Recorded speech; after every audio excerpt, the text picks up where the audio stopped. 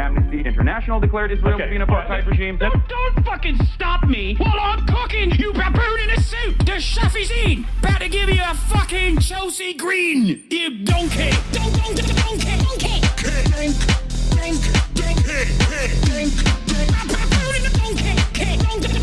Listen to what I'm saying, and you will understand, perhaps, what I'm trying to imply. Patronizing. Yeah, I am being patronizing. I don't know who the fuck you are, and you're over here chirping all the way from fucking London about you want to fucking free Palestine, but also simultaneously you're talking about both sides are fucking fine. Shut the fuck up. You don't know anything, okay? Who the fuck is this pink-haired twink?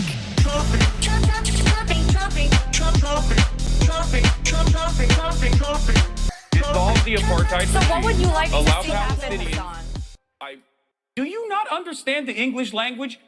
What's going on, everybody? I hope everyone's having a fantastic evening, afternoon, pre-noon, no matter where you are in the world. I'm Hassan Piker, and this is Dawson. Our broadcast coming to you live from rainy California, Los Angeles. Folks, we're live and alive, and I hope all the boys, girls, and enemies are having a fantastic one because today's a beautiful day. Today's a wonderful day. Today is Sunday. That's right, it's Sunday. No Stunlock Day. Sunday, no stun day. We are live. We are alive, and I hope everyone's having a fantastic one. It is 3/30/2025. It's March 30, 2025. It's almost done. The month is done. It's over. March is out. Hide the pimple now. I can't. There's just nothing I can do about it. It already has a fucking thing on it. It already has a pimple patch on it, and it's over. That's it. One we got from One Piece coming back. Are you ready? I don't know if I'm ready. I need to get like a thing. I need to get like an actual thing to fix it. I think it's called like lancing or something. It's like a cystic acne situation. Pop it, please, and please zoom in while you do it. I can't. All right. Anyway, yeah. Where was I? Personal news wise, as part of the broadcast where I tell you about my personal news. It's 11:15, by the way. I'm early or on time, regardless, even though it's like Sunday, and this is just free ball for you. Honestly, this is like you're not supposed to get nothing at this point, right? You're not supposed to have nothing. It's Sunday. I'm not supposed to be streaming, right? It's not supposed to be happening, but you're getting it anyway. It's called free ball, baby. If it needs to be lance, it's not a pimple, it's a cyst. Yeah, it is a cyst. It's like, whatever. I don't care. Who cares? Yeah, I got my youthful face has a pimple on it, like a child. Why are we talking about this? What is happening? I feel like I have, I've shown you my face. Welcome. Without any issues whatsoever. What is this? This is embarrassing. Dolan Darkus, Grum's popular gaming grifter, just exposed secretly running a very questionable site for 20 years. Oh yeah, it finally came out. Okay, I'll cover the Grum's fiasco in a second. But yeah, last night, what did I do? I ended the broadcast and I went over to Jeff's house. I went over to Jeff's apartment. You guys might know him. His name is Jeff Whittick. He's responsible for this atrocity on the top of my head right now. Not necessarily the best haircut, but it is what it is. He's the man. He's my goat. Good friend. I love him. And he needed someone to do his podcast. And I'm, of course, always willing, able, ready to go. So I told him, hey, before I do your pod, come on the stream, chop my shit up. I'll go on your pod. We'll do it. Get a mullet. Grow your hair long. I mean, here, look, I don't know. This is like a little bit like a mullet. He didn't go all around. He left the back to let it grow. But what happened to your hair? It looks thinner. It's because of Japan. I noticed this. It's not necessarily a bad thing, but when I was in Japan, when I got that haircut, they didn't like cut my hair, but they like made it so weird. Like it almost changed the texture of my hair. Like it made my hair straighter almost. Normally I have too much hair. Like they textured it so much that they thinned it so much that like my hair has kind of sat differently since then. In any case, I don't know what it is, but it hasn't grown back to its normal volume, I think. But it's fine. I don't really care. It's it's still fine. But looks good. Beard trim seems short, but otherwise good. No, I trimmed it this morning. I don't like the beard. I grew it out again. I just didn't like it. I don't really matter. Caught. Yeah, I don't really matter in the grand scheme of things. In the tiny scheme of things, grand scheme of things, I don't really matter. Your hair, when hair is thinned out, it can change its appearance. Yeah, exactly. Eid Mubarak to everybody, by the way. Shouts out to all my Muslims. Hope you guys are having a wonderful day today. The end of the Ramadan month, and yeah. Speaking of the end of the Ramadan, we are going to be ending with some spuds. Anyway, we'll do all of that. I'll talk about that in a second. But yeah, I did Jeff FM. It's very funny. Go support it, obviously, when it comes out, as always. And we'll watch some bits and pieces of it too. As you guys recall, last time I went on there, he cooked me with his mom. He had his mom on. God damn it. Here, this is Hasan Piker thinks Mr. Beast is the devil 2 years ago. Hasan Piker confronted by 9/11 survivor. I'm gonna be honest. Dude, I looked crazy here. With you, I'm gonna be honest with you, Jeff. This is not the gotcha podcast. I thought it like I was like, you know, there's some podcasts I avoid. This is not the one I thought was gonna. Drugs. Got himself a barber's chair and gave awesome cuts. Now Yeah. If you guys remember, this is when he cooked me 2 years ago, and you know, he asked me to go back on, and I did it. Apparently, this is one of his like top performing pods, so he was like, "We got to do it again." But, bro, you are in a different art style. What does that even mean? You look better, respectfully. I think so too. I was so scruffy. Like, hair is crazy, beard is crazy. You know, it's too much. It's too much. And now I'm in like, Hasan was in his Castro phase. Yeah, now I'm in my like clean cut, you know, take me home, show me off to your family. I'm a nice boy, that type of shit. That's the vibes I'm on right now. You know what I mean? Look, kind of like that. Like I still got to scruff, a little element of danger, but also at the same time, it's like nice boy like that. But you look like an Old Navy ad. You beefing with Grums while knowing the scope is such holding back, I can imagine. Oh, yeah, I knew about Grums' shit while I was beefing with him, but I didn't want to scoop anybody because they leaked it to me. I think it's not appropriate. It's someone else's scoop, so I'm not going to... I have tremendous respect for people who do journalism, whether they are journalists or not, you know? If someone is doing investigative work, I'm not going to just leak that shit. We'll talk about the Grum stuff. It's just more so embarrassing. It's not like, it's not criminal, you know? But we'll do it. We'll do it in a little bit. So where was I? Oh, personal news wise. Yeah, I did Jeff's show. I hung out with them after the show too, because I really like those guys. They're really fun. And Jeff has a new puppy. He has a new puppy. His name is Goose. He is posting attacking you over the Hamas protests again. What? I don't care. Dude, when is he not? For this man, it's just like, I'm Hamas. You know what I mean? I think Ethan Klein dislikes me more than Hamas, I think.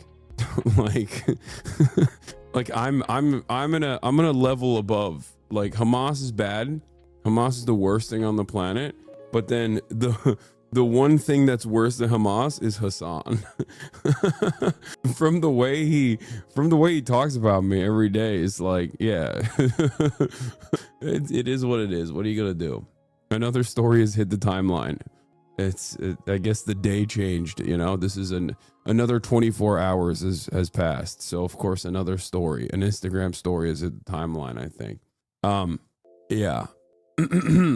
In any case, where was I? So yeah, I did that. I came home, hung out with my mom, and played a little bit of Kingdom Come, as always. Kingdom Come Deliverance. I got a little scared because, like, while I was playing it, it seemed as though the Henry love, the Henry like romance option was like almost about to happen, and I got scared because I was like, oh no, I want to do this on stream, and I don't exactly know when it happens, but you know, I don't want to miss that. I don't want to, because like that's the reason why I started playing the freaking game to begin with. and then I really liked it, and I've just been playing it offline. But yeah, I woke up early this morning. Unfortunately, I get very excited. Are you in the siege? Maybe after, or I don't know. I'll tell you in a second. But here's the thing. What was I gonna say? Oh, I get really stoked when I'm about to play basketball the next morning. I'm like excited. I feel it in my heart. Okay, I feel a sense of excitement in my heart because I'm like, oh, I'm about to play basketball, you know. And the unfortunate reality is that when it rains, it pours, and when it pours, nobody plays basketball because all the courts are outdoors. So I wasn't even able to play basketball this morning. But having said that, I did take the dogs out, and they had a fantastic time at the park. It's you know, Fiona and it was Fiona and Kaya park time, you know. Also here, this is Goose. Incredible dog. He was on my lap the entire time throughout the podcast, by the way. I highly recommend you guys check that out. Anyway, here it is. The ladies. They're the baddies. You're rich, build a covered court. Bro, dog, there's rich, and then there's rich, okay? Having an indoor basketball court that's readily available is outside of my level of wealth and prominence. I think you're thinking I'm Drake rich, okay? That's in Los Angeles, mind you, too. Like that's crazy. Yeah, if I lived in like Arkansas or something, if I lived in Arkansas, I could have a house that is cheaper than this one with an actual basketball court in it, you know, NBA regulation if I want to. But doing that in LA would require me to be Jeff Bezos, and I am not Jeff Bezos. How is your leftist audience telling you to build your indoor court? No, but I have like, I don't know. Here's the other thing. Like, I don't know how to do rich guy shit, you know, where I feel like there are mechanisms, there are methods. Like, I want to, like, I'm sure that there's a way to because there are indoor courts all around here. There's like probably ways to like rent it out. I just haven't been able to figure out how to do it. You know what I mean? Because I feel like the ways in which you can like help the public parks, like I think about that all the time. Like I want to help out the public parks anyway, because I love public parks. I'm a massive fan of public parks, as you guys know. So I want to do something Can about I talk about that. Girly Pop Nation and Fearon? I will say this? you're not fickle bitches. You are very loyal bitches. It started off as What is this? Cutie revisionist history? Okay, we'll watch this in a second. I know it's too expensive, but having your own core would be sick. Imagine the content. Yeah, it's impossible to do. Let's be real. That's not going to happen. Your speed clip got 1 mil on Bilibili. Oh my God, let's go. I feel like you could afford it though. Not like a stadium, but just a small basketball court with a roof, no walls. I've seen it before. I can't help but notice that your lifting form is kind of off from what I've seen in your Insta stories. Could it be because you have long limbs or something? Sorry, not trying to be rude. Whatever you're doing is clearly working out for you. So no, my lifting form is not off. But yeah, we did the park, and then you know, it feels like we're in England, bruv. What is going on then? It's fucking weather. Oi, mate. Feels like it's a good day to get a spud. Yeah, it's spud day. It's Sunday spud day. That's right. It's Sunday spud day. Quitter talk. If you ignore zoning laws, building code, and city ordinances, anything is possible. Annex your neighbor's backyard. Yeah, I'm gonna pull up Israel. Okay, that's right. Chat, I've decided. I'm Israel now. My neighbor's backyard is mine now, okay? Sorry. I had valid security concerns. Listen, you don't understand. Yeah. I am Israel high. I had valid security concerns. Oh shit, so many different camera angles. I had valid security concerns. That's what it was. Okay? And one might even think that, you know, my ancestors technically were you know, I got it. Are you ready for this? What do I always say? Native Americans are Turks. Technically, they crossed over the Arctic plane or whatever when all the continents were together. So technically Native Americans are Turks. Indigenous populations are Turks. Who else is Turkish? Me. Technically, not even 3,000 years ago. Technically 10,000 years ago. My ancestors were in my neighbor's yard playing basketball. Yeah. So, transitive property, technically it's mine. Are there any more secrets you want to share? Continents were not together, water just froze, whatever. I'm not a scientist. Also, I don't believe in any of that. I believe the earth is 2,000 years old. 2,025 years old to be exact. Yeah. All jokes aside. So I took him to the park. I didn't get to play any basketball, unfortunately, but that's fine, I guess. You know, it is what it is. We'll live. We'll survive. We'll live and we'll learn and we'll stay alive. What brand are those glasses, my man? They're Gentle Monster. They're Gentle Monster. I constantly find myself repeating the stuff that I'm wearing all the time on this broadcast. I don't know what's going on. I'm a goddamn fashion influencer, dude. But yeah, let's watch this Cutie Cinderella video. Like, shut up, men. Cutie deserves her PTO. And then it turned into, okay, she is on sabbatical. You know, give her a mental health break sabbatical. And now it has turned into, can you come back already? Yeah, okay, first of all, this is not revisionist history. This is literally what it is. She just fucked off and never to return, okay? What the hell is going on? This is revisionism of the highest order. I mean, she's been gone for months. And that's revisionism of the highest order. I mean, she's been gone for months. And that's insane. It's insane. Remember how lying is OP? Just tell Cutie Roan is going to be on in a few days. Oh, true. We're going to have Chapel Roan on. It has turned into, what the fuck? Where are you? Guys, I'm still on sabbatical. What happened to that energy? Where did it go? April 10th, we will go back to recording on Thursdays. Oh my God. She really said 2 weeks. Now is April. Yeah, I feel like, listen, I've never had this in my life before. Like I'm very fortunate. Like my family's amazing. I never experienced the whole like dad went out to get a carton of cigarettes and never returned shit. And honestly, like that's literally what's going on here. You know, that is what, like, if I had any sort of like trauma from my childhood, I would have Brian Kilmeade, you know?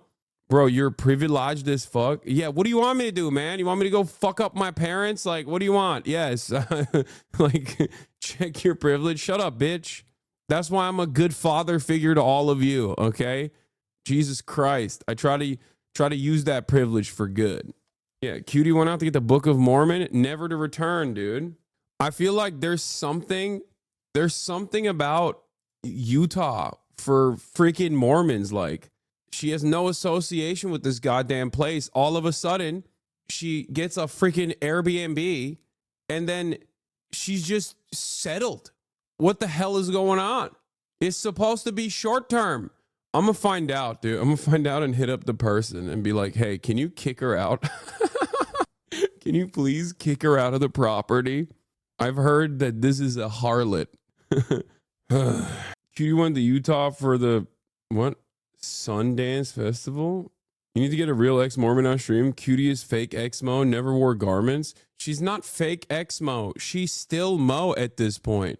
You can't be ex-Mo and then fucking be in Salt Lake City for this long and be this happy all the time.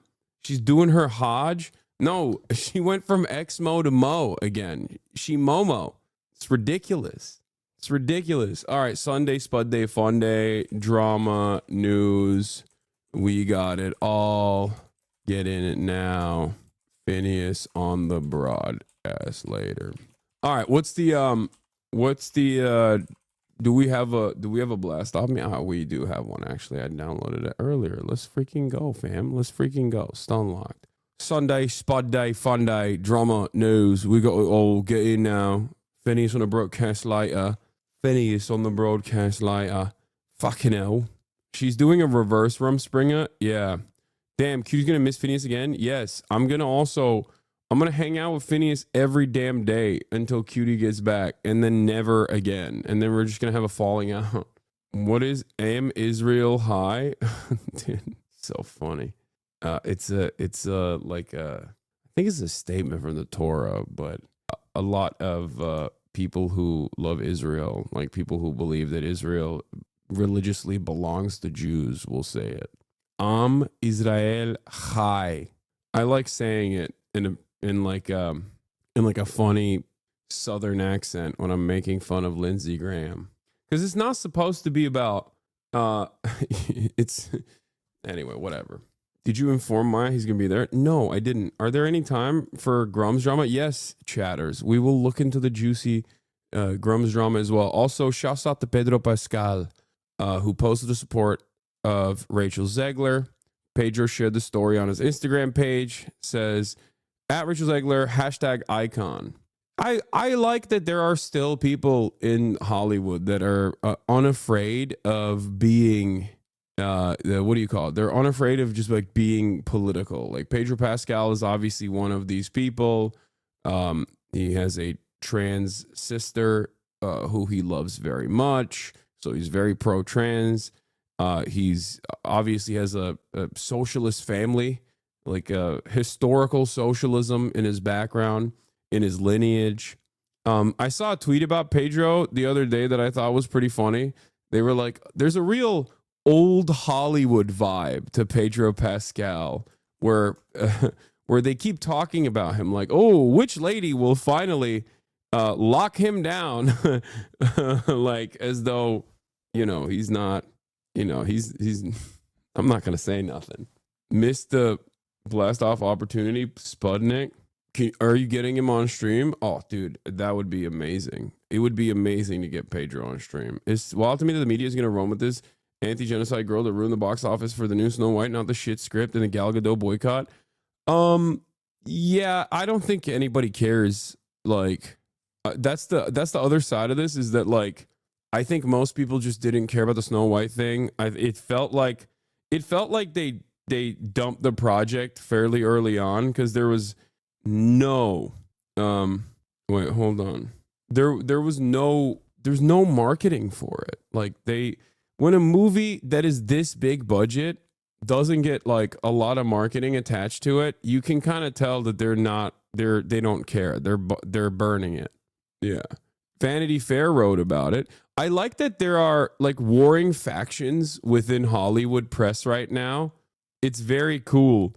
They're warring. We'll talk about Gal Gadot too, actually, because there's a new meta on TikTok that the kids at the gym I go to were making fun of. Like everyone loves making fun of Gal Gadot's horrible acting, but it's interesting that like there are certain industry papers that you can tell, like Variety is they're attack dogs. Okay. Variety is the type of and there are good writers there as well. There's good publishers, there's good journalists at Variety, as well as there are in every outlet. There's good reporters at the New York Times, right? But their output overall basically is like, this Jewish Holocaust survivor director did the most anti-Semitic thing possible by saying Israel's doing a genocide. We should kill him. Like they'll be like, the stars are all out tonight. All of Hollywood's most famous actors and directors have signed a petition. And then you look at the petition and it's like a fucking Google Doc being like, we should arrest the guy who made Zone of Interest. And it's just like an editable link of a Google Doc. It's like, that's not a real petition. And the Hollywood stars that signed on to it are like Michael Rappaport. That's not, you know what I mean? None of those people are Hollywood stars. Get out of here. So in any case, I like that Vanity Fair at least is reporting on this and being like, yeah, this is not working actually. But my speculation is they just basically dumped it. Like they dumped the project. It's something that they do. It's something that studios do in general. where they'll turn around and be like, okay, we're not gonna be able to farm this. We'll just use this as like a tax, like we'll use this as a major loss, and then and you know, lower our tax burden, right? Or they sometimes will do it to extend IP, things of that nature.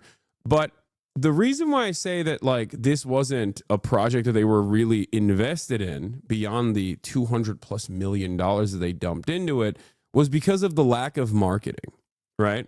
And this is stuff that they do all the time, like especially in the age of streamers where they just don't market this stuff. They just kind of like let it sit out there in and of itself with seemingly no for seemingly no reason, right? But ultimately they came after Rachel Zegler because she's outspoken. She's an outspoken actress who is both quote unquote political because she's a brown woman and young, but also because she is actually kind of outspoken, right? And you know, she has that like 2016 era liberal, maybe even leftist vibes to her in a way that in a package that is also rubbing people the wrong way because she's also like a brown woman, right? That's it. She's half Polish. It don't matter, dog. That's not what people are looking at, okay? No one is busting out the calipers. They're like, no, she's a brown woman. This is the way they approach it. So kindly, she's not brown. Oh my God. Why are all the wokes in the chat are like, excuse me, I traced her ethnic heritage and I found that she is not indigenous enough to be considered a brown. Like, shut up. Okay, we're not talking about people's skin color here. Okay, we're talking about why right wingers hate her. You don't have to do freaking phrenology in the woke way right now. Okay, you're not brown. Please shut the fuck up. Wait, what? I'm not. I didn't say I was. What does this have to do with me? Oh my God, this guy. I'm gonna fucking time you out for an hour. I can tell this is Cal is on one today. Okay, you're getting an hour time off for your own good, okay? For your own good, because you're being incredibly annoying this morning. Anyway, so yeah, she's outspoken. She says some shit. She says some shit about Snow White. She did like the classic, like, oh, it's not gonna be the old school Snow White movie. It's gonna be something different, whatever. But what the studio wanted to basically this project that they were already invested in dumping, right? They wanted to say there's a reason for this flop.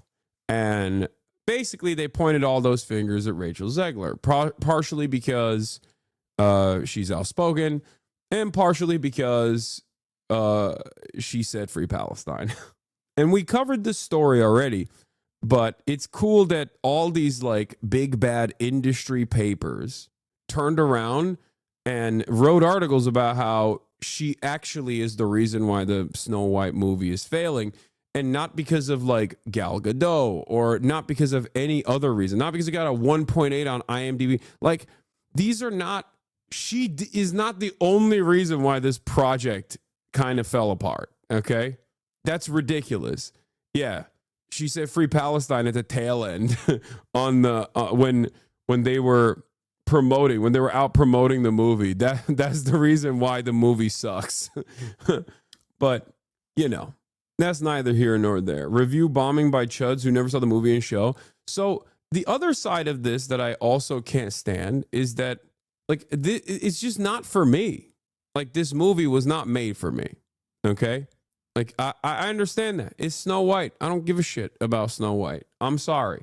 You know? Maybe if I had some daughters or something, like, that would make sense. I would have to go and like begrudgingly watch it. But like, why are so many 40-year-old men, except for Benny Johnson, who is gay? Okay, so that's different. But why are so many like 48-year-old straight men, divorced dads, or just like people that don't even have daughters, right? Why are they chirping about Snow White not being like hot enough or whatever? It's such a strange thing.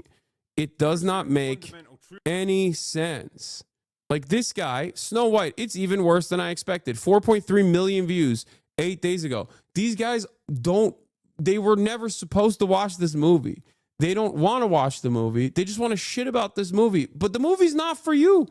It's like me freaking out about fucking Bluey, you know? That's what it feels like to me. Am I crazy? I don't know.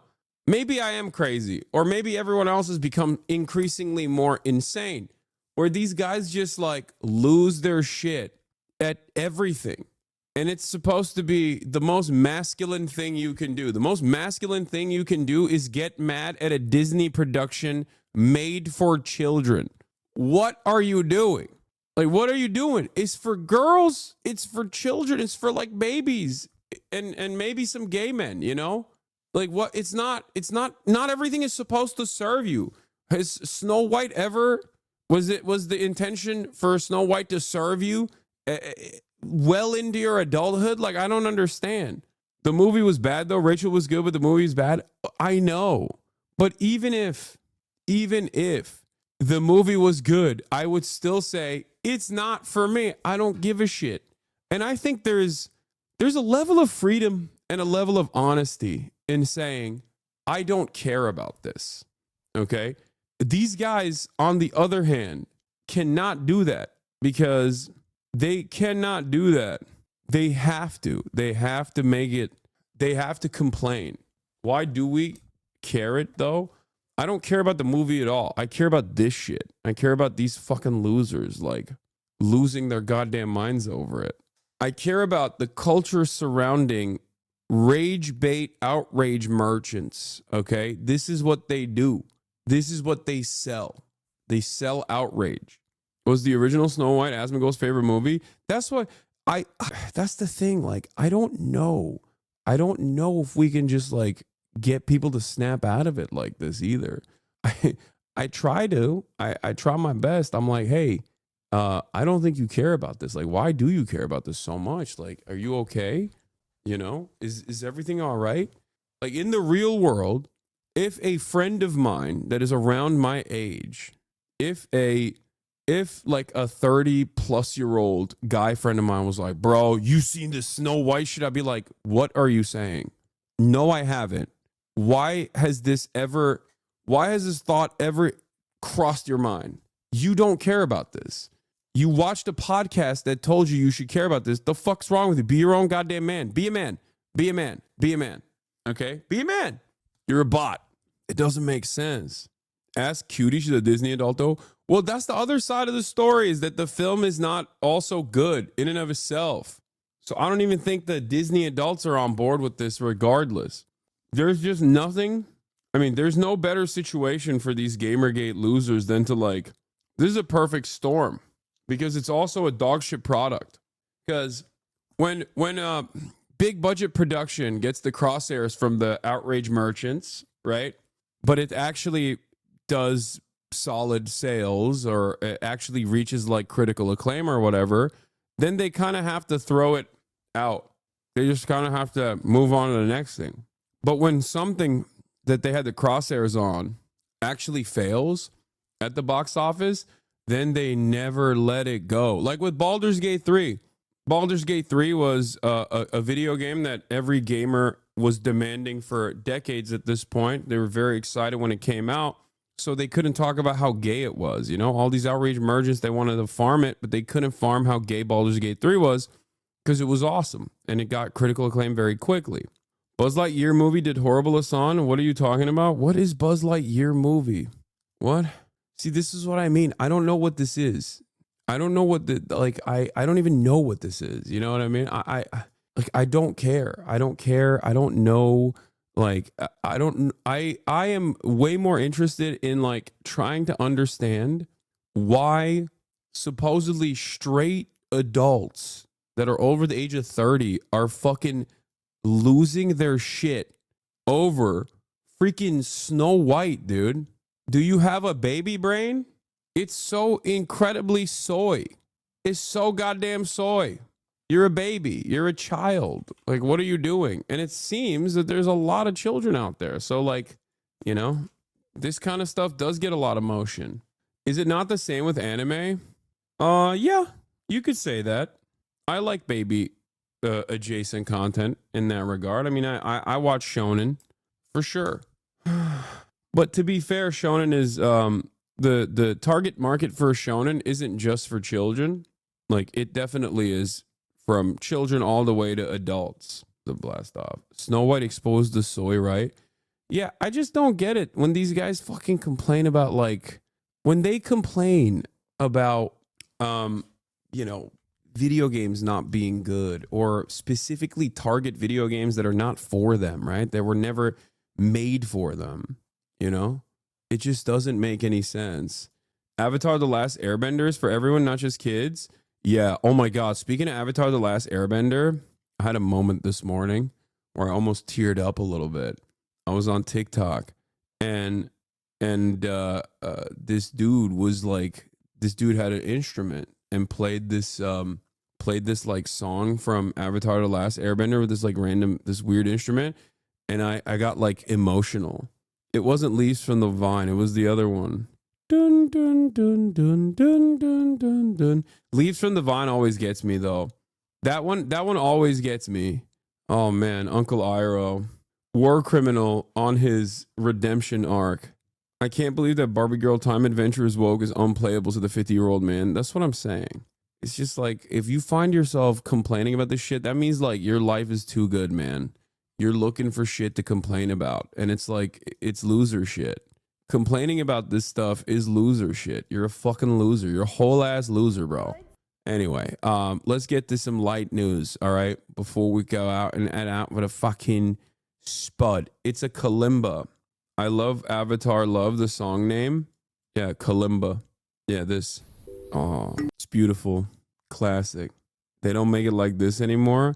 Yeah, I mean, the reason why I'm talking about this, though, is because, like, there is some truth to the anger and resentment that these fucking stupid-ass, dumbass, old-ass gamers feel, in the sense that, like, yes, the formative experiences that you develop as a child and the feelings that you have as a child are powerful, okay? They're important for your development. They're important for who you are as an adult. And this is an example of that. Why did this make me feel emotional? It's because it reminds me of the first time I encountered this song. You know what I mean? It brings back memories and the overall feeling that I had back then, the ambition, the dreams that I had, things of that nature. Now, of course, because I'm a healthy adult who's relatively successful at the age of 33, that doesn't also follow up with like those feelings, that emotion doesn't fucking all of a sudden invoke anger inside of me because I did not match the expectations of child Hasan. Okay? But for many of these guys, I think they are constantly seeking out that nostalgia and the feelings that they had because their current experiences do not match up to the dreams that they had when they were young. That's it. And that's why there's a deep sense of anger and resentment and a sense of entitlement that they also have that makes their reaction to all of this like new media incredibly toxic. But we all have the power within ourselves to change our destinies. We all have the power within ourselves to just not be a fucking douchebag. It's pretty simple. So that's usually my modus operandi. That's what I try to advocate for, you know? There are things that are within your control that you can change. And I think a good starting point would be, don't be a fucking asshole. Don't be a whiny little baby. I think these are important fundamentals that you can apply to your life and try to constantly check yourself with a healthy dose of self-crit. Anyway, speaking of people who are reaching new levels that their childhood self probably never thought they would, Donald Trump. Let's take a look at what Donald Trump is up to, because it turns out Trump had a phone call with NBC News and he said he's angry, he's pissed off at Vladimir Putin. You hate to see besties fall out like this. Drama the girls are fighting. Sunday morning, President Trump is standing by his national security team as the fallout intensifies after top officials mistakenly shared attack plans for U.S. military strikes in Yemen on the Signal messaging app with a journalist. In an exclusive phone interview on Saturday, the president told me, quote, I don't fire people because of fake news and because of witch hunts. Mr. Trump said he still has confidence in Defense Secretary Pete Hegseth and National Security Advisor Mike Waltz. Just hours ago, President... Someone said that's why you never see two pretty best friends. Yeah. You never see two hotties like this that are besties. Like, there's always going to be some friction. You know what I mean? They're going to be into the same guy. It's just going to cause some issues, right?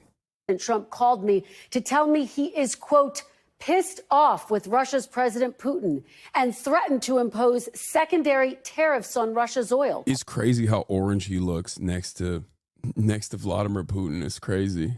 Quote, if Russia and I are unable to make a deal on stopping the bloodshed in Ukraine, and if I think it was Russia's fault, which it might not be, but if I think it was Russia's fault, I am going to put secondary tariffs on all oil coming out of Russia. Mr. Trump said 25% tariffs on Russian oil could happen any moment and told me he plans to speak with President Putin this week. The president told me, quote, I was very angry, pissed off when Putin started getting into Zelensky's credibility and started talking about new leadership in Ukraine. On Iran, the president said he's also considering secondary tariffs if Iran doesn't agree to a nuclear deal. Quote, if they don't make a deal, there will be bombing, and it will be bombing the likes of which they have never seen before. After markets tumbled on Friday and with consumer confidence falling, the president also told me he's not backing down on his tariff plans. What we're going to be doing is a 25% tariff on all cars that are not made in the United States. If they're made in the United States, there's absolutely no tariff. And the president telling me tariffs are, quote, absolutely permanent. And on fears of foreign automakers raising prices, quote, I couldn't care less if they raise prices because people are going to start buying American-made cars. And on his vow to annex Greenland, the president saying, quote, I never take military force off the table, but I think there's a good possibility. I like that he called NBC News and said all of the bad things. He was like, I'm going to go on a tear and I'm going to give you the worst possible answer for everything that you asked me. And maybe some extra stuff too. Fantastic. Every time this dude opens his mouth, I'm like, oh my God, here we go. What else? What should we be looking forward to in the upcoming months? You know, fantastic, amazing, wonderful. Calling up fake news media like this is interesting, though. I think it means that he's recognizing that his motion is on shaky ground. You know, he's losing his motion a little bit because before he was riding high. Okay, there was no calls to NBC News whatsoever. It was all Fox News. He was going up, talking to brown nosers like Sean Hannity, and I think he recognizes that his approval ratings are kind of falling apart, especially because the economy is not doing so hot right now. And that's seemingly the only thing that selfish, entitled, self-centered Americans who can't see anything but like what's right in front of them care about. And it's a big thing to care about, for the record, of course. Make no mistake. But it's wild that like he's fucking that up, the thing that he like won the election over, while simultaneously also eroding constitutional protections that are in. Hasan is so negative, man. What an L way to live. Trump is king, baby.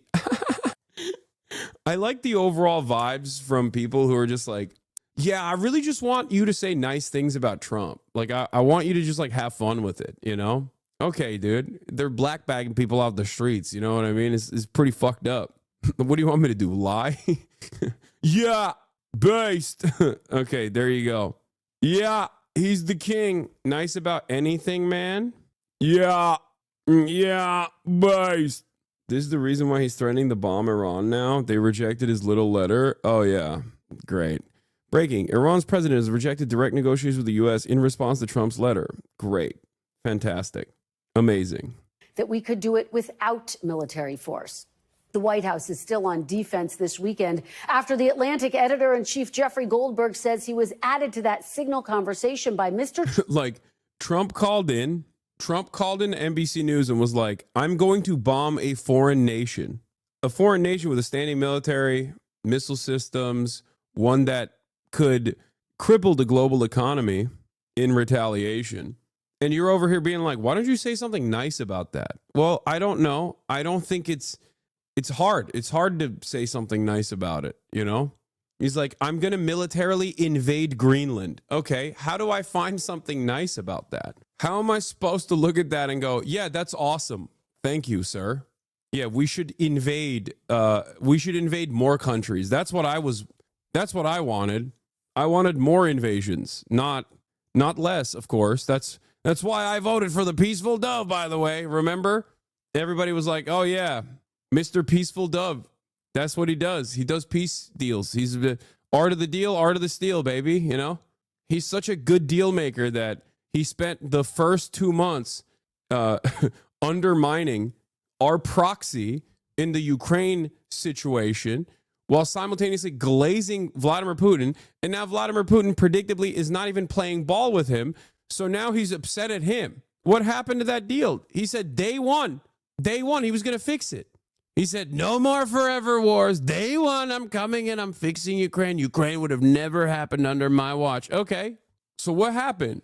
It's no longer day two. We're entering the third month of the admin. What the hell? Trump's national security advisor, Mike Waltz, where details of the plans for an attack on the Houthis in Yemen were shared with him in real time. The chat included the vice president, the defense secretary, the secretary of state, the CIA director, and the director of national intelligence. The explanations for what happened and how serious of a security breach it was have been evolving. I'm sure everybody out there has had a contact where it was said one person and then a different phone number. But you've never talked to him before, so how's the number on your phone? I mean, I'm not an expert in any of this, but it's just curious. How's the number on your phone? Well, if you have somebody else's contact and then then somehow it gets someone sucked sent in, you that it gets contact. sucked in. Nobody was texting. It gets sucked in. That's just how it gets sucked in. Don't you hate it when it gets sucked in, dude? Yeah. Hasan, you're such a hater. Why don't you understand? It gets sucked in. You know, hey, this guy, let me say something positive about him. He likes the party. That's cool. I like that the Defense Department is led by a guy who likes the party. I actually don't care about incompetence at this level, for the record. I do care about like the hatred that these people have in their hearts, but I don't really mind if the Defense Department is just weak. I don't mind that they're incompetent when they're making these sorts of decisions on Signal group chats or whatever. I do mind that our coverage over their ridiculous actions, like consistently bombing Yemen, for example, are not about why we're bombing Yemen at all, or bombing Yemen without congressional approval, or killing a bunch of civilians in the process and admitting it in Signal group chats. But instead, it's all about, like, why are they doing this in Signal group chats? They should have better operational security. It's like, no, I don't really care. It's fine if they don't have good OPSEC. I'm happy with that, actually. Oh no, will it thwart America's evil plans? Oops, I guess, you know? War plans, and that's all I have to say about that. Intelligence officials defended the sensitive nature of the content, denying it was classified. My communications, to be clear, in a Signal message group were entirely permissible and lawful and did not include classified information. There was no classified material that was shared. Was there any mention of a target in Yemen? I don't remember mention of specific targets. Was there any mention, Ms. Gabbard, of a weapon or weapons system? I don't recall specific weapons systems being named. How about anything about timing? I don't recall specific timing. Any mention of any military unit whatsoever? Mr. Ratcliffe? Not that I recall. Ms. Gabbard? Not that I recall. After they know we can see the text messages, right? It's interesting. the administration insisted there was no classified information on the text chain, Goldberg released the messages that included Defense Secretary Hegseth sharing specific details about when bombs would drop and when U.S. jets would take. This was the day before they released text messages. No, I know, but they knew what the text messages were. They knew what the text messages were. Yeah. They I guess functionally declassified it by saying, "Oh, there's nothing in there that's serious. It's fine." And then Jeffrey turned around and was like, "Yeah, here it is then. You got a guy who is a State Department stooge to literally release these messages because you said, you know, it's clean, it's fine." off just 30 minutes before they launched the attack. National Security Advisor Mike Waltz texted that a key target of the attack had been seen walking into his girlfriend's building that had collapsed. President Trump is privately angry with Waltz, 2 Republican sources tell NBC News. The Senate Armed Services Committee has requested a formal investigation from the Pentagon's Inspector General, but the FBI and the DOJ seem unlikely to investigate the matter, even as pressure mounts for more accountability. There was a crime here, and there should be accountability. Just click the damn video, bro. It's so funny. You were so close. I was searching around the internet. Okay, dude. Okay, boomer. White House lies. It's hypocritical. It's corrupt. So no, I don't trust the Fox to investigate the hen house. I'm also puzzled by some of the answers that were given by the DNI at the intelligence hearing. I think everybody has acknowledged, including the White House, that, mistakes were made. And what we want to do is make sure that something like that doesn't happen again. And voter anger is growing over the issue, on display at this town hall in Indiana. Will you demand the immediate resignation of Pete Hegseth? No, I will not. Thanks for watching. Stay updated about breaking news. We begin with what's expected to be tariff week and the impact on an already somewhat jittery economy, which could be significant. Retaliatory tariffs on countries who have imposed their own tariffs on U.S. goods are planned for Wednesday. And on Thursday, the president says he will impose a 25% tariff on all foreign-made vehicles coming. Trump tells NBC, no, I'm not joking. I'm not joking about seeking a third term. When asked whether he wanted another term, Trump responded, I like working. I'm not joking, Trump said, when asked to clarify, but I'm not. It is far too early to think about it. There are methods which you could do it. Remember when another I told you so moment, okay? A lot of other people also said that this was most likely going to happen, but I'm telling you, dude, I 100p, dude. I told you. Wait, hold on. One second. He want JD Vance to run with Trump being VP and give up the presidency to Trump law. I think last minute fucks everything up so that he could say we're in the same moment FDR got to serve 3. Dude, what will the Democrats do now? What will the Democrats do now? And I don't like the counter from a lot of people that are like, well, Obama will get to do a third term then. It's like, okay, dude, sure. Yeah, that'll solve the problem for sure. Trump goes a third term, there's no more Obama. Trump goes a third term, there's no more elections. You feel me? You feel me? When his third term comes, there will be an election like Putin's Russia. I don't know. I don't know what kind of authoritarian version will exist at that point. I don't know. But it won't be even the theoretical liberal democracy that we've come to love and enjoy. Let me tell you. Martial law with Supreme Court. All the cards are stacked in his favor. Who knows? Also, in the process, Democrats carrying water for this admin will become so weak that I don't believe. I don't know what he's going to do, man. I don't know. There's so much happening.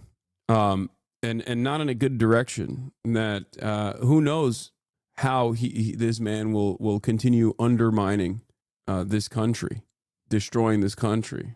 The resistance. Only 34 Democrats sign letter on ICE making students disappear. Immigration officials are snatching international students off the street, and most Democrats don't seem to care. He's old. Maybe he's going to die soon. Oh, God. The Turkification of America is so funny to me. Dude, this fantasy right here is one that every Russian has fantasized about with respect to Vladimir Putin, and every Turk has fantasized about with respect to Erdogan. It doesn't happen, okay? Evil does not die. Americans are moving in a very funny, kötüye bir şey olmaz, okay? Nothing happens to bad people. This is so funny. Americans are experiencing the things that oftentimes due to American interference, as a matter of fact, or Western interference, as a matter of fact, has like fucked over other countries and like planted authoritarian regimes in other nations. And all you can do is just sit around and go, what am I going to do? I hope he dies one day, you know? Fantastic. I like that is the only thing that remains here in America as well. Like we've given up. We've given up entirely on the Democrats doing anything in terms of resistance, like the courts, all the institutions are going to serve his interests. So That's the last option. When you're at that stage, the last option is like, okay, maybe he'll die because he's old. You know? He's going to get us into a direct war somewhere, then declare that we can't hold elections because we're at war. And if anyone complains, he's going to say you're okay with Zelensky doing it while completely ignoring it's not Zelensky's choice to be at war. Have you read about the Swedish journalist that got detained in Turkey, got arrested on terrorism charges? No, I hadn't seen it, but that's not surprising to me at all. Bro, you guys are so crazy. Trump almost got assassinated and he survived, dude. He's got the heavens mandate, okay? The golden hand. That's it. Shit is so fucked up. Kamala and Biden more than doubled the amount of people abducted by ICE after taking over from Trump. Liberals just stopped caring for 4 years. Welcome back. Yeah, there is... I don't even want to get into this, but... What do you think of Ezra Klein's new abundance book? What do you think of him in general? Is he a Zio Lamau? Ezra Klein is definitely more critical of Israel than the average liberal Zionist is. But that has nothing to do with the abundance stuff anyway. The abundance stuff is just like repackaged. It seems like it's like repackaged neoliberalism, but I haven't read the book, so I can't. I mean, he talked to Ta-Nehisi Coates. He has a major platform, and he offered like a non-contentious and pretty positive interview to Ta-Nehisi Coates. So I think that he is not, I think he's wrong, but maybe not intellectually dishonest, if that makes sense. Like, I think his worldview is incorrect. He's just a liberal, man. That's it. He's a liberal who is, I guess, more open-minded than the average liberal. Yeah, I listened to Matt Brunig talk about the book. He read it on Chapo, and it just seems exactly what I thought it was. But then again, like I said, I didn't read it. I can only speak on the way that people are talking about it, the way that they have presented the book, and the way that people are defending the book, and the ways in which people have criticized the book, those who have read it. And the problems are obvious, and I think that they recognize it as well, except their solutions are more deregulation, it seems, and I don't know. Into the U.S. Anyway, let's watch. Americans want focus on prices, not tariffs. These and other tariffs are in addition to those already imposed on some of our closest allies, like Canada and Mexico. Of course, there are tariffs on China as well. Our new CBS News poll reflects some of that underlying economic anxiety. So we bring in our Executive Director of Elections and Surveys, Anthony Salvanto. Anthony, I'm going to be very scientific here. On the economy, what gives? Well, we know, good morning, Major. We know that people still say the economy is bad. We know that prices and inflation are the top reason they give for why. So in this poll, we find that the president's approval for specifically handling the economy and inflation are both ticked down. Now, let's talk about these. I'm tired of defending you in the comments of Lex Loser Boss, lol. What? What is Lex Loser Boss? Hold on. Lex Loser, that TikTok guy? Who's Lex Loser, the TikTok guy? Bro, I have no idea what you're talking about. Tariffs, because look, it's early in the administration, so I think the key gauge is what do people think he's trying to do? And here we see a mismatch. They think he's... No, don't tell him. Don't tell that chatter to stop fighting these battles. It's good. Keep fighting those battles, brave soldier. Putting too much focus on trying to put in tariffs and not enough focus on trying to lower prices. Now, the mismatch there is the administration argues, well, that'll have positive impact, right? So I asked, what do you think will happen when tariffs go into effect? People think in the short term that it'll raise prices, but also in the long term, there's a lot of people who think tariffs will raise prices. So the administration hasn't quite connected the dots on that argument yet. Now, what happens next is you get people think with uncertainty in the stock market that his policies are having a negative effect there. I should add this. He does not entirely own this economy yet. Speaking of it, why did you skip that Kamala Biden deportation article? Is it true? Is it untrue? Or does it negate the need to demand answers from Trump's administration for deportations? No, I didn't skip it. It wasn't an article. It was first of all, it was one graph. Secondly, it's not untrue. And the reason why I quote unquote skipped it is because I don't want to fucking talk about deportations again. I've talked about it every single goddamn day. It's like breaking my fucking brain. And it's also things that I've already brought up before in terms of, now you're getting me to talk about it again. Oh my God. Just let me fucking live, dude. Let me live. Let me cover the stories that I want to cover, okay? Please. Oh my God. Oh my fucking God.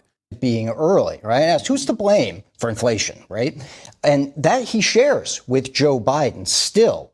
But one of the things to watch going forward is expectations. Coming into the administration, before he took office, a lot of people thought that Trump's policies would make them financially better off. You ask that question today, and far fewer Americans think that. Even far fewer Republicans think that. And that expectations game is key. In the data, there's still some buoyancy for the president. He's not collapsing by any stretch of the imagination. And it appears one of the reasons is satisfaction with aggressiveness on immigration. Absolutely right. This is a story about balance. And the things that are going well in the public mind for him is his handling of immigration, which is still net positive. Yeah.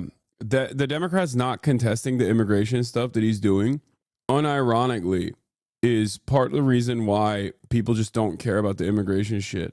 That's it. And I don't know if it's because they like what the Republicans are doing. I don't know if that's the case. Or if it's because, and that could be the case, or it's because they're cowardly.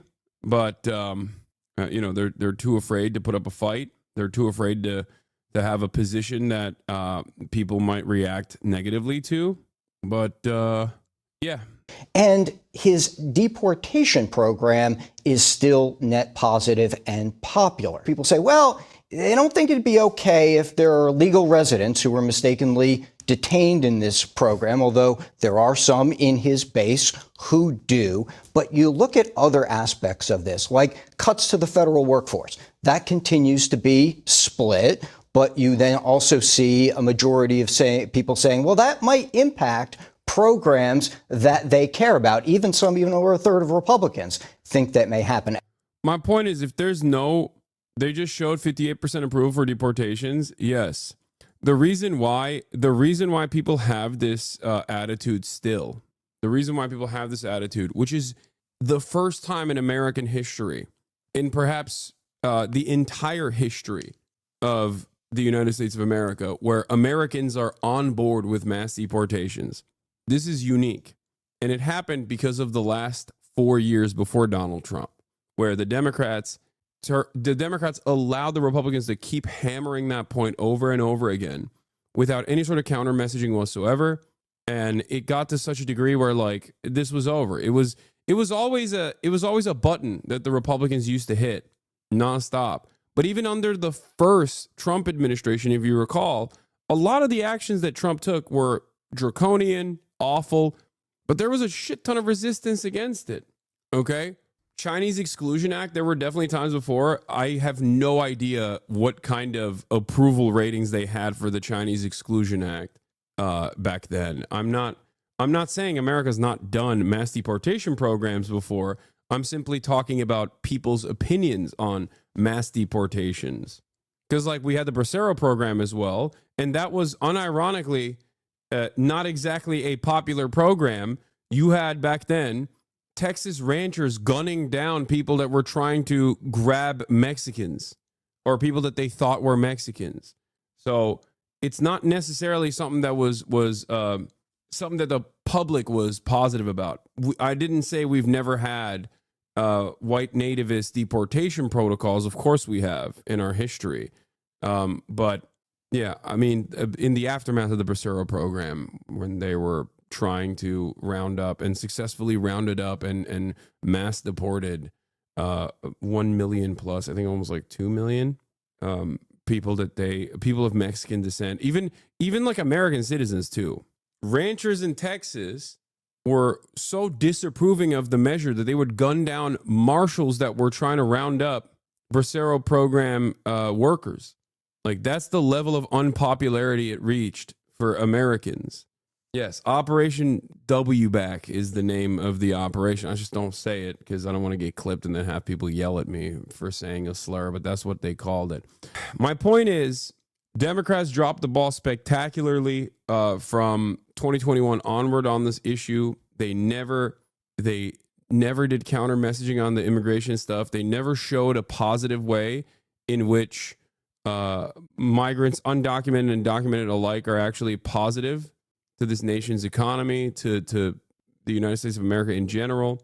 And and here we are. This is where we're at. I think that I would say that Americans are very malleable, and ultimately they're persuadable. They see what they see on television. They can make up their own minds, but usually you can lead them in the appropriate direction. And without Democratic leadership, the media is not going to do that on their own. And if the Democratic leadership is not interested in counter messaging against this and putting up a fight against this, as they have not, as even on this front, they have not done anything about it. If they capitulate and they cave, then yeah, the public is going to think, no, this is good. This is why we voted for Trump, and I'm glad it's happening.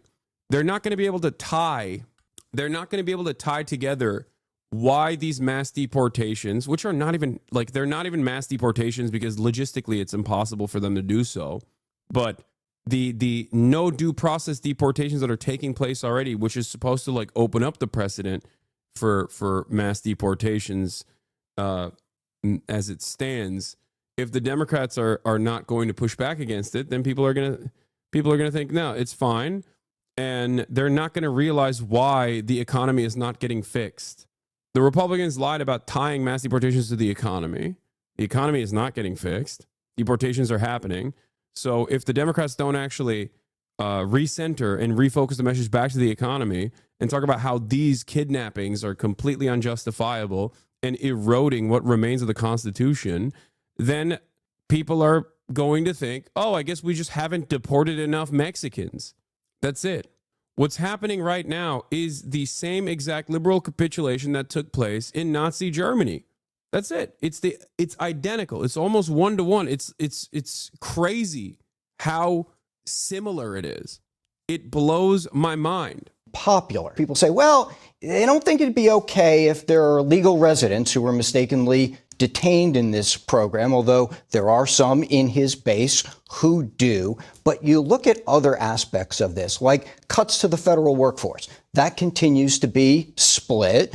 But you then also see a majority of people saying, well, that might impact programs that they care about. Even over a third of Republicans think that may happen. Again, a key measure to watch. And look, in terms of how this ties back then to that uncertainty in the economy, that could have an impact worth watching too.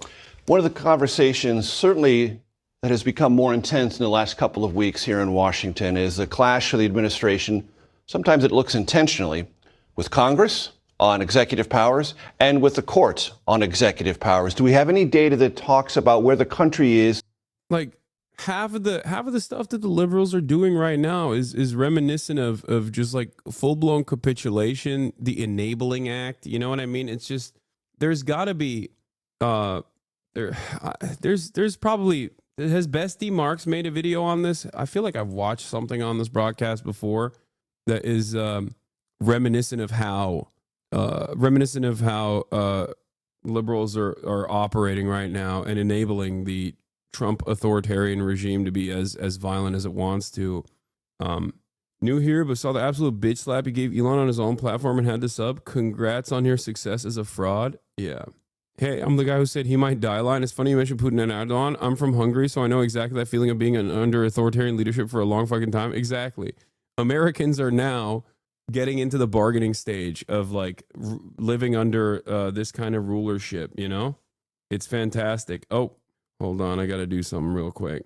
About what looks like something that is really getting to be confrontational. In terms of judicial review, like you mentioned, the majority of people say, yeah, judges should have the ability to review a president's actions. But there is some talk on the right as well, should they try to impeach judges who rule against the president? And while most people don't say so, there is a bulk of Republicans who would favor such efforts. And that's, again, part of this larger push, especially from his base on items like this. Look, other things, DEI, ending DEI programs, marginally popular, but not cutting off funding to organizations that still go ahead and practice it. One of the interesting factors in all of these is where independents are. And independents are a little bit more troubled about the confrontation executive powers than Republicans. They are. And again, this speaks to a current politics, which is, are you pushing for things that the base wants? One of the things about the Republican base right now is that they say that those immigration efforts are just important in their evaluations as the economy is. And that sets up one of the key differences. Anthony Salvanto, always a pleasure. Thank you. Thanks, Major. To the protests against billionaire Tesla founder Elon Musk over his role in those massive federal job cuts. More demonstrations expected today at Tesla facilities across the country. ABC's Morgan Norwood is here with more. Morgan, good morning. Good morning to you, Whit. And while most of yesterday's demonstrations were peaceful, overnight police in Idaho say one protest turned violent during a... Hold on. You think the U.S. will actually use force to take Greenland? I don't know. 1 second. I'm calling it Uber for my dad. America's Coming Live Our Moment by 3 Arrows. This was 2 years ago, but this is not what I'm looking for. This is not what I'm looking for. I'm looking for simply a YouTube video that at least has like some visuals and stuff, because no disrespect to 3 Arrows, who he's amazing, friend of the show. But I'm looking for a video that exclusively talks about like liberal capitulation in the build-up to Nazi Germany from a socialist perspective. This channel. The Betrayal of the German Revolution Part 1. Oh, we watched this before, but that's not exactly what I was looking for either. There's a new Overzealous, but it's not about... We got a lot of work to... It's not about Nazi Germany. Okay, we can watch this as well. The liberalism, the fascism. We got a lot of work. The liberalism, the fascism pipeline. Okay, we'll start off here. This might be good. To do. Americans are being squeezed out of the labor force and their jobs are taken. But all over the world, they're coming into our country from Africa, from Asia. And you know who's being hurt the most by millions of people pouring into our country? The black population and the Hispanic population. The crime is going to be tremendous. The unions are suffering because of it. They're poisoning the blood of our country. That's what they've done.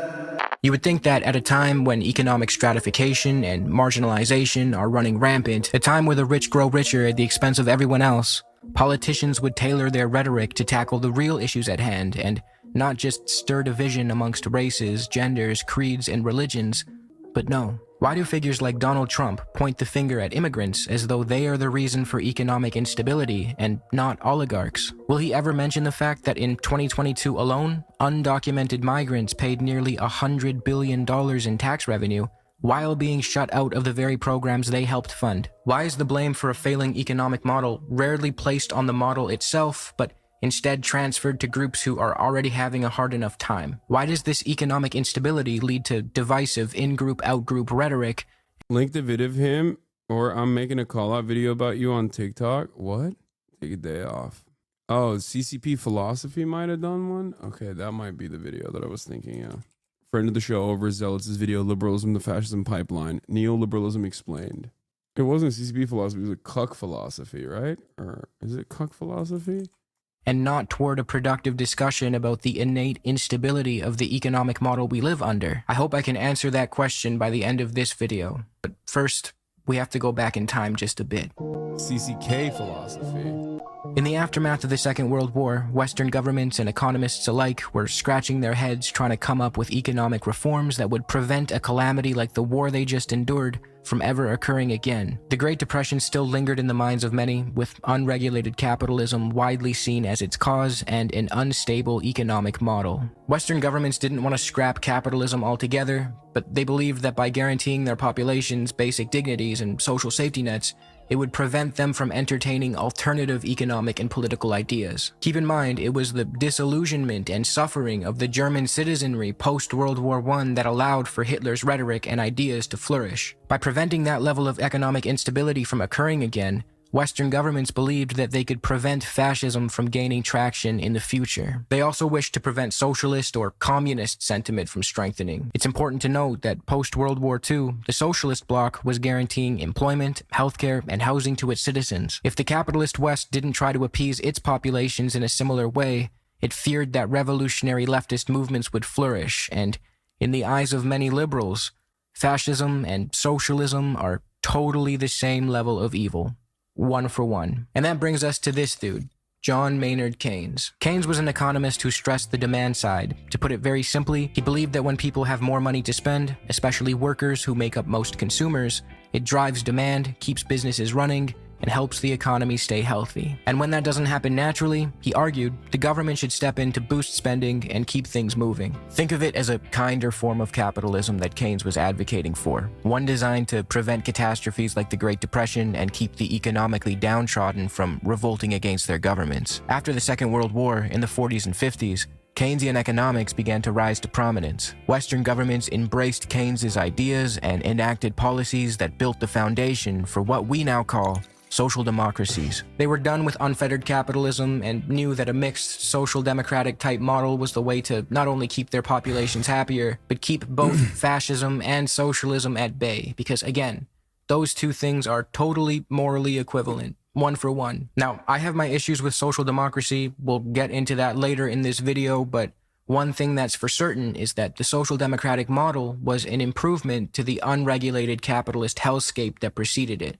As the Western world continued to embrace Keynesian economics and shift toward social democracies, there was a very notable man who was just not fucking with it. This guy, Friedrich Hayek. Hayek was an Austrian economist who believed that an overemphasis on collectivism would fast-track a society to totalitarianism. He believed that social democracy and expansive welfare states would erode the individual and eventually morph into authoritarianism. In 1944, Hayek published a book called The Road to Serfdom, in which he made his argument, and it did not take long before this book of his was picked up by business communities and wealthy, powerful people who saw his ideas as a way to champion a reversal of the Keynesian era. While Keynesian economics improved financial stability for the average person, the ultra-rich resented it because it limited their ability to maximize profits. The business communities and the ultra-rich saw in Hayek's ideas a chance to reverse labor protections, taxes, regulations, and usher the world back into an era where unfettered capitalism ruled supreme. An era where they could grow their wealth exponentially without having to worry about who or what they exploited. But convincing the world of an ideology that is objectively dog shit just because it would be friendly to the rich and powerful wasn't easy. This was going to take a lot of money and resources, so rich, moneyed interests immediately got to work promoting Hayek's book. DeWitt Wallace, the anti-communist editor and founder of Reader's Digest, published a condensed version of Hayek's book in an attempt to make his ideas more digestible for casual readers. 1 million reprints were ordered, many of which were at the requests of companies trying to indoctrinate their workers. Look magazine adapted Hayek's book into a cartoon which was distributed by General Motors to its workers, and Hayek was being booked for well-paying speaking gigs in America, so his Thanks for watching, Hasan. Hell yeah, Overzealots, another banger. Ideas could be propagated further. In 1947, Hayek went on to found the Mont Pelerin Society, which was an organization where he and other like-minded individuals went on to promote his theories of free market, deregulated capitalism. The ideas propagated by Hayek and his organization have come to be referred to as neoliberalism, and this doctrine of his was financially backed by some of the richest, most powerful interests on Earth. Forces such as the Koch brothers, William Volcker & Co., General Electric, DuPont, and many, many more. What was the second thought one on Nazi Germany? If there's a second thought one, then is the second thought video this one? Were the Nazis socialist? I think this is the one that I was thinking of, right? Saw in Hayek's neoliberalism a way to liberate themselves from the regulations and responsibilities that Keynesianism imposed on. For the record, ironically enough, this kind of neoliberal attitude only works because it's just more in line with the pre-established capitalist hierarchy. Okay, it's ironically what the Nazis claimed the Frankfurt School was doing in the socialist direction, but it doesn't work in that way if there isn't enough material instability that is ripe for revolutionary sentiment. It doesn't. You can't just educate people in the direction of socialism under a well-established capitalist organization of the economy. Like right now, in this time and place, in a place like the United States of America, it is virtually impossible to just like make enough movies or make enough art or movies or educate people in the direction of socialism. You can do that to instill revolutionary consciousness, instill class consciousness. Having said that, you can't just like undermine and destroy the pre-existing hierarchy just from, you know, movies and art and cinema and culture and education. You can, however, do this with think tanks and with education. You can move it in the direction of more capitalism, I guess, not less capitalism. That was the opposite of what the Frankfurt School was doing. Well, that was the opposite of what the Frankfurt School was doing. Okay, for the record, the Frankfurt School's intentions or what they were doing in general is only appropriate for the time frame that it existed under, when there was enough material instability and a shit ton of organizing in the direction of socialism, communism, when trade unions were significantly more powerful. And the reasons as to why they were significantly more powerful are both because of the assembly line and because of the way that commodities were being created. Like commodity production. Adorno and Hork were shitting on leftists who thought revolution was going to come from music. Yeah, my point is that even if there was any kind of class consciousness that you could instill upon the public through education and through art or through culture or whatever, that would only work in a situation where people are working side by side in assembly lines and the commodity production is not so globalized in the way that it is now. That's why I always say that in the United States of America, for example, it's very difficult to organize, and it's very difficult because like the capitalist structures that we exist under are so calcified at this point. People take it for granted. People are like, this is the only way. That's why Fisher famously said, it's easier to imagine the end of the world than to imagine the end of capitalism, because absolutely zero people can even, like zero normies can envision a future where capitalism is no longer the existing hierarchy. All of capitalism's enemies have been killed. The anti-capitalist sentiment has been effectively squashed, and successful methods of organizing have been destroyed as well. So for that reason, and because we don't have, for those reasons that I mentioned, and because we don't have a old school way of developing commodities, an old school way of producing commodities like they used to back then when everyone was side by side and the material conditions were significantly worse for the average person, there's no effective way of just like creating effective methods of organizing. That's why I do what I do right now to the best of my ability, which is to try to get people to become more aware of their class position, because Americans are, at the end of the day, far too comfortable, and beyond that, there's no alternative that is presented to them at all. They don't even think about it. Like it's just outside of the question. When it comes to Frankfurt School scholar here, PhD, agree with your assessment on the ground conditions, but the school was also creating new language for all the humanities, creating intellectual conditions for a future movement that could deliver on the promise of socialism. Yeah. My point is, intellectual thought could only unlock the revolutionary potential of the working class. But without organizing and without mechanisms of pushback, without labor militancy, you cannot achieve that on its own. Like, capitalism has evolved throughout the years. It's gotten lifelines over and over again through the welfare state, through both suppression of dissent, but also through, I think more importantly, the expansive bounties that the labor aristocracy gets, that they take for granted, that they don't even question how they get it. That's the issue with even social democracies to begin with, because the Western world and liberal social democracies could not exist without hyper exploitation of the global South. It just would not exist in the way that it does. So Yes, atomization of labor is huge and understated too. That's what I was trying to say. But you put it into better words than myself. Like, we are so hyper connected online and yet so far away from the people that we work alongside at every aspect of production. There's no, like, think about it. I'm technically a wage I'm technically a 1099 wage employee for Twitch, right?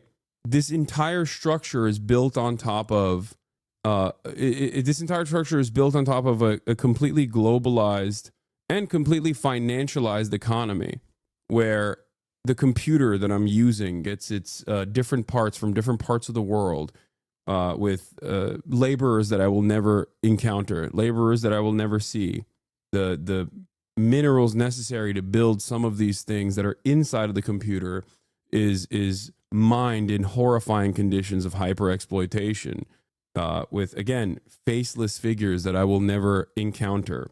And then when you think about Amazon in and of itself as a ginormous corporation, and even the workers that work within Twitch or the AWS structure, I don't know where they live around the planet. I don't know how they work. I don't know what their working conditions look like.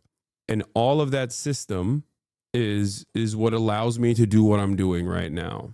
Whereas back in the day, I think like commodity production was much simpler. Sure, there was still resource extraction happening in other parts of the world, but you know, you worked at a factory where you went in every single day to that factory and you were standing next to other people on the assembly line. It was much easier to organize in a process like that. One, because they did not have the Amazon methods of disrupting labor organizing, right? In the way that like Amazon distribution facilities, which would be the closest to that assembly line structure, but you know, Amazon does a lot of turnover deliberately in an effort to make sure that no one is there for more than 2 years. Because if you know your comrades really well, inevitably you're going to start recognizing that they have the same pains that you do.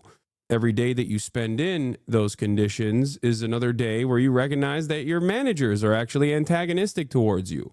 That creates class consciousness. So this entire system is designed in a way where we are so far away from other laborers that have similar perspectives, similar needs, similar wants. It's also partially why right-wing reactionary sentiment that is inherently divisive is so successful. Oh, shit.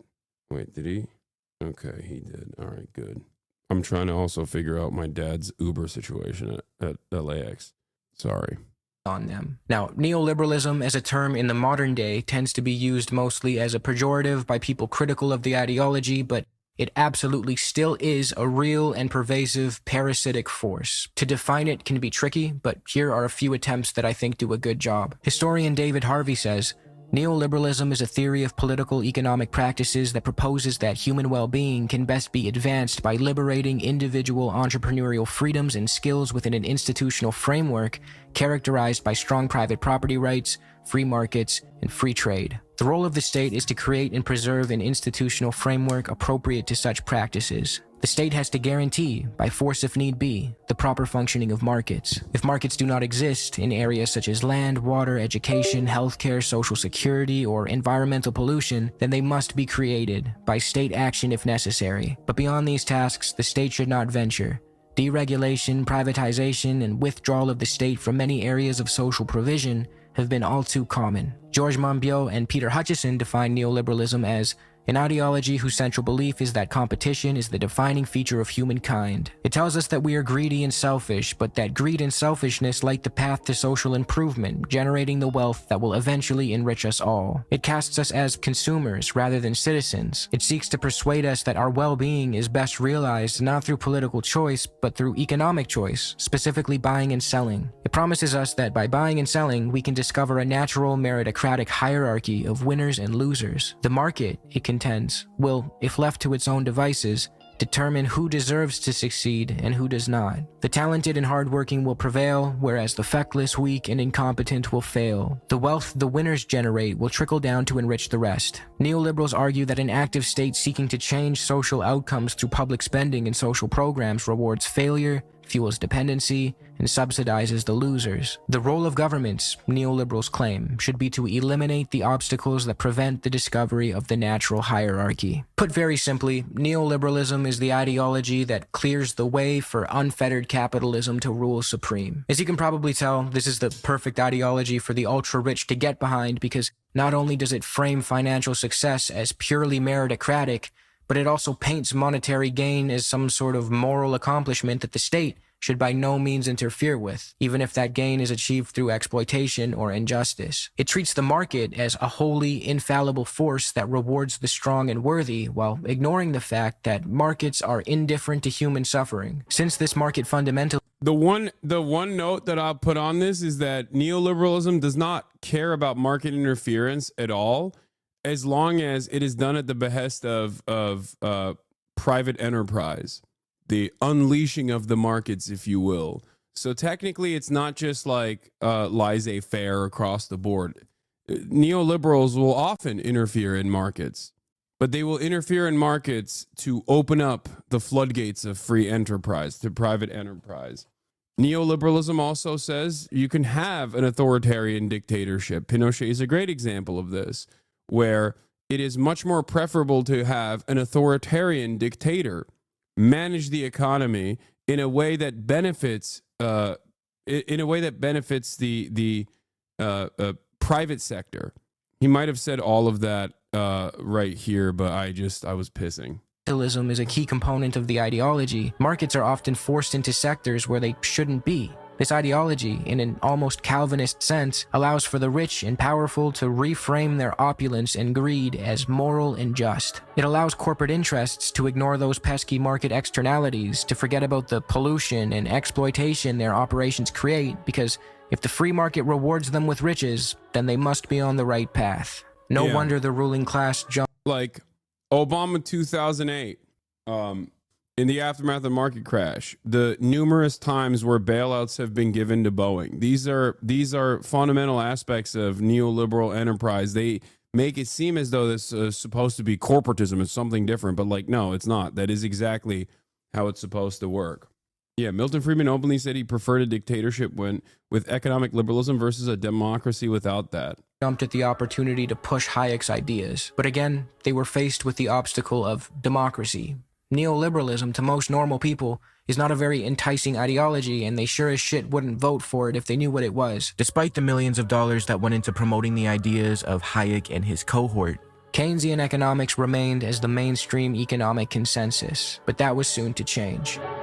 The neoliberals knew that it would be hard to implement their policies domestically without first testing them out abroad, and the country that they set their sights on was Chile. Throughout the Cold War, the US government was very involved in Chile. They did not want it to turn communist, and they did everything they could to exert economic and political influence over it. The US even brought Chilean university students to America to study economics at the University of Chicago because it had a reputation for being anti-left. This operation came to be known as the Chile Project, and as author Naomi Klein put it, the goal of the Chile Project was to produce ideological warriors who would win the battle of ideas against Latin America's pink economists. As this battle was taking place, there's never been a moment where this kind of stuff has not been enforced without violence, by the way. There's no peaceful pathway towards like getting Chile to recognize the entrepreneurial spirit. It might seem like it now in the aftermath of many, many decades, if not half a century of direct violence, and then the additional subsequent violence that comes after you place your dictator in a position of power, where you slowly but surely erode civil liberties and erode even the alternative pathways to a successful socialist revolution. At a point where it basically becomes like a self-sustaining mechanism, in the same ways where in the United States of America, for example, you see a lot of backlash organically develop against socialist thought and and any sort of anti-capitalist sentiment. Or if you're wondering how people become so stupid, how people are so resentful and so angry towards a different organization of the economy that they've never actually encountered, one that actually, in theory, at the very least, directly benefits their living conditions, this is how it happens. That's why I said it's calcified.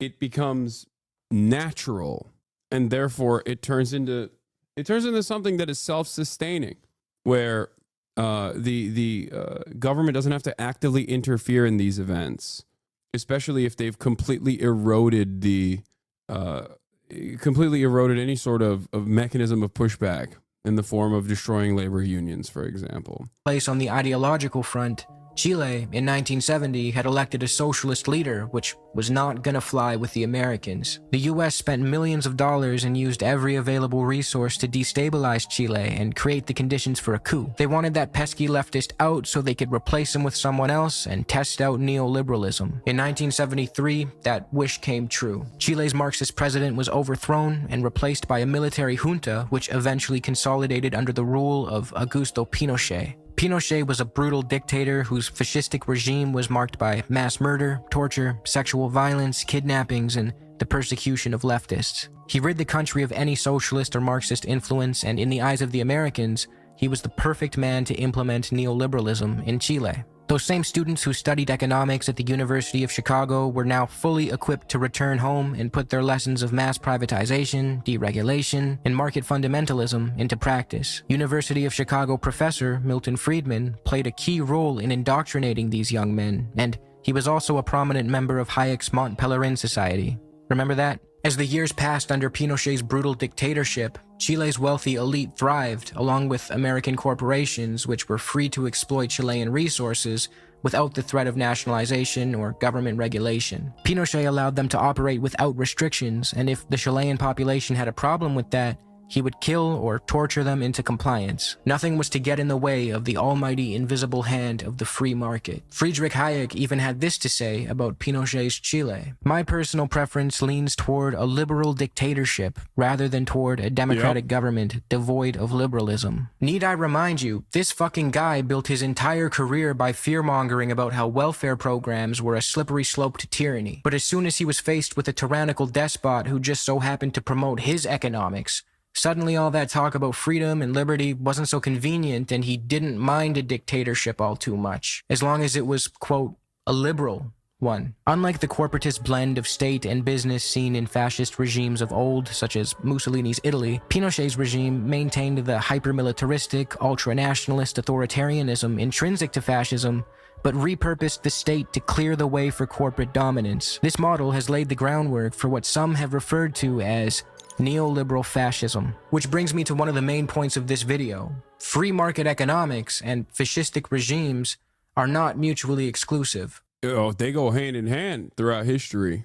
As we can see, fascistic despots like Pinochet were propped up solely to protect capital, exploit labor, and enforce what Hayek would call liberalism. By that point, Hayek had distanced himself from the term neoliberalism due to its... That was an example of like obvious foreign interference, which was a necessity in the minds of capitalists for a place like Chile at the time, because the people were demanding change in the socialist direction.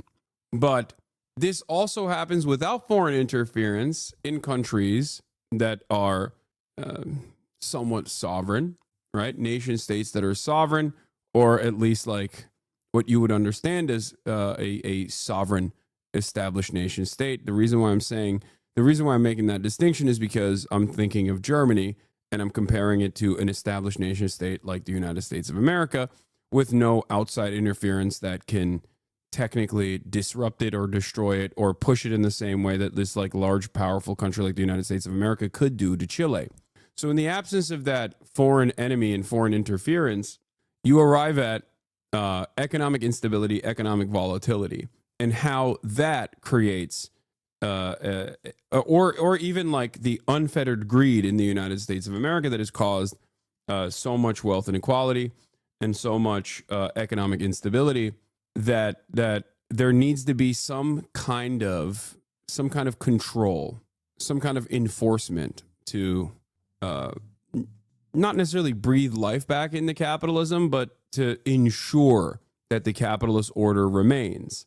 And that is precisely where we're at in the United States of America, where when contradictions heighten under a capitalist organization of the economy, and these contradictions are baked into the system, and welfare expansion or some additional benefits programs and whatnot are not enough, or there's no appetite to do so, there's no appetite to even deliver those projects, it inevitably erodes into barbarism, fascism. Fascism is the tool to make sure that the natural disruption that comes from the contradictions within capitalism are maintained, are destroyed, are squashed by force. It is a way to maintain the status quo of capitalism. Its negative connotations and just went with liberalism or classical liberalism. So now that the Chile project was complete and neoliberalism was proven to treat the ruling class quite well, it was time to bring it home to the West in the forms of Reaganism in the US and Thatcherism in the UK. I should note that neoliberal policies did technically start up under Carter, which is why some people say Reaganism came before Reagan, but it wasn't until Ronald came around that the full ferocity of neoliberalism would be unleashed in the US. I think we all know what Reaganism is, the heavy emphasis on supply-side economics, mass privatizations, deregulations, attacks on labor protections, and the whole neoliberal 9 yards. A similar set of policies was enacted in Britain under Thatcher when she privatized the railways and other public utilities, implemented the poll tax, sold off public housing to private interests, privatized the prison system, and so on. These economic reforms, by prioritizing the business communities and the rich, we were told, would deliver a tide that would lift all boats. But in reality, to quote David Harvey, neither Britain nor the US achieved high levels of economic performance in the 80s, suggesting that neoliberalism was not the answer to the capitalists' prayers. To be sure, inflation was brought down and interest rates fell, but this was all purchased at the expense of high rates of unemployment. You said, how are they disorganized? This is why people believe in the Illuminati. That's ironic because this is why anti-Semitism is the socialism of fools. The Illuminati is usually a substitute for the other, right? And it's usually, depending on how far down the rabbit hole you've fallen, they just mean Jews, right? The permanent other. Now, ironically enough, all of this stuff is above board. It's not happening in dark, shadowy rooms. It's happening at the Davos Summit. It's happening at G10. It's not happening secretly. It's not happening in under the shroud of secrecy. It's happening in broad daylight. And because a lot of this stuff is just purely motivated by class interest, and billionaires, millionaires, and the capitalist class is very well aware of their class position, okay, in ways that the working class certainly is not. They organize. They have all the power. They have all the money, and they have for generations designed society in a way that there are brave little warriors that will do their bidding amongst the working class. People who are ideologically invested in the continuation of capitalism, even if their class position means that they will suffer under capitalism. That's how it works. That's why you see so many people do this shit for free in this chat all the time. That's why I always ask, like, show me the pay stubs. Where's your factory? You claim to be a capitalist, and yet you are devoid of capital. Where is the deed to your factory that you're defending so fucking hard? You don't. People say, Hasan, you claim to be a socialist, and yet you are rich. And it's like, okay, well, you claim to be a capitalist, but you're broke as fuck. Fuck you mean? Why are you broke and defending capitalism while yelling at me for not doing so? Even when you also recognize it's beneficial for me, dumbass. So the demand always feels like just say things that are beneficial for you, please, sir. Please, master. Please, master. Why do you not defend just like the other ones? My other lords defend it. Why don't you defend it? It makes no sense. Averaging 7.5% in the US during the Reagan years, and more than 10% in Thatcher's Britain. Cutbacks in state welfare and infrastructural expenditures diminished the quality of life for many. The overall result was an awkward mix of low growth and increasing income inequality. But none of that actually mattered because the real goal in both instances was to facilitate the transfer of wealth from the bottom to the top. The relentless privatizations and the creation of markets any and everywhere did the trick. One aspect of this neoliberal transformation that often gets ignored is the think tanks funded by dark money that actually come up with these policies that then get handed to governments. To quote Monbiot and Hutchison, we've discovered that the Koch brothers, two of the richest people in human history, developed an entire network of think tanks to lobby for extreme neoliberalism. They also invented the Tea Party, okay? Whole cloth, like the Tea Party movement. Not bad. Bottom in lawn. Bubble gum bunny girl. Thank you for the 100 gifties. Goddamn. In Reagan's case, the Mandate for Leadership was a 3,000-page document written by the Heritage Foundation, the same force behind today's Project 2025, that was given to Reagan and entailed thousands of policy prescriptions that ranged from mass privatizations, the scaling back of welfare programs, massive tax cuts for the rich, and so on. We begin to see how this ideology, heavily funded by the ultra-rich, serves the ultra-rich without any concern for democracy. The more governments deregulate, privatize, and implement neoliberal policies, the richer the ruling class becomes, and the more they can exert their influence over politicians and governments. In capitalist democracies, money serves as voting power. The more of it you have, the more of the vote share you effectively control. Neoliberalism seeks to break the chains that restrict unfettered capitalism, and as a result, it breeds plutocrats and oligarchs, not democracy. It's very easy to point the finger at Reagan and Thatcher, but the idea that it started and stopped with them distracts us from the fact that the same plutocratic forces behind their administrations are still around today, and they don't just back conservatives or Republicans.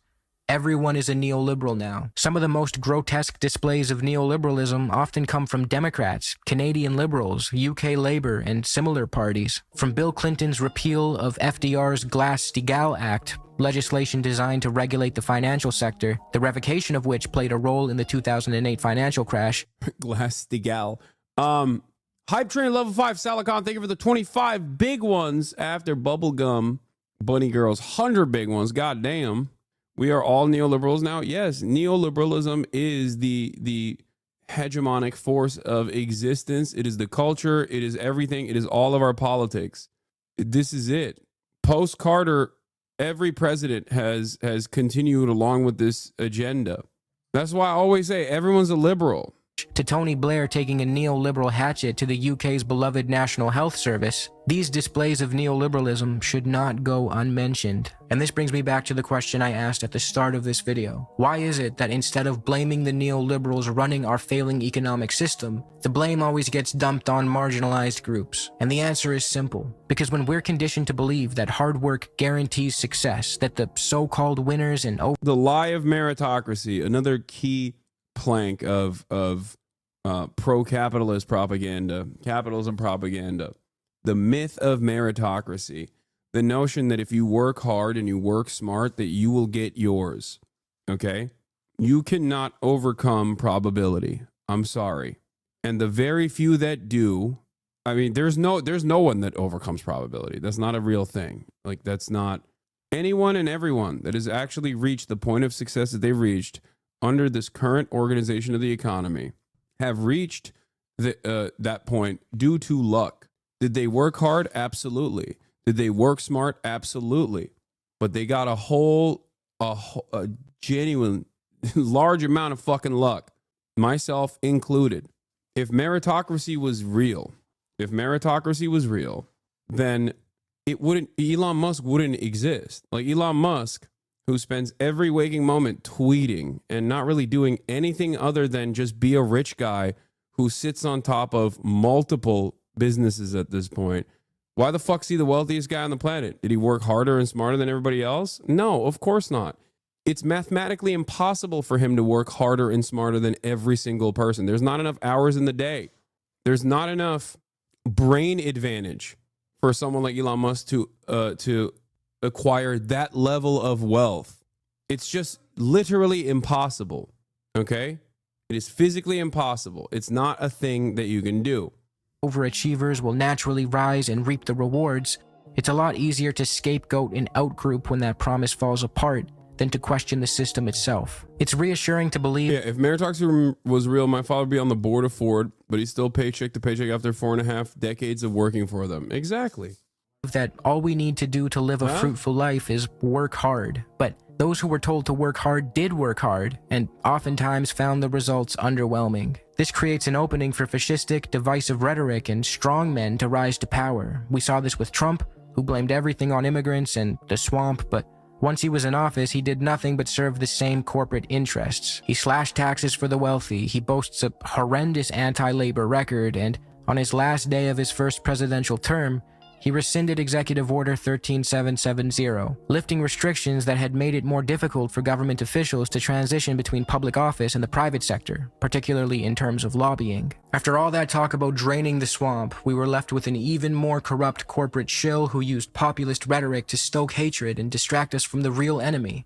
Do neolibs actually believe this shit, or do they just pretend? Yes, of course they believe it. What do you mean? It is infinitely easier for someone like myself who has achieved a real amount of success under this current organization, the economy, to say, yeah, I got here because I fucking worked hard, baby. Because I'm brilliant. Because I worked smart and I worked hard. The fuck? No, people in positions of power truly believe that they earned it. They earned it through blood, sweat, and tears. They earned it through their work. They worked hard. They worked smart.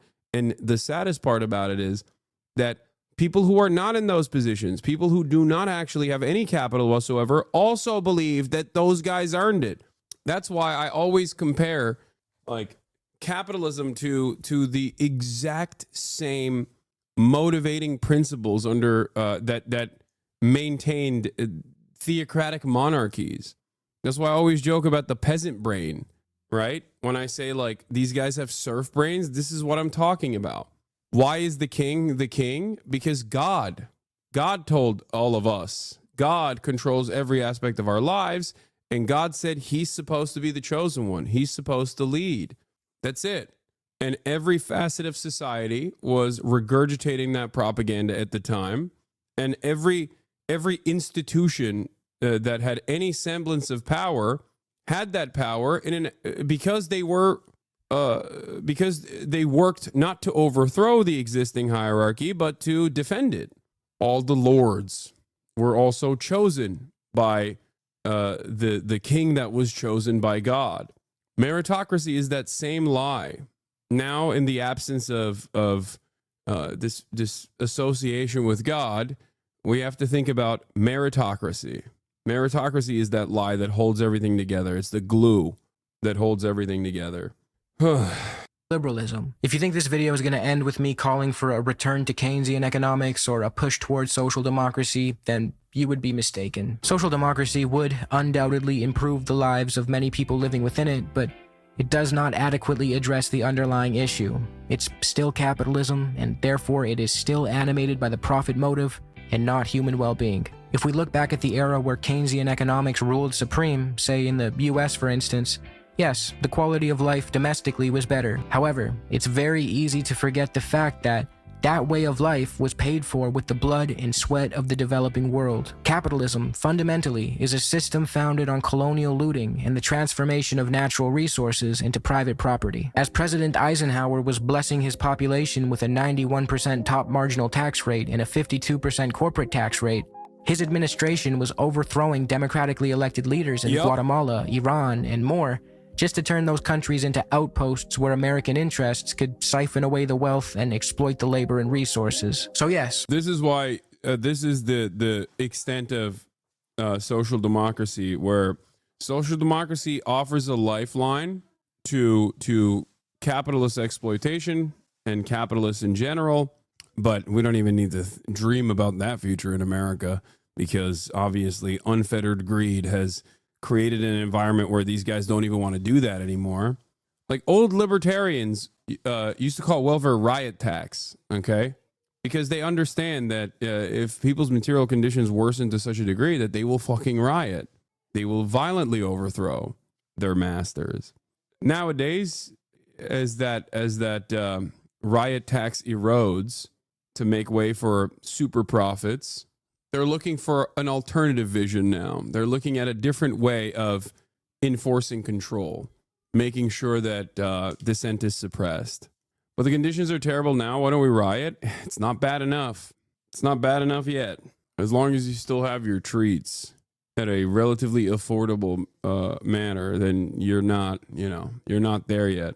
Although he was taxing the rich domestically and funding social programs, we often forget about all the exploitation abroad that Keynesianism or social democracies not only fail to address, but oftentimes thrive off of. Social democracy is essentially a compromise. It occurs when a capitalist state, often through tripartite negotiations, brings labor and capital together to strike a deal while emphasizing social programs and safety nets. The issue with this is that capital is still the force with all the real political pull. If capitalists decide to claw back workers' gains because their margins are looking a little thin, the state will have to side with them or else risk things like capital strikes. In practice, social democracies are still beholden to private interests. We can see in some of the Nordic countries today this very phenomenon occurring. Sweden is clawing back a lot of its social democratic policies and spiking on the Gini coefficient, a measure of income inequality. So, although social democracies are preferable to neoliberalism, and although I consider social democrats friends of mine,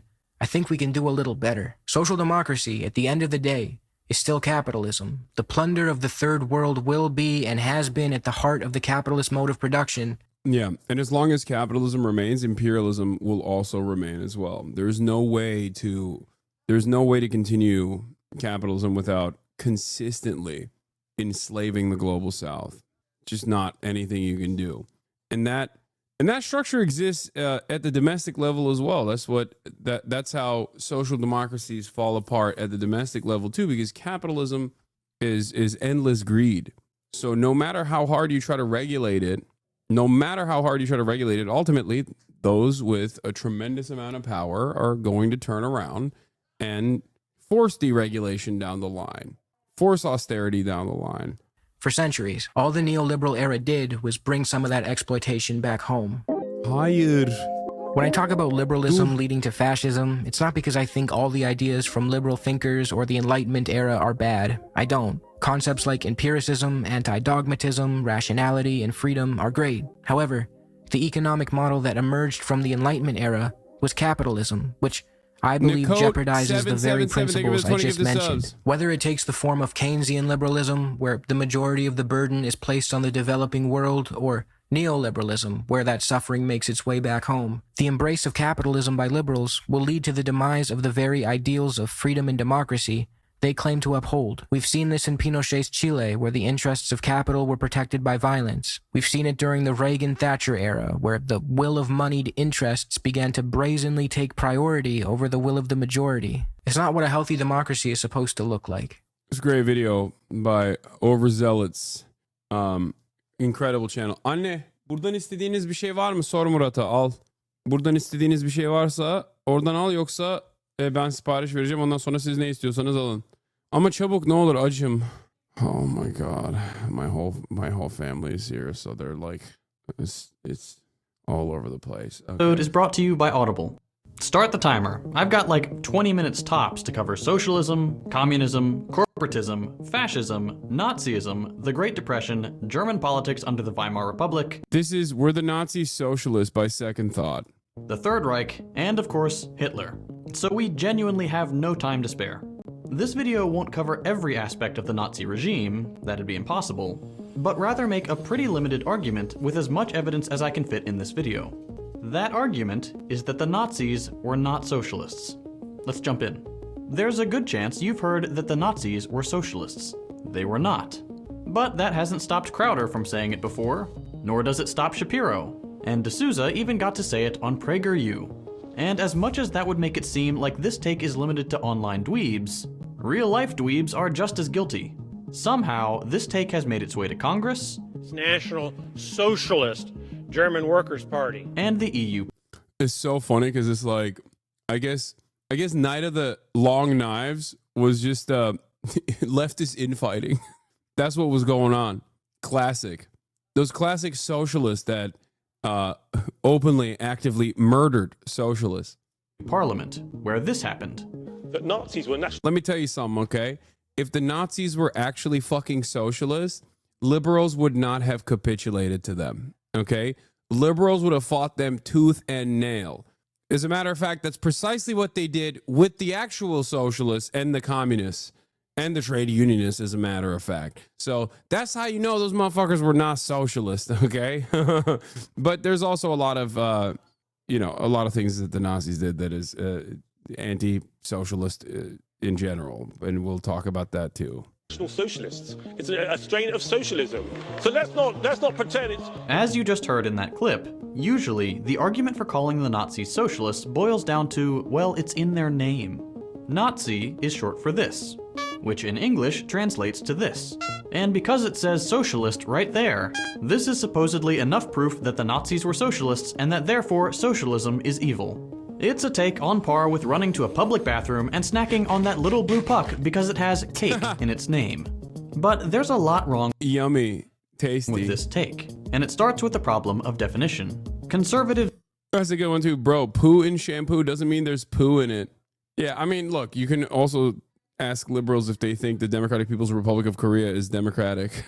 That's the one that that's the one that immediately causes people to go, okay, maybe that's not the case, you know?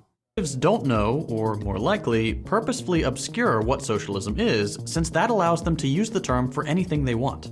Usually, to equate it with the most destructive political regime the world has ever seen.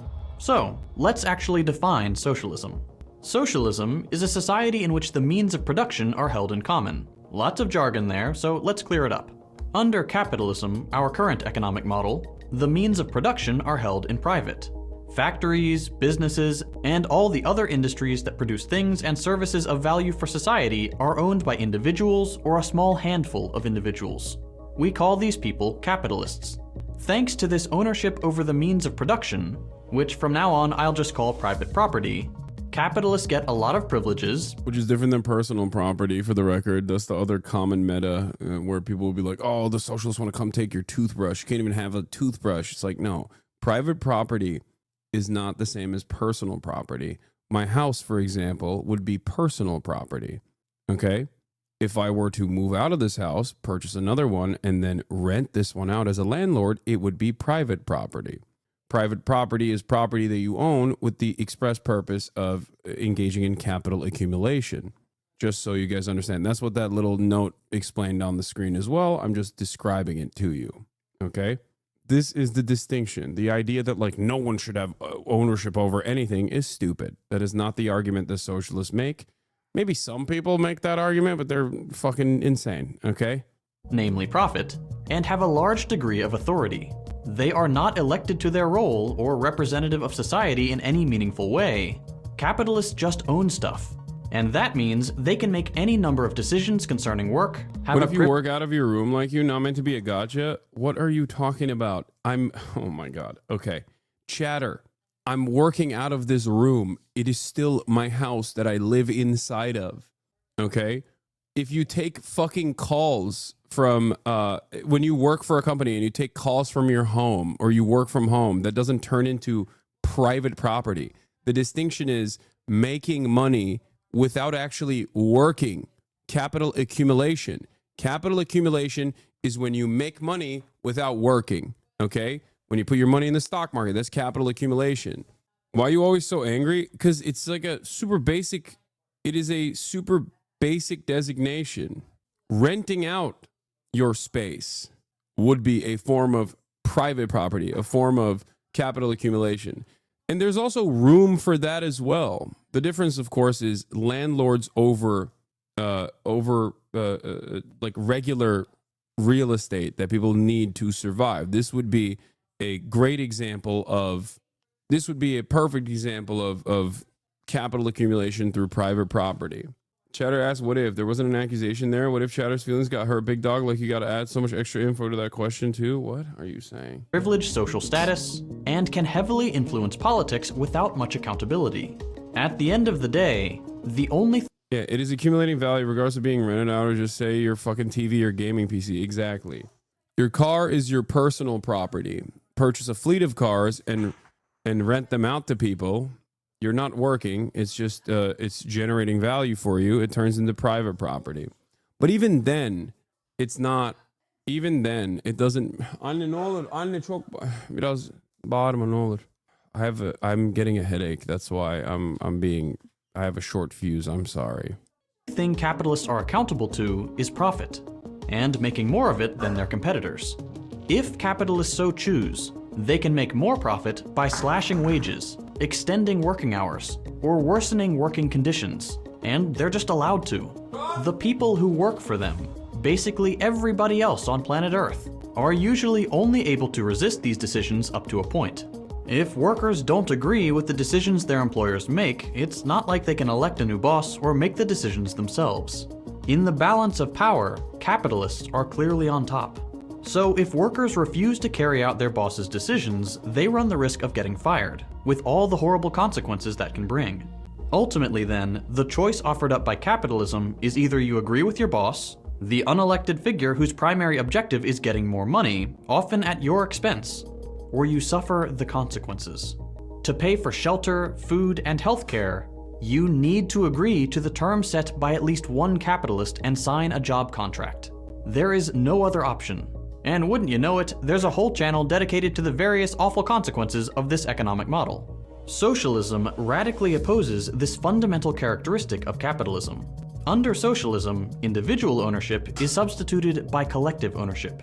In other words, workers own and operate the factories, businesses, and so on themselves. It's like a union on steroids. Decisions are not made by random individuals with capital trying to get more of it, but rather through democratic institutions guided by the concrete goals of improving people's lives, not simply making the number bigger and assuming the two things go together.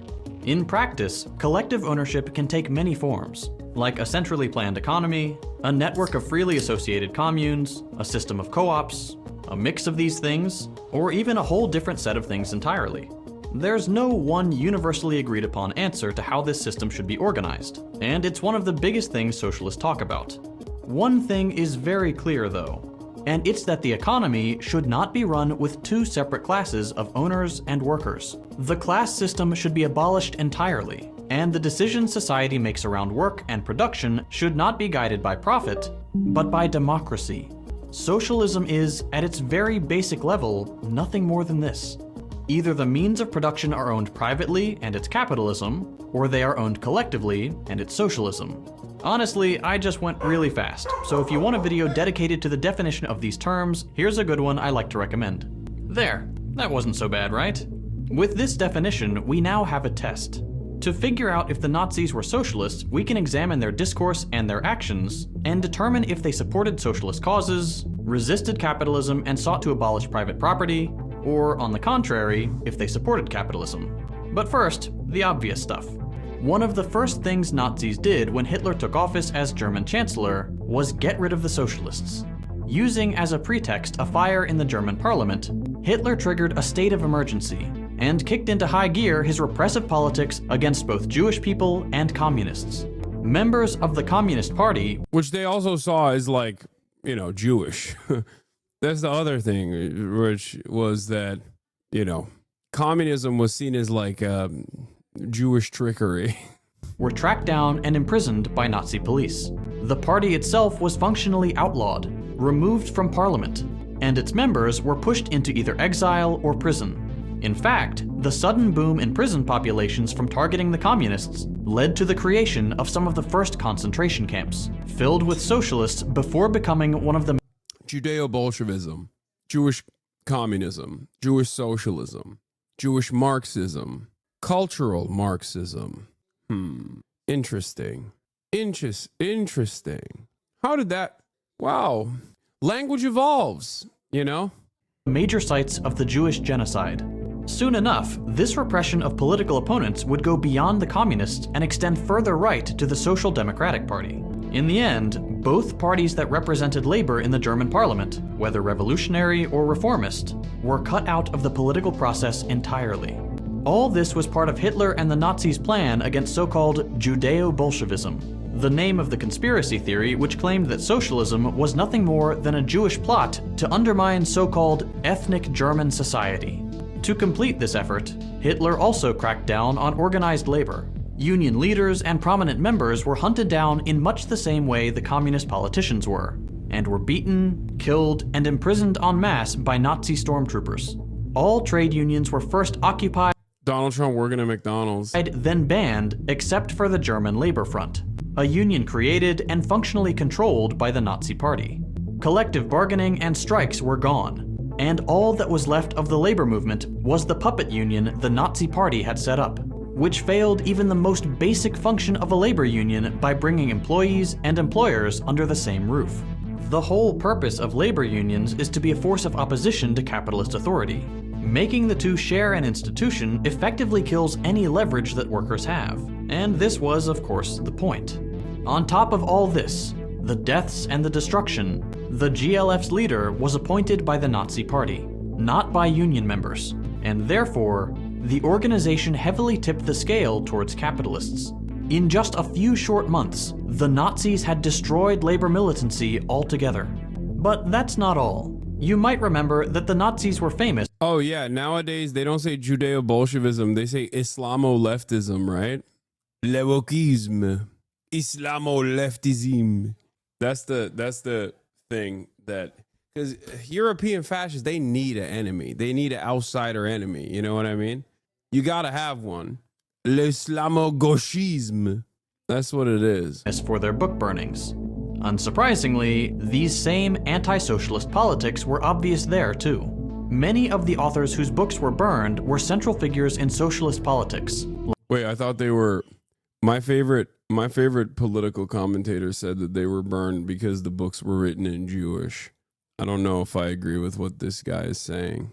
Like Karl Marx, Friedrich Engels, Vladimir Lenin, Rosa Luxemburg. Wait, so these guys didn't write in Jewish?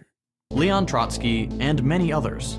A conscious effort was made by the Nazi Party and their sympathizers to destroy socialist literature because, generally speaking, the Nazis were desperate to destroy just about every outlet for socialist politics. All told, these measures are why that famous poem starts with the line, "First they came for the communists." That is just what the Nazis did. They crushed the parties that championed socialist politics, the books that legitimized these politics analytically, and the labor movements that brought these politics into the world by giving workers power. But all these events have been brushed under the rug or presented by conservatives as nothing more than socialist infighting, based on evidence? Heard left-wing brothers say shit like if Muslims or brown people come here, that will turn Europe fascist, so I'm against them. Yeah, that's a liberal talking right there. Oh my God, a social fascist, if you will, because that's the guy that says, look, I'm not racist, but other people are racist, and they'll be racist if more of the inferior race comes here, and then it will be impossible to combat these other races. Not me, I'm not. The idea that you shouldn't be actively combating that kind of rhetoric, but instead caving and capitulating to that kind of rhetoric and saying it is actually not the growing racist movement that is responsible for the racism, but instead people to be racist too, is ridiculous. Yeah, it's cultural Marxism in the US and Islamo-Marxism in France specifically, and also with Persian Shah supporters. Which it clearly wasn't. Socialists are usually not too keen on burning Marx's books or hunting down labor union leaders. And as a little bonus proof of this divide, I hate libs, but don't use Stalinist terms for non-Stalinists, man. I don't care. If it's correct, it's correct. You know what I mean? What are you talking about? Like, I mean, he cooked on that one. He wasn't wrong on that one. Between socialists and Nazis, neither the Nazis nor the socialists ever considered themselves or each other to be part of the same political family, something they made very clear by their seats in the German parliament. But since this last point is only a little stronger than the "it's in their name" argument, let's go back to the more concrete stuff. The Nazis were both a tool of German capitalists and promoters of the capitalist economy. It's not simply that they crushed labor power and leftist politicians, they actively furthered the interest of capitalists at a time where capitalism was in a bit of a troubled spot, to put it mildly. The first thing we can look at to make these arguments is the institutional support from capitalists that the Nazis received. In short, quite a lot. German industrialists helped promote Hitler's rise to power in every way they could. Capitalists from some of Germany's largest economic sectors invested millions of Reichsmarks. upwards of $30 million today, to prevent the Nazi Party from succumbing to its financial difficulties and to help the party win elections. And to bolster their financial support with symbolic pressure, industry leaders also wrote and co-signed a letter sent to Hindenburg, then president of Germany, imploring him to appoint Hitler as chancellor to quell quote-unquote class antagonisms. In other words, large capitalists wanted Hitler's leadership to deal with the rise of socialism. Whether this support was decided... This is why sometimes liberals will get really horny and will openly state that it was actually the growth of communist and revolutionary movements in Germany that created ample ground for the Nazi regime to take power, which is kind of like what your quote-unquote social fascist leftist friend was saying about the people becoming more racist because, you know, Muslims are coming into the country. We can't let Muslims come into the country because we can't have these people become more racist. Okay, so you agree with what their agenda is, which is to not let people come into the country that they have declared inferior. You might not think that they're inferior, but it kind of feels like you do think that they might be a little inferior, you know? What liberals are saying that? What do you mean? Oh, dude. Back in the day, I used to do a lot more history or theory-focused streams where liberals would actively say that. Like, I've duked it out with liberals. I'm shocked that there isn't actually a liberal in here right now still advocating for this, claiming that it was actually how scary the communists were that made liberals lean into the Nazi party. Decisive in Hitler's victory is up for debate. But what is undeniable is that it proves the close relationship between the two camps. And this relationship served a purpose. The Great Depression, the economic burden of the Treaty of Versailles, and the various bourgeois governments that ruled Germany under the Weimar Republic prompted more and more Germans to look for an alternative to capitalism. Specifically, they turned to socialism. Between 1928 and 1932, for example, the Communist Party more than doubled its membership. People were turning to the left en masse and at an unprecedented pace. The Communist Party was still a parliamentary minority, to be sure, but industrialists feared that these trends would continue and that socialism would come to end their monopoly over the means of production. What's more, German workers had recently won the right to unionize and secured the 8-hour workday and unemployment insurance. German Revolution succeeds. Business plot fails still. FDR becomes an overt socialist. They pack up Imperial Japan fairly quickly, and Italy is dealt with as well. Good timeline. The world has evolved beyond capitalism. Global communism. Global fully automated communism is implemented. Stalin helped Spain. I mean, that is such an alternative vision of history that, like, it's fucking impossible to imagine, because now you're thinking the USSR doesn't have 20 million dead. Like, the sky's the limit at that point. No longer as nowhere near as paranoid, and has significantly more power. China is completely and instantly controlled by Maoists. Very different timeline. No one knew how far these trends would go, and capitalists couldn't afford to find out. It is in this context that the Nazis and industrialists found common ground, with the industrialists hoping the more authoritarian character of the fascist platform would be used to quell labor, and the Nazis hoping to use the industrialists' funds to conquer power and enact their reactionary, anti-Semitic program.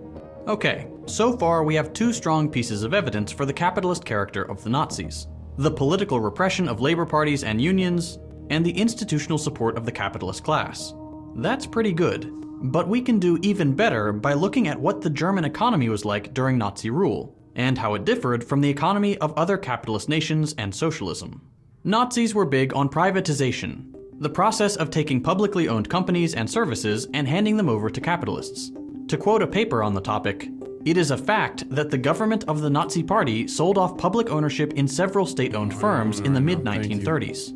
These firms belonged to a wide range of sectors: steel, mining, banking, local public utilities, shipyards, ship lines, railways, etc. In addition, the delivery of some public services that were produced by the government prior to the 1930s, especially social and labor-related services, was transferred to the private sector. In doing so, they went against the mainstream trends in the... What happened? The great privatizer? Is that socialism, I guess? Socialism is when you cooperate with capitalists and also undermine labor unions, kill socialists, put them in concentration camps, and then privatize formerly state-owned sectors. This is real socialism, I think. In the Western capitalism. Yeah, if this is socialism, then Trump is a socialist, I guess. Maybe a national socialist of the Hitler variety, it seems.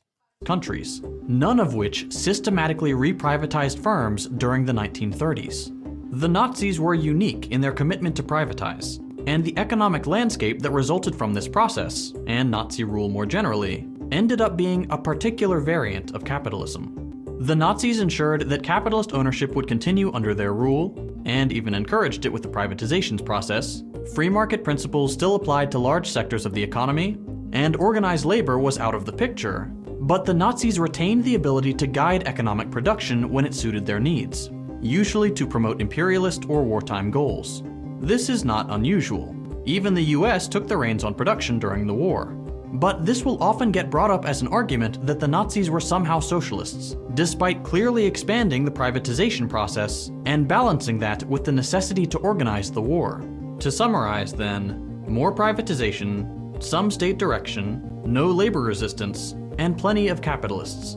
What results is an economy that could only be called socialism if your definition of socialism never addressed the question of private property. In other words, the most basic concern of socialist politics. Yeah. And if you believe that all socialism is when the government does stuff. So the only reason why Nazis call themselves socialists is just to appeal to the general public? Yes.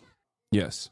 This is why I've always been particularly fearful of the dangerous propaganda coming from the Tucker Carlsons of the world, who understand that there is left populism, who understand that there is a lot of momentum for left populism, and will use it to drive home their dangerous agenda of nationalism. Yes, because the reality of the matter is nationalism not only is a dangerous idea, but if you were to look at it, if you were to just like remove morality from this equation for a brief moment, it is diametrically opposed to any kind of socialist agenda. Like nationalism is pure idealism. It's not materialist at all. The notion that you are a superior race or you are a superior nation, like this is ridiculous. It's not real. I don't know how else to describe it. It's just fucking fake bullshit that you've told yourself over and over again until you fucking believe it because you're a fucking loser and you need to hold on to some ideal that like, no, you were destined for more, and then they just like robbed you of your potential somehow. That's it. It's just not a real concept. It's just completely made up. I am a firm and committed believer that every single person, and not even a committed believer, I guess, more so like the observable reality that, you know, every single person is who they are and who they become directly as a consequence of their material conditions. The more liberalized version of that sentiment is something that you hear from the field of sociology, or even something that liberals also will say from time to time, which is your zip code determines your future. Your zip code is a better predictor of your future than anything else. The zip code that you were born into, like the house that you grew up in, because it's true. Are there fuck ups along the way? Certainly, but ultimately, your family's financial circumstances, your level of affluence, like it plays a very important role in where you get and who you become. I myself am a living, breathing example of this. My beginnings are affluent. My family lost all of its wealth by the time I got to college. And look where I'm at now. The only reason why I was able to get to this point is because I think when I was growing up, I had the best education and never had to worry about the economic pressures and having to work while also keep up with school, things of that nature. This is like, this all plays a very important role in the fact that I was born in the United States of America, like to have citizenship. These are all incredibly important aspects of how I was able to get to the point that I got to. That's all shit that I didn't do personally, you know? A grossly misguided definition of socialism that would make every society on Earth, for almost all of human civilization, socialist. Nazi Germany was capitalist, and the Nazis made sure of that. Of course, while this whole video has been making a strong case for the Nazis were not socialist argument, it's important to note a few. But you're still a wealth hoarder, so that means you're a part of the capitalist problem? Yes, I am a wealth hoarder. Yeah. You cracked the code, chatter. You did. Thank you for the 1 month that you have given me $5. I'm your enemy. I promise. I'm dude. I'm the guy that you should be mad at. You're right. That was gifted. Okay. Well, I'm curious if Hasan feels that the wealth they hoard is combated by claiming to be humanist. Would a humanist hoard wealth from other humans? People should not be afraid of their governments. Governments should be afraid of their people. MAGA is Rage Against the Machine. Wow, what the fuck? This guy's all over the place. Not $5, $6. Mickey Baby the Prince, allowing me to hoard even more wealth with the 20 gifted subs. Thank you. Are those CI videos in the React pipeline? While I don't think you're my enemy, I think you lose some people by the fact of your wealth. Yes, my friend, those people are stupid. What the fuck do you want me to do? Live in a hovel? Like, what is this? It's so stupid. Like, what kind of house I live in, or the housing market that is completely outside of my control that greatly overinflates the value of this house, even though I consistently advocate to lower housing prices, which would technically lower the value of my house as well. But I don't give a fuck about that because I'm not using this house as a financial vehicle to accrue more wealth, but instead as shelter. Hold on. I have a headache. It's aesthetics. It's optics. It's how you make your money that matters, and it's what you do with all of the time and all of the free time that I have that matters. And I don't know why people still do that over and over again. I don't know why. I mean, I guess I get it. It's propaganda. But it's so funny because people that say this, and I repeated this before, it's like people say, oh, dude, you claim to be a socialist and yet you have money. This is diametrically opposed to socialism. It's not, but let's just entertain that notion for a second. And yet here you are, a worker defending capitalism, defending the capitalist system. Or even if you're not, your demand is that I advocate for what you declare is my class position. You're saying, hey, you should be like the other rich guys and demand that the system that gives you so much continue to give you more. Why are you not doing that? I'm not doing that because I don't believe that. It's that simple. Ludwig's friend Stans made a video about your wealth a few days ago. Wait, really? The fuck? I'll never forgive you for owning a home. House on Piker. Few slightly more valid counter-arguments, and why they don't ultimately change this conclusion. For starters, like all political parties, the Nazis had internal divisions, and it's true that some of the party's notable early members had anti-capitalist motivations, and even disagreed with the general pro-capitalist direction of the party and Hitler himself. However, the reason this fact is not ultimately damning to our greater argument is that these anti-capitalist Nazis were still fiercely and primordially nationalistic and racist, and therefore in contradiction with the internationalist and egalitarian ideals baked into socialist politics. You watched this, but not the video of the guy Hamas just killed? Kek W? Wait, what? What the fuck? What are you even saying? Are you okay? Why did you say Kek W after that too?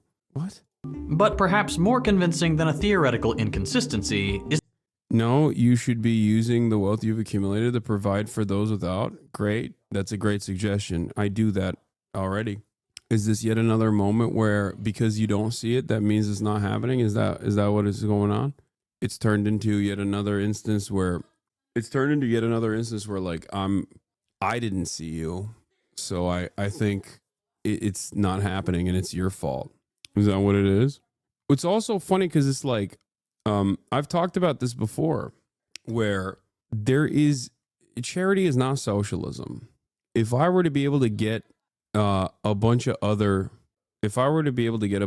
people and get them all together and say, hey, we're making a pact and we're just turning ourselves into a 501c3, okay? That would not even put a dent in the financial inequalities that will persist in the aftermath of that.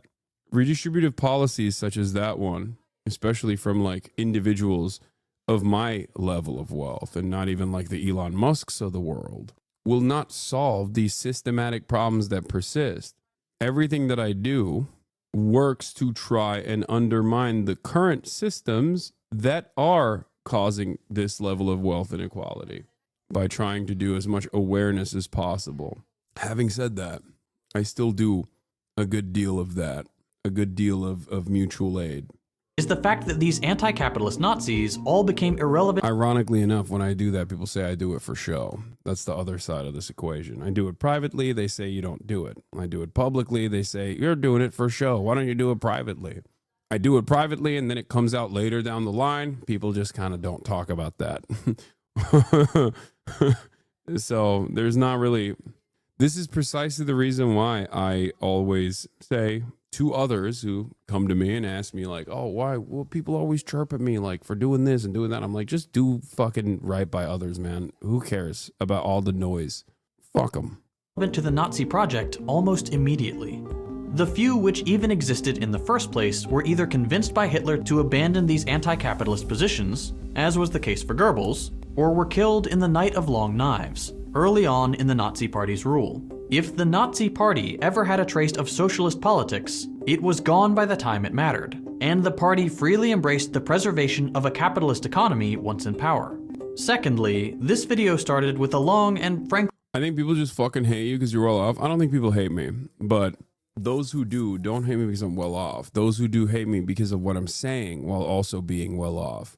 Because there's a million people out there that are well off, but don't spend every fucking waking moment trying to do agitative propaganda. I always use the example of, what's his face? Like, the dude with the sexy voice that plays video games. What was his name? I'm forgetting. Oh my God, I'm blanking out. He's a Markiplier. Markiplier is a perfect example of someone who is infinitely more well off than myself, but he doesn't brand himself as a socialist. Why the fuck should he? He keeps his political positions close to his chest, but is a genuinely really good guy, a really nice guy. Okay. And for that reason, nobody's getting mad at him for, whenever he comes out and does something nice. Nobody turns around and goes, oh, he's just doing it because he's fake, he's a phony. And I don't think so either, by the way. I think he's just a good dude, right? But nobody has that same level of smoke for him, you know? Y'all can make any excuse and narrate to yourselves whatever insanity you would like. Wealth hoarding is the problem. Wealth hoarding is a problem. You're not wrong about this. But the solutions to wealth hoarding, you are wrong on. Wealth hoarding is a problem born out of systematic enforcement. It's a failure of the system. Just like every homeless person is an indication that the system has failed, every billionaire is an indication that the system has also failed. So your solution to this is to yell at a Twitch streamer who's trying to unlock class consciousness. So stop doing it. I'm not doing it. You're fucking stupid. I don't know how else to describe this to you. You just don't like the fancy, flashy shit that you see on screen. That's it. How is this yelling? I'm not. Wait, what? Yes. I had these exact same beliefs when I didn't have money, and people said, you're just projecting rage onto me is hilarious. Okay, man. All right. You're right. It seems like you're a little bit upset because you think you're suggesting that I'm doing this thing that I'm not doing, and you're doubling, tripling, quadrupling down and hyper focusing on this. And I don't know how to get you to understand. I'm trying to be as charitable as possible to you, but I don't think it's happening. I don't think it's gonna happen. Maybe. Anyway, as I was stating earlier, wealth hoarding and wealth inequality is born out of capitalism. It is a normal part of the process. It's a normal outcome of the process. Okay? So you have to undermine and change the way that the system works in order to tackle this issue. Have a good day, chat. Thanks for being so willing to have the conversations. I like that he's not even talking to me now. He's like, chat is having a good conversation with him. I'm not, because I'm a bad guy. Boring definition of socialism for a reason. I did this on purpose because although Hitler had the word socialism in the name of his party, he also made every effort to distance this word from its original definition, a trick which we continue to see used today to try and associate the Nazis with socialist politics. Hitler wanted nothing to do with the actual definition of socialism, the abolishing of private property, so he made sure the word would only ever mean something else to his audience. Whether that was by calling real socialism a Jewish conspiracy, captured in the phrases Judeo-Bolshevism and Jewish Marxism. It seems like he's giving his heart out here. It feels like he's giving his heart out. Y'all are in a cult? It's shocking. Chatter. I hope you have a great day. Or to redefine the word into some vague form of nationalism. I think you just want to be heard, and it's fine. I think that's a very normal, very human need. You want to be heard. You want to feel like a human. You want to draw some reaction out of people. Now, you can do that in a positive way, or you can do that in a negative way. You're doing a negative one. You should try and do it in a positive way, okay? Like in the passages I'm putting up on screen, Hitler was intent on socialism becoming a hollow vessel for his politics, a marketing tool that he could use to trigger mass appeal and play up nationalist sentiments without ever delivering socialist politics. Finally, there are plenty of other things I wish this video could have touched on. The writings of Mussolini on the nature of fascism and the anti-communist belief that animated it, some quotes on screen right now, the social Darwinism of fascist ideology that legitimized capitalist hierarchy and made a socialist economy antithetical to fascist projects, the reactionary patriarchal, anti-Semitic, and homophobic beliefs that inform Nazi politics, and plenty of claims made by the right about the Nazis that completely misrepresent Nazi rule. But with only 20 minutes and a schedule of one video a week, this is pretty much as far as I can go. The Nazi dismantling of constitutional law. I kind of want to watch this as well, because I feel like this will be instructive. Maybe we'll see some analogs in this. In a step-by-step process, the National Socialist government dismantled constitutional law, usurped justice, and created a lethal totalitarian system that soon engulfed Germany and all of Europe. Redefining the nation as a pure political and biological organism, the Nazi government imposed legislation that reinforced its ideological program in all aspects of German life, with a focus on race, business, religion, and medicine. Bulletin, Adolf Hitler is dead. He is dead, and how he died, the world little cares. For Hitler's death, millions have prayed, and millions are now thankful for justice. 1920, Hitler began. He was considered just a joke then, a raving crackpot. Who else was considered just a joke when they initially ran for office? You know, telegenic man who was also zesty, just like young Adolf. At the dawn of the National Socialist Party in Munich in 1923, a little-known Austrian political upstart by the name of Adolf Hitler naively attempted to overthrow the Weimar government of President Friedrich Ebert. Historically, the Bavarian beer... Sad to see people glad that somebody died. Oh, guys, it's really messed up that everyone is celebrating the death of Adolf Hitler. It's really messed up. It's, wow. So much for the tolerant left once again. He had a wife, okay? That's a person who had a family, all right? Hall served as a locale of camaraderie and occasional ideological meetings. The beer hall which took place in November of 1923, the Weimar Republic, which started out in 1920, was in crisis. Certainly the Weimar Republic had all kinds of obstacles to try to overcome. Its leaders were seen as responsible for Germany's surrender in World War I, which no one in Germany expected. They were also seen as responsible for the Versailles Treaty, which all Germans felt was incredibly unfair, even though both the surrender and the need to sign that treaty were really dictated by the generals, who felt that Germany could not sustain further military action. On November 8th, with 600 stormtroopers led by Ernst Röhm, Hitler descended upon the Bürgerbräu Keller and shouted out, "The national revolution has broken out. The hall is surrounded."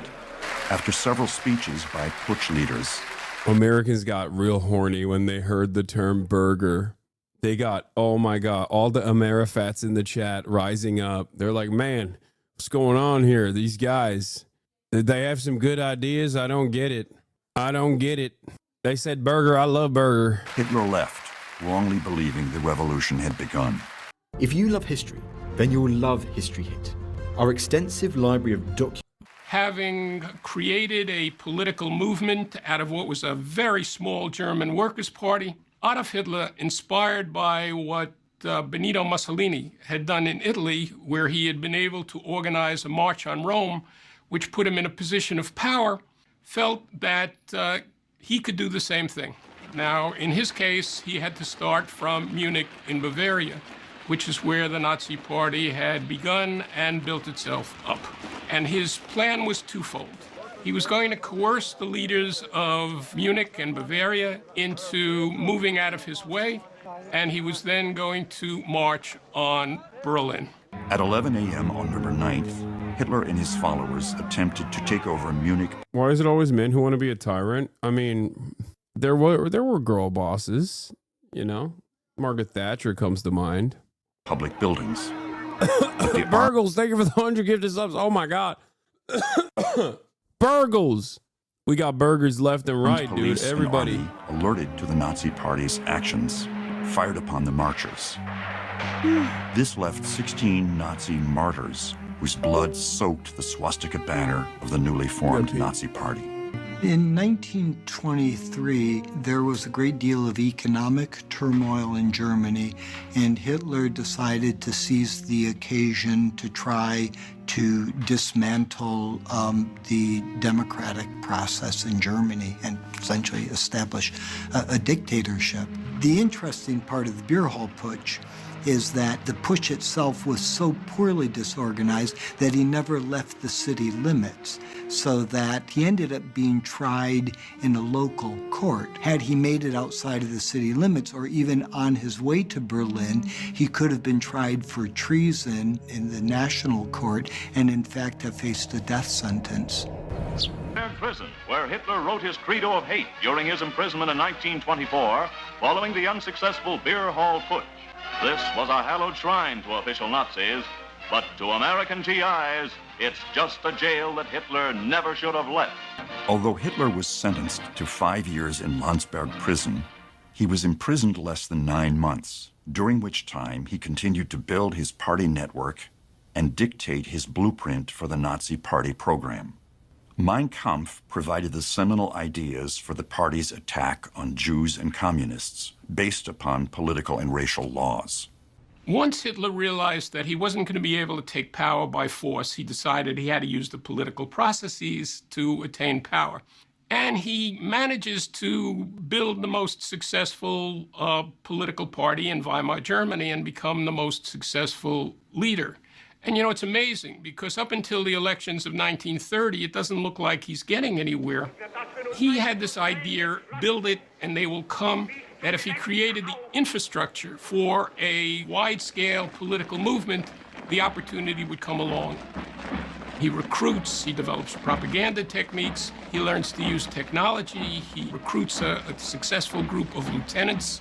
And when the Great Depression strikes, and once again the Weimar Republic is vulnerable, it is Hitler and the Nazis that are in this position to capitalize on that and move to power.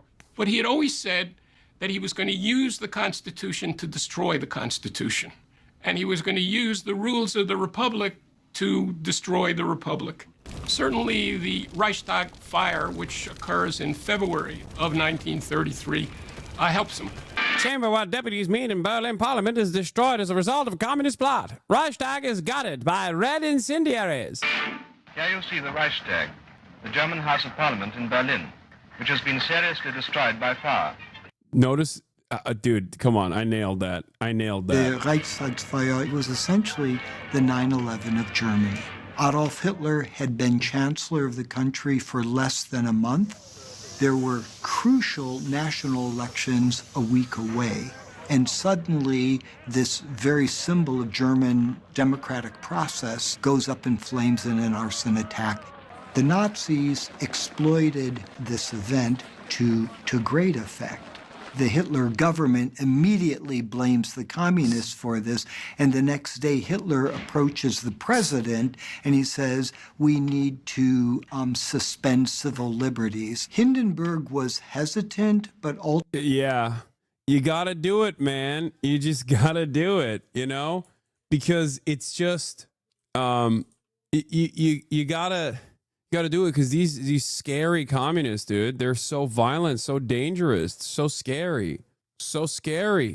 Ultimately signed, and that essentially was the first major step in the dismantling of the democratic system. In the atmosphere that existed at that point, a lot of Germans were willing to sacrifice certain liberties for the sake of national security. And once again, I think, given what the United States went through after 9/11, I think one can understand that. And I'm not saying that the dynamics or even the situation was the same, but it can, if one wants to try to imagine what it was like in Germany at that point. Germany changed with the seizure of power in January 1933 dramatically, but not immediately. It was actually an extended process that the Germans called the Gleichschaltungsprozess. Huh. So it wasn't like erosion, constitutional erosion. It wasn't overnight. And it seems like there was a lot of liberal capitulation along the way because they were too busy fighting the common enemy. Why is this hard going to them? Yeah, a lot of Tesla lovers over here, a lot of Elon Musk fans over here, just doing my heart goes out to you over and over again, it seems. By labeling the Reichstag fire as a terrorist attack by the communists, Hitler convinced President Paul von Hindenburg to suspend all civil liberties. Hindenburg did not like Hitler. He could not even stand to be in the same room with the man, but the political constellations of things were such that he appointed Hitler as chancellor. Hitler then, along with the other... Okay, this documentary is kind of wild in the way that it covers this process, because like the entire point that I wanted to arrive at, the entire thing that I wanted to drive home here was this, like him doing this, the capitulation from liberal opposition. And it's really fucking annoying that they just like kind of overlooked that. They just glanced over like, oh, he just hated him, but also he just decided to give him all the power. It is the compromise here that is a problem.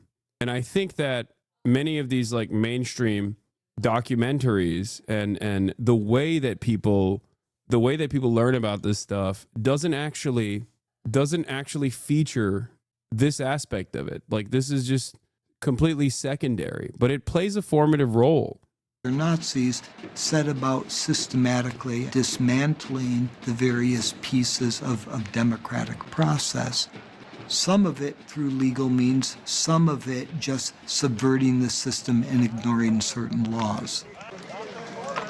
The first major step in overthrowing the justice system occurred with the suspension of all civil liberties and the installation of protective custody, or Schutzhaft.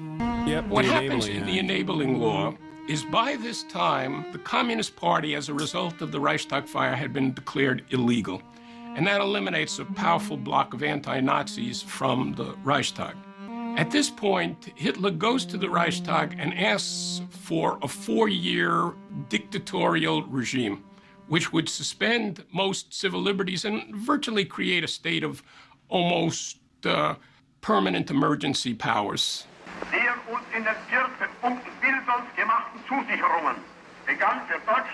The Kroll Opera House in March of 1933, Hitler proposed the law for removing the distress of Volk and Reich. To keep the folk secure, the communist ideological enemies were rounded up and imprisoned. Hier wird ein Gesetz alles Handeln bestimmen. Das Volk lebt nicht für die Wirtschaft und die Wirtschaft lebt nicht für das Kapital und die Wirtschaft. One of the pro-communist anti-Nazi lawyers caught in the web was Hans Litting, who had defended communists against the wrath of violent Nazis. even daring to question Hitler on the stand for 3 hours in a 1931 trial.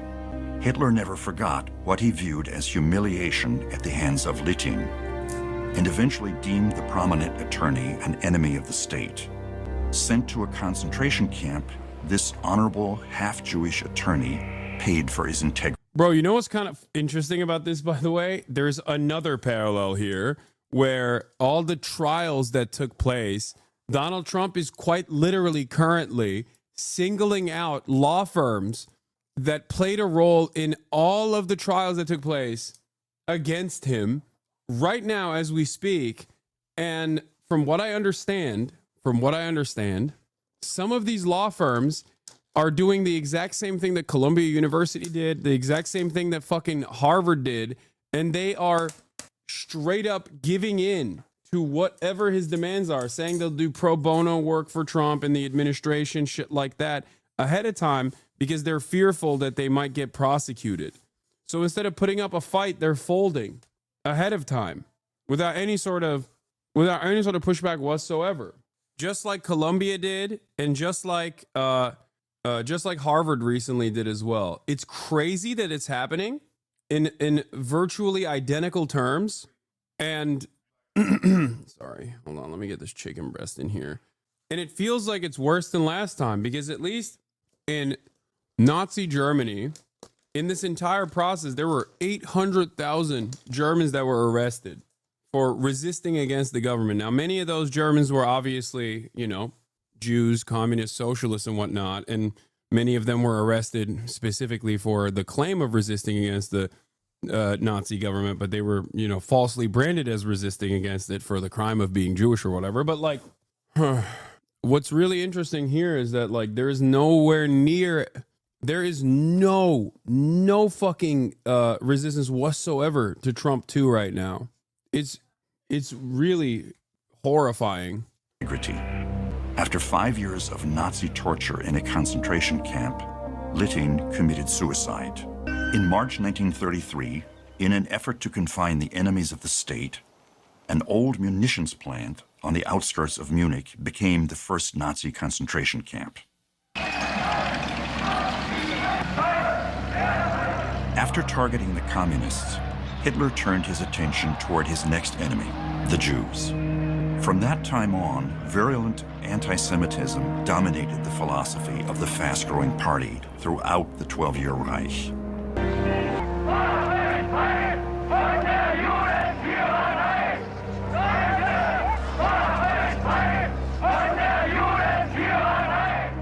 Hitler's 25-point National Socialist Party stressed the importance of segregating Jews from Aryan society, and soon led to abrogating all of their legal, civil, and political rights. On April 7, 1933, Parliament established its first major law to curtail the rights of Jewish citizens, the law for the restoration of the professional civil service. According to the Aryan paragraph, Jews were legally excluded from civil service positions. On the same day, a law was imposed that prevented Jews from admission to the bar. This legal assault had devastating consequences for Jewish lawyers. For the most part, Aryan attorneys were pleased, and few voiced any negative reaction to such violations of justice.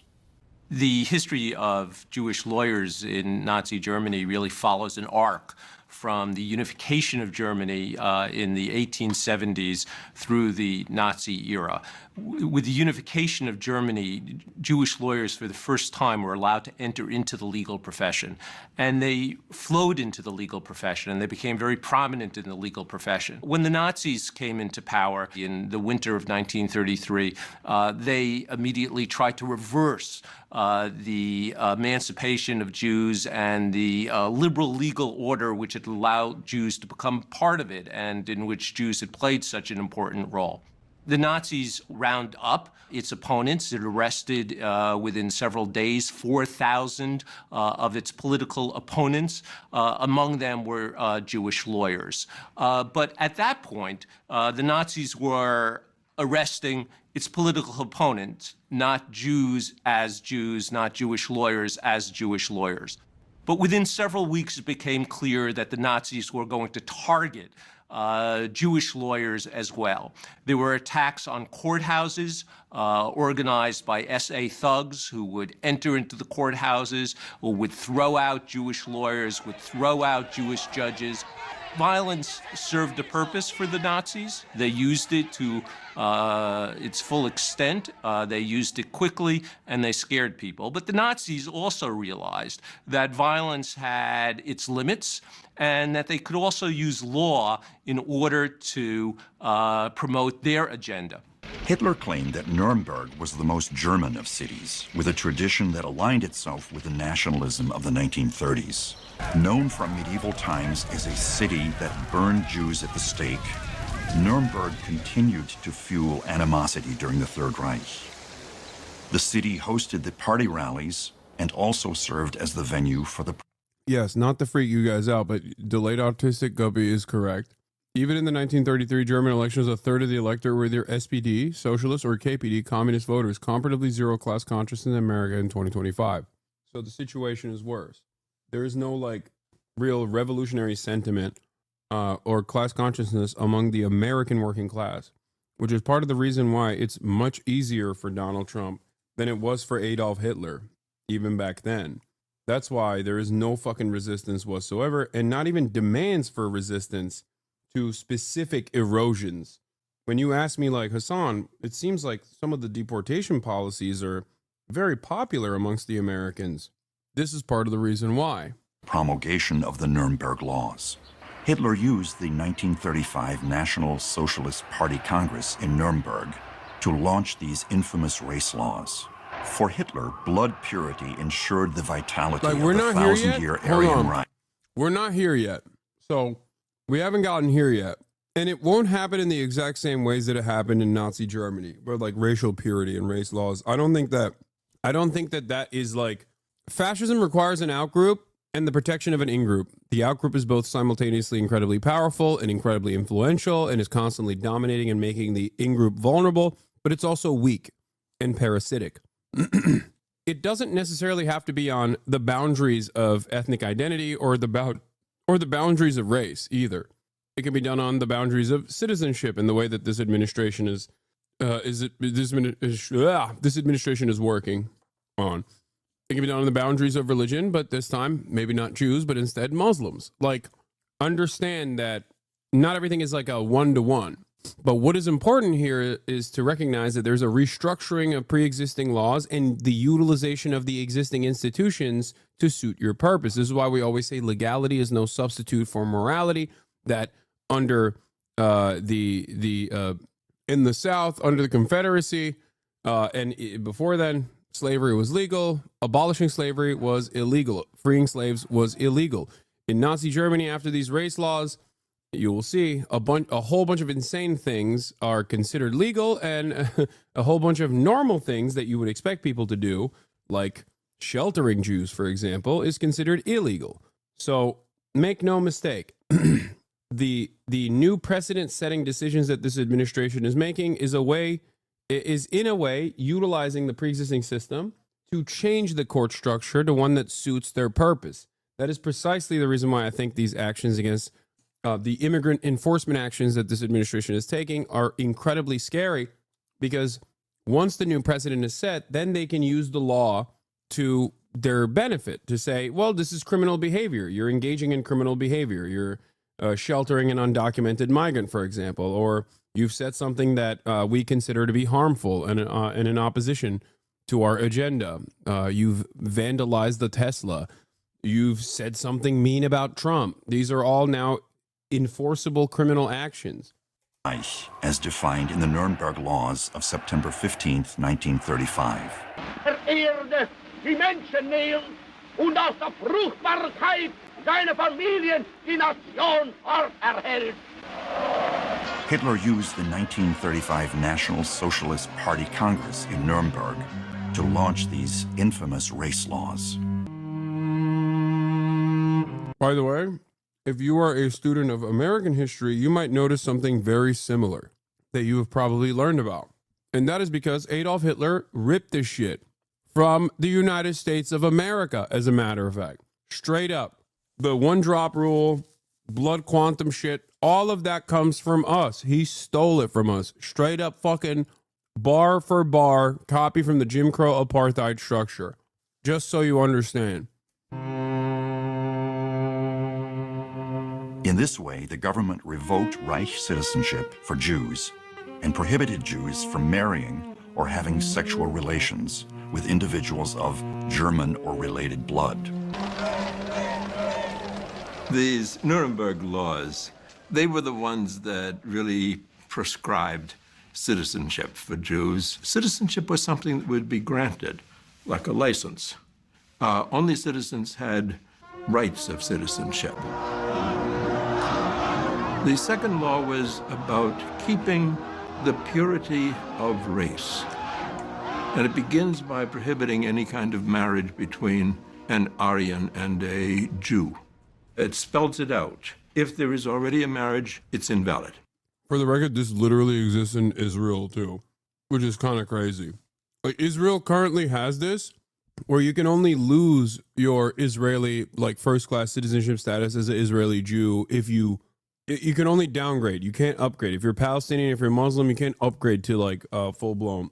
Only under unique circumstances can you upgrade to a full-blown Israeli citizenship, and even in which case you won't be able to unless you're Jewish. It's technically not illegal for an Israeli Jew to marry a Palestinian living in the West Bank. They can do that. They just can't live together in Israel if they do that. There were prescriptions, no kind of sexual relations. That was going to take a little bit of policing. And there was a provision that no non-German, Jewish or other. Yeah, here. Israeli Knesset passes law barring Palestinian spouses. Israel's parliament on Thursday passed a law denying naturalization of Palestinians from the occupied West Bank or Gaza married to Israeli citizens, forcing thousands of Palestinian families to either emigrate or live apart. Hey, Hasan, I love how you haven't fallen off like everyone else. Thanks for that. I don't know what you mean by that. Who's fallen off? Like, that alone, that right there should be instantly, like, if America were to pass a law such as that one, right? That right there is enough for people to be like, okay, this is fucking fascist. But when Israel has done it and has been doing it, no, most moral nation, moral democracy, they have to do that. Israeli rules say West Bank visitors must declare love interest. Foreigners must tell the Israeli Defense Ministry if they fall in love with a Palestinian in the occupied West Bank. A female servant could be kept in the house of Aryans under 45. That was going to go into effect a little bit later. The bulk of the law went right into effect the next day. Ist der Versuch der gesetzlichen Regelung eines Problems, das im Falle des abermaligen Scheiterns dann durch Gesetz zur endgültigen Lösung der nationalsozialistischen Partei übertragen werden müsste. Hinter allen drei Gesetzen steht die Partei und mit ihr und hinter ihr die deutsche Nation. But yeah, going back to the citizen, non-citizen designation, this is why it is incredibly scary when you hear, I don't know, like Asmongold supporters and shit say stuff like, oh, well, non-citizens don't have due process. Non-citizens don't have rights. That is not true. That's wrong. And also, a violation of due process means you're fucking cooked regardless. That means your citizenship is up to whoever the enforcement is and how they feel at any given moment. Because if there's no due process, you can't defend yourself. You can't even prove your citizenship. So that means anyone and everyone is a non-citizen. With these laws, there was so much exclusion. Jews were really being excluded from public life. They had no rights. It didn't matter whether you were a religious Jew or not to Hitler. If you had a quarter to an eighth of your background Jewish, you were Jewish. So it wasn't a religious thing. It was a racial, ethnic.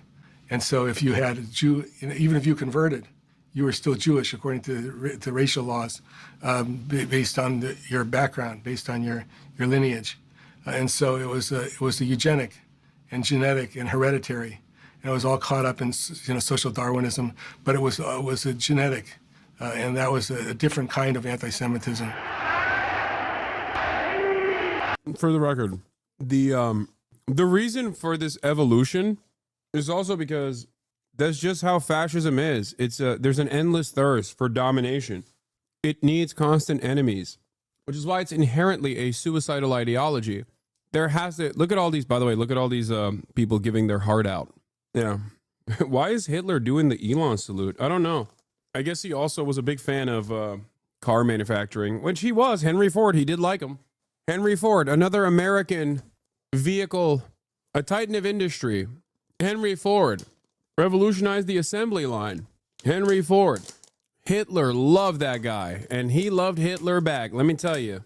Let me tell you. Henry also loved giving his heart out to people, just like Adolf Hitler is here. Maybe that's what it is. Maybe that's what they're doing. It's a secret handshake that autistic people love to do, I guess, according to the ADL. Through legal machinations, the Jewish community was also forced out of the medical profession and denied civil rights. Basically, starting out in 1933, it was made extraordinarily difficult, almost impossible, for Jews to... Yeah, not letting Jews be doctors and lawyers is such a fucking self-own.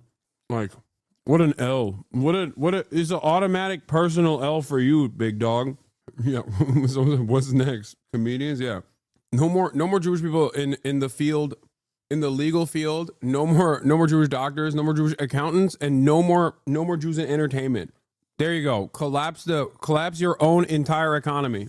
Key sectors gone. Ironically enough, we are currently doing that, by the way. What the fuck do you think it is when you personally start deporting every random PhD student with a fucking student visa? That's literally what we're doing right now. Every non-citizen, documented or undocumented, needs to be purged. They don't have the same rights. Okay, great. You've just cooked yourself. The brain drain is one of the most significant aspects of American dominance on the global stage. Good job cracking down on that, dumbass. Practice either profession of law or the profession of medicine. They were essentially outlawed from those two professions. And they were a major portion of those professions at the time. So, some people argue that this was an economic move, that the doctors and lawyers were happy to get rid of the Jewish doctors and lawyers. And that was part of it, but that's one reason it was supported so much, that no one really came out against it. But it was really a move to get rid of the Jews. It was a disgrace that the other doctors and lawyers didn't stand up for the Jewish doctors and lawyers, but I think that can be two reasons for that. One was they actually were fine with the Nazi propaganda and racial hygiene and really believed the Jews were infecting the national body of Germany. But economics was not irrelevant. It made those professions much scarcer, therefore they could charge more money, therefore they were more revered, so they had self-interest in that as well. In the Nazi blueprint for a healthy society, those with disabilities had no place.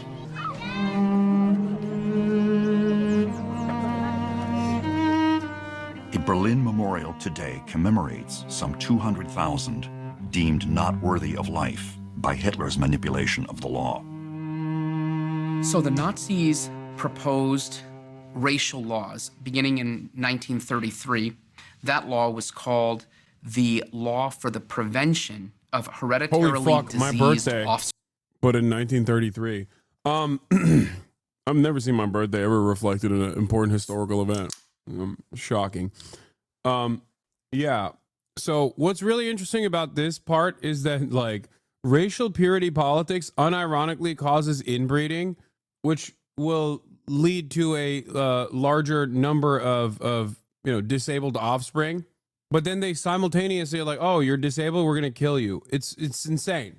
Again, death cult, suicide cult. Every part of this doesn't make sense. Spring. Now, I think even the language, the wording of that law is important. You're not preventing diseases, you're preventing diseased offspring. And what that law recommended, based on the science of the day, was that people who were considered not to be contributing to the genetic health of the body of the Reich could be forcibly sterilized. And in fact, that law actually said 50,000 Germans a year ought to be sterilized, even if it was against their will, for the good of the Reich.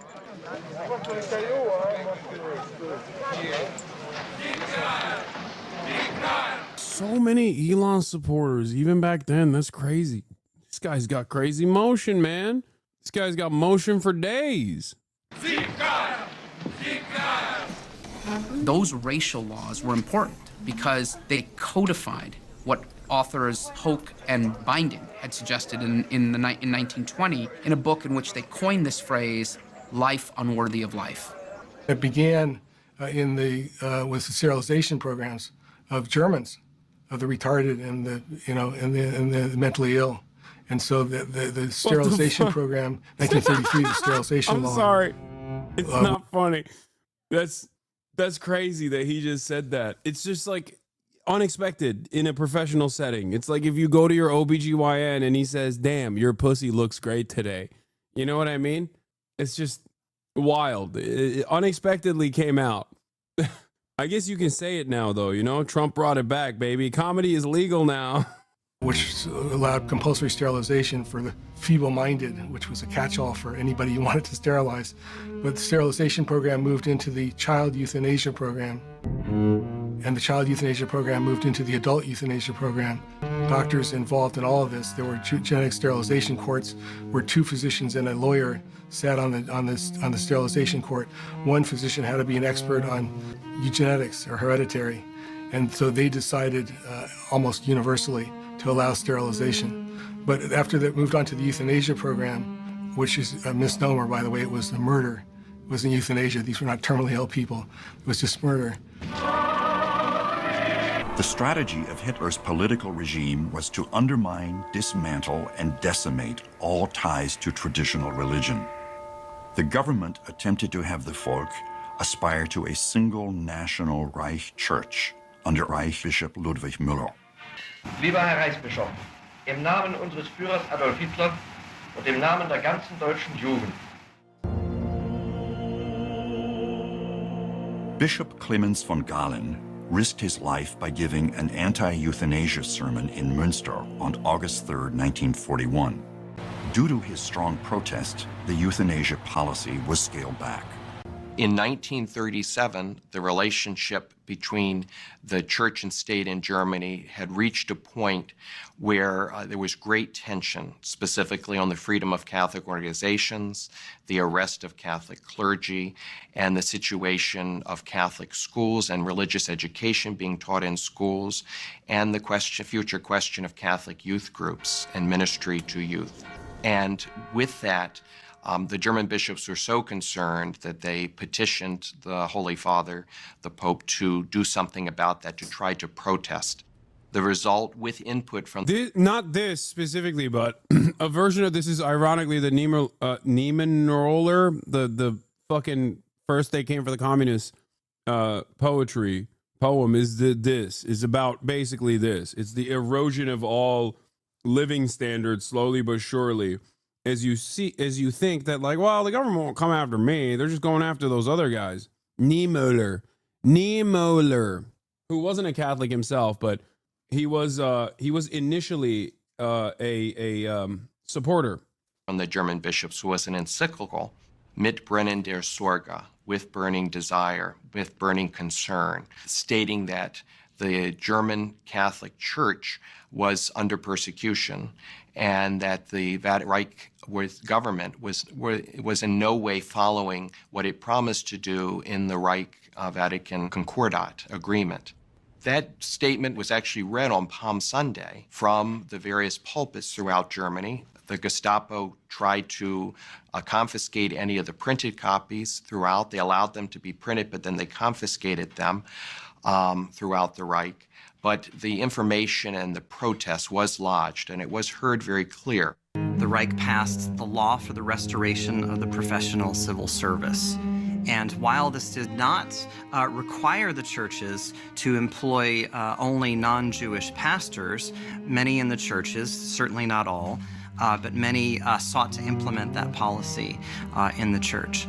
There were antagonistic policies on the part of the Reich towards the churches. So in 1937, the confessing church seminaries, which had been operating for a few years, were closed down. They were declared illegal, so they had to go underground. to talk about the Bible, to train people for ministry and these sorts of things. Then in 1939, all of the confessional schools, both Protestant and Catholic, were closed throughout Germany. So there was a very antagonistic approach on the parts of the regime.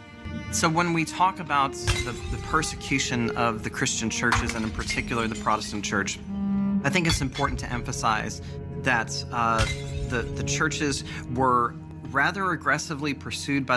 This is precisely the reason why I think Jews who think they'll be spared from this fascist administration, because right now they're presenting their agenda as one protecting Israel and therefore protecting Jews, are fucking dumb.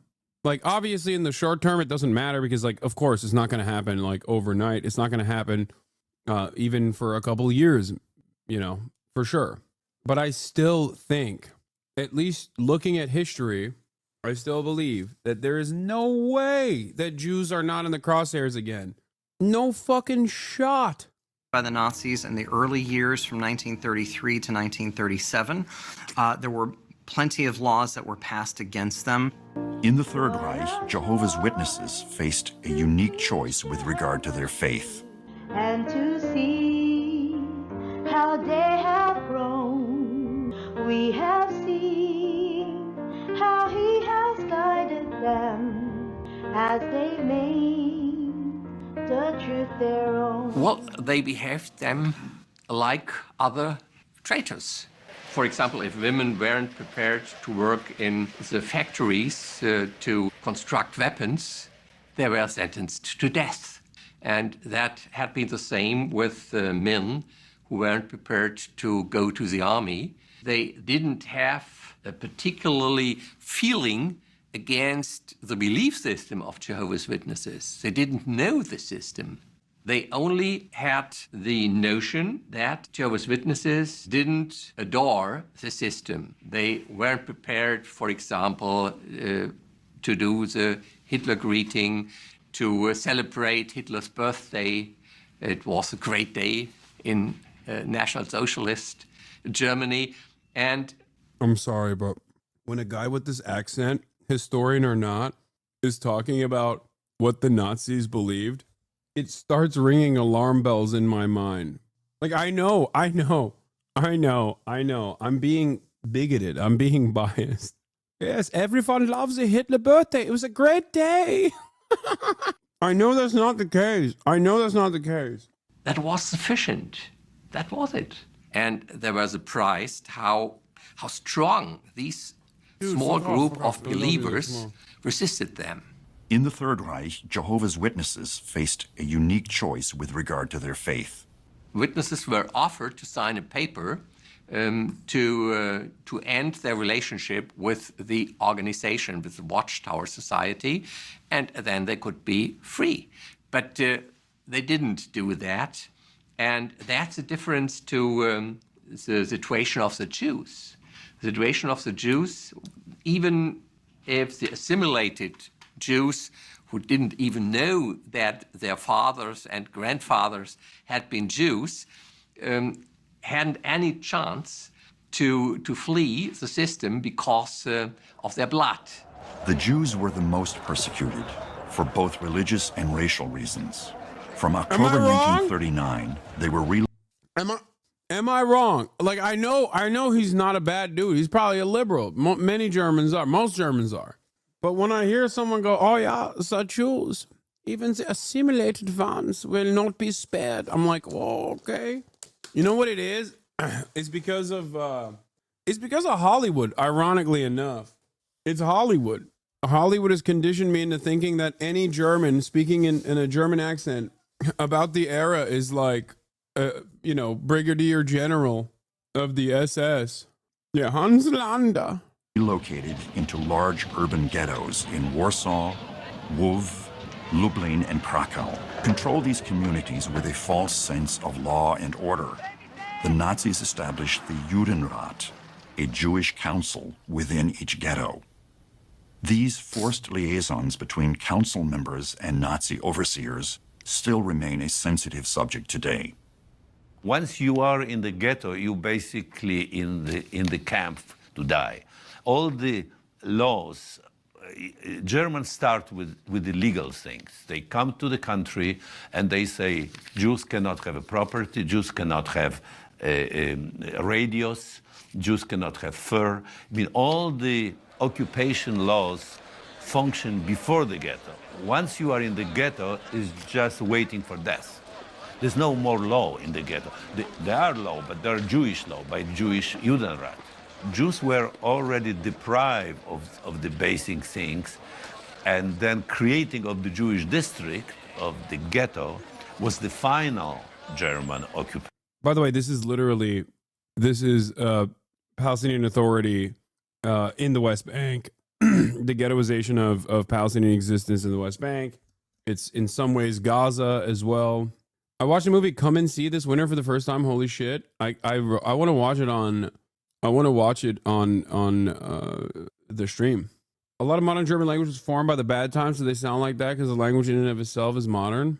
Occupation law, which was based, of course, on a big lie, on a hypocrisy, that actually now, where Jews were already second-class citizens, and to protect them from anti-Semitism, from the conflict with the Christian population, apparently it will be better for them if the part of the city will be designated for them, so they can have their own governance. So my father, who was an engineer in woodworking construction, was working for the needs of the Jewish Council of Judenrat. That is the most controversial question about the Shoah. It's about the Jews collaborating. Some say of their own will, some say that they've been forced to, but they were collaborating with the Nazis. Now, the big question is, which kind of collaboration was it?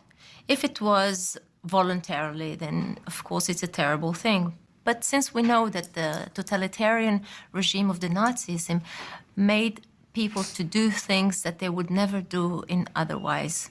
And in the concept of what Katzetnik, he was one of the inmates in Auschwitz, and then he became to be a writer and a witness in Eichmann trial, he called it another planet. So in this other planet that have its own rules, have its own language even, people acted differently, because they were under a force, under a threat, and they had to manage somehow their own communities. They had to survive. That was always like that. That's how they survived. The only controversy was a kind of ethical one, whether a Jewish person should help Germans to keep order. They were keeping order with the Jews under Germans' orders, obviously. Of course, the other solution would be not to have any community organization. It was absolutely a necessity. On December 7th, 1941, Himmler reinforced Hitler's directive Nacht und Nebel, night and fog, a policy that summarily bypassed the law by relying upon special German courts to sentence suspects in occupied territories to concentration camps. Under the cover of darkness, they simply disappeared. In time of war, treason was punishable by death. As chief judge of the People's Court, Roland Freisler, the hanging judge, frequently chose to enforce the death penalty for many of those who stood before him pleading for justice. Between 1943 and 1945, the People's Court sentenced approximately 7,000 people to death. Maniacal in his tone and harsh in his judgments, Freisler oversaw two historical cases: the members of the White Rose and the conspirators of the July 20th. Abi biri sana 3 hafta önce Türk düşmanı diye video yapmış. Öyle olduğunu düşünmüyorum çünkü her yerde söylüyorsun ben Türk'üm diye, seni takip ediyorum. Umarım en kısa zamanda Türkiye'ye gelirsin. Türkiye'ye gelemem maalesef ama Türk düşmanı değilim. Onu söyleyenler Erdoğan'ı sevmediğim için söylüyorlardır. Veyahut da onların partisinin eğer faşistlerse veyahut da sağcılarsa onları sevmediğim için, onların ideolojisine karşı olduğum için bana Türk düşmanı diyorlardır. Burada da bana da Amerika düşmanı da diyorlar. Herkesin düşmanıyım amına koyayım. 1944 assassination plot against Hitler. It's crazy, mind-bending how all this applies to the situation in Gaza and West Bank. I think it's actually really interesting that we're watching this because the first half of this was the evolution of Donald Trump. And the second half of it is a much more accelerated, like the future of Donald Trump, right? And the future of Donald Trump is already in existence in Israel. If you look at fascism as a constantly evolving and obviously like a constant struggle to continue to manage power and to continue to eliminate an increasingly expansive out group, you realize that like the first half is America right now, and the second half is Israel right now, because I think that Germany, yes, and apartheid South Africa and Israel currently are examples of fascist projects that have played itself out. Obviously, with the case of Germany, it ended. Not that the ideology went away, but it ended, right, by force. South Africa, there was a major struggle, and ultimately, it was. I mean, the inequality still persists, but it also ended. The legal structure ended. Israel, on the other hand, is a living, breathing, continuing example of a fascist apartheid administrative apparatus. Much to consider here about what to avoid. Because if we're like here, because like I said, we're in the pre-race laws era, like where the courts and the pre-existing laws do not completely suit the purposes of this fascist administration. That is precisely the reason why, as it stands, there's still like a back and forth on the legal battles. That is where we're at right now in America. Israel already shed themselves of these issues a long time ago. So they have accelerated to the position that we're currently watching right now. You already are in the anti-intellectual era, though, censoring science? No, that actually is a one-to-one verbatim identical thing to Nazi Germany as well. The academic receivership, I talked about it. Remember when he was talking about like how Hitler went after lawyers that directly played a role in trials against him? Donald Trump is doing that right now. Law firms as well are being forced to concede to the Trump administration's agenda. That's already happening. In terms of the anti-intellectual thought, or rather the control over the control over permissible intellectual thought is already taking place as well. The federal government actively strong-armed Columbia, made an example out of Columbia so that other colleges would follow suit. This is one-to-one identical to what the Nazis did as well. For the Nazis, their entry point into academic receivership, which is exactly what the Trump administration literally is doing right now. They did it. Columbia allowed them to do it as of this past week.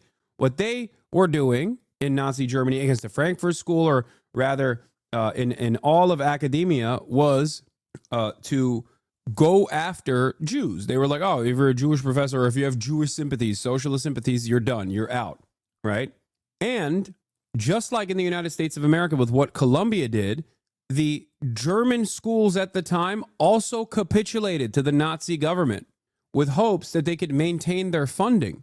Exactly the same thing, like a one-to-one comparison, with the only exception being that this time the entry point is not Jews, but instead anti-Israel sentiment. Straight up, a demonstration of Palestinian sympathies.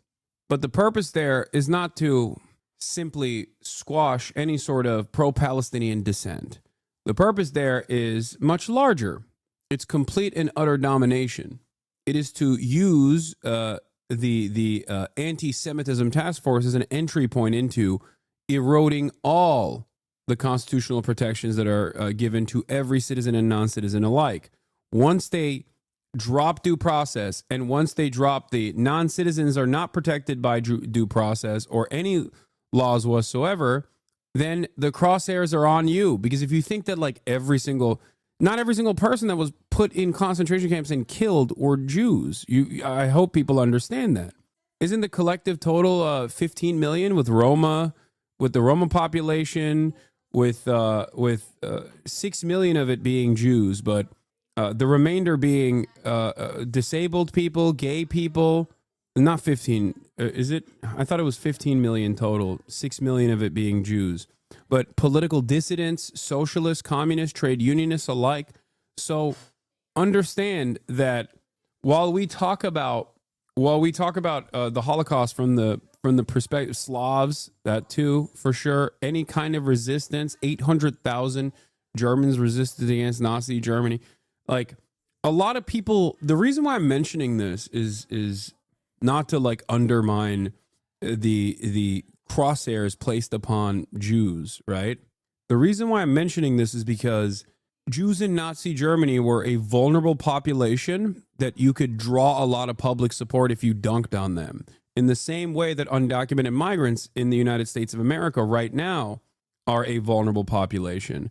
Or with respect to documented non-citizens, a great way to reset constitutional protections is by going after groups that, like, powerful organizations with institutional prominence have always wanted to go after. It's a way to open the door, because once you open that door, once you rewrite the precedent, you can use the courts to your advantage. At the University of Munich, members of the White Rose Resistance produced 6 leaflets against the Third Reich. Hans and Sophie Scholl, along with their colleague Christoph Probst and their mentor Kurt Huber, were deeply committed to the high ideals of the White Rose movement. Condemned as... I think what's really interesting about this is that right now, especially because we live in the aftermath of the Third Reich, we have an exact comparison to point to that virtually everyone understands as bad, right? And right now, if all of these institutions did start resisting against the Trump administration, there is an opportunity. There is an opportunity to cut this nonsense, or at least like actively undermine the initiatives that the administration is doing, because they do not have the manpower right now. They do not have the manpower and the logistics to be able to jail every single person. This is precisely why I try to agitate here and now, with the hopes that people will wake up to the fucking reality. And yet we are sleepwalking towards this future. That's what's so terrifying about this, is that this is perhaps one of the last instances where where the complete collapse of American democracy and these institutions, even if it was always just in theory, this is genuinely the last moment before the fascist project is completed, which is why I'm extra angry at the Democrats in this moment for not recognizing that that is what's going on.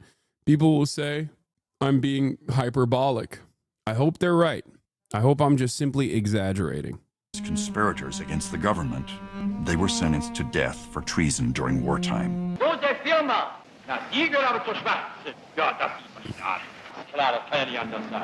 Very charitable to think they don't recognize it? No, dude, come on.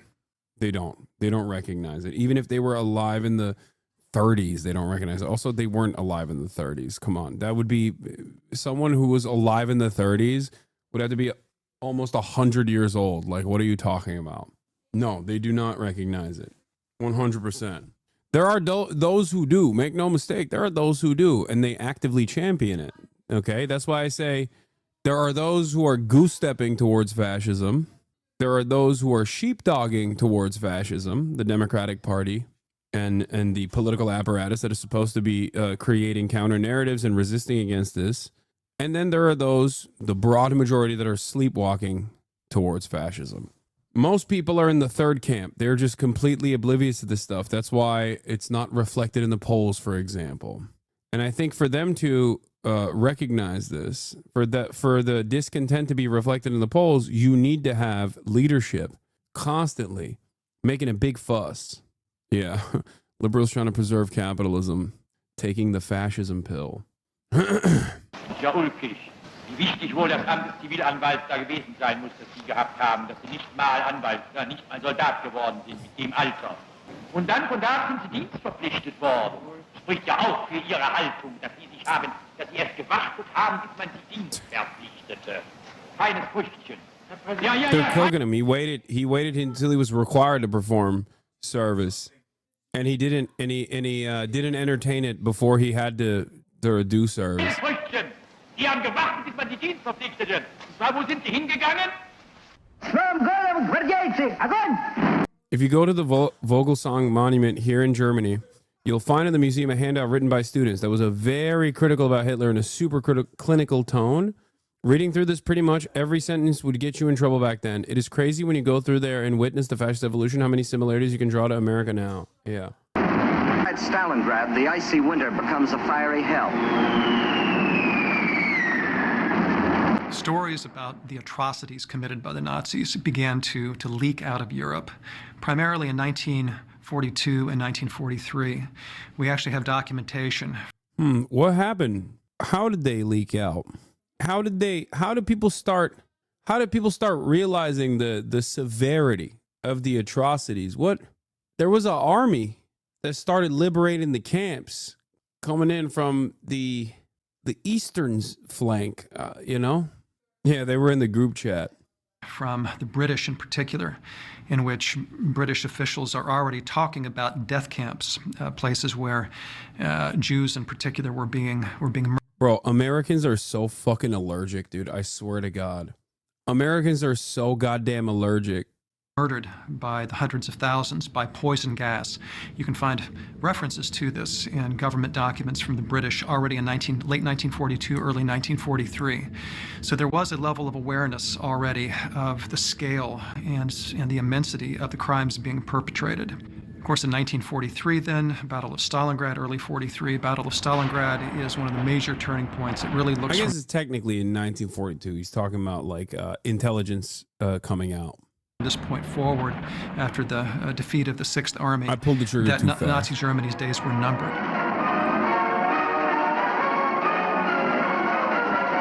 This was Kyle and Kessel with a vengeance, but the Nazis were getting Kesseled instead of the Russians. And on February the 2nd, 1943, after 162 days of the heaviest fighting in the history of warfare, the last shot was fired. Yeah, am I crazy or did they not? This is 40 minutes of like talking about Nazi Germany with very little mention of like this is the first time they talked about the USSR a little bit. Anyone in the chat saying W Stalin is mentally ill? Really? You think he wasn't a W Andy at this moment? This is like the biggest W of all time. The fuck? Yeah, no, man. I think liberating the concentration camps was a pretty big W moment for Stalin. And it's not just Stalin either. It was like it was a W for all of those who resisted the Nazi oppression.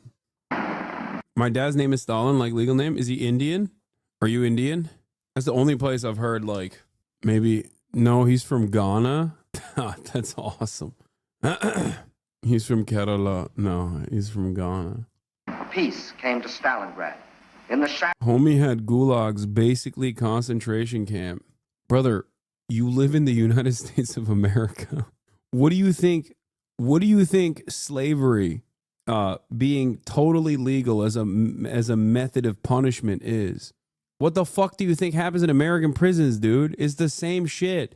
This isn't to say that like gulags are fine, okay? It's just that, you know, understand that just because we call it prisons and we called their social gulag doesn't change that it's like a different thing. It's the same fucking thing. streets, the blasted ruins, the ghastly evidence of their ordeal, the defenders of the city greet the rescuing army of the dawn.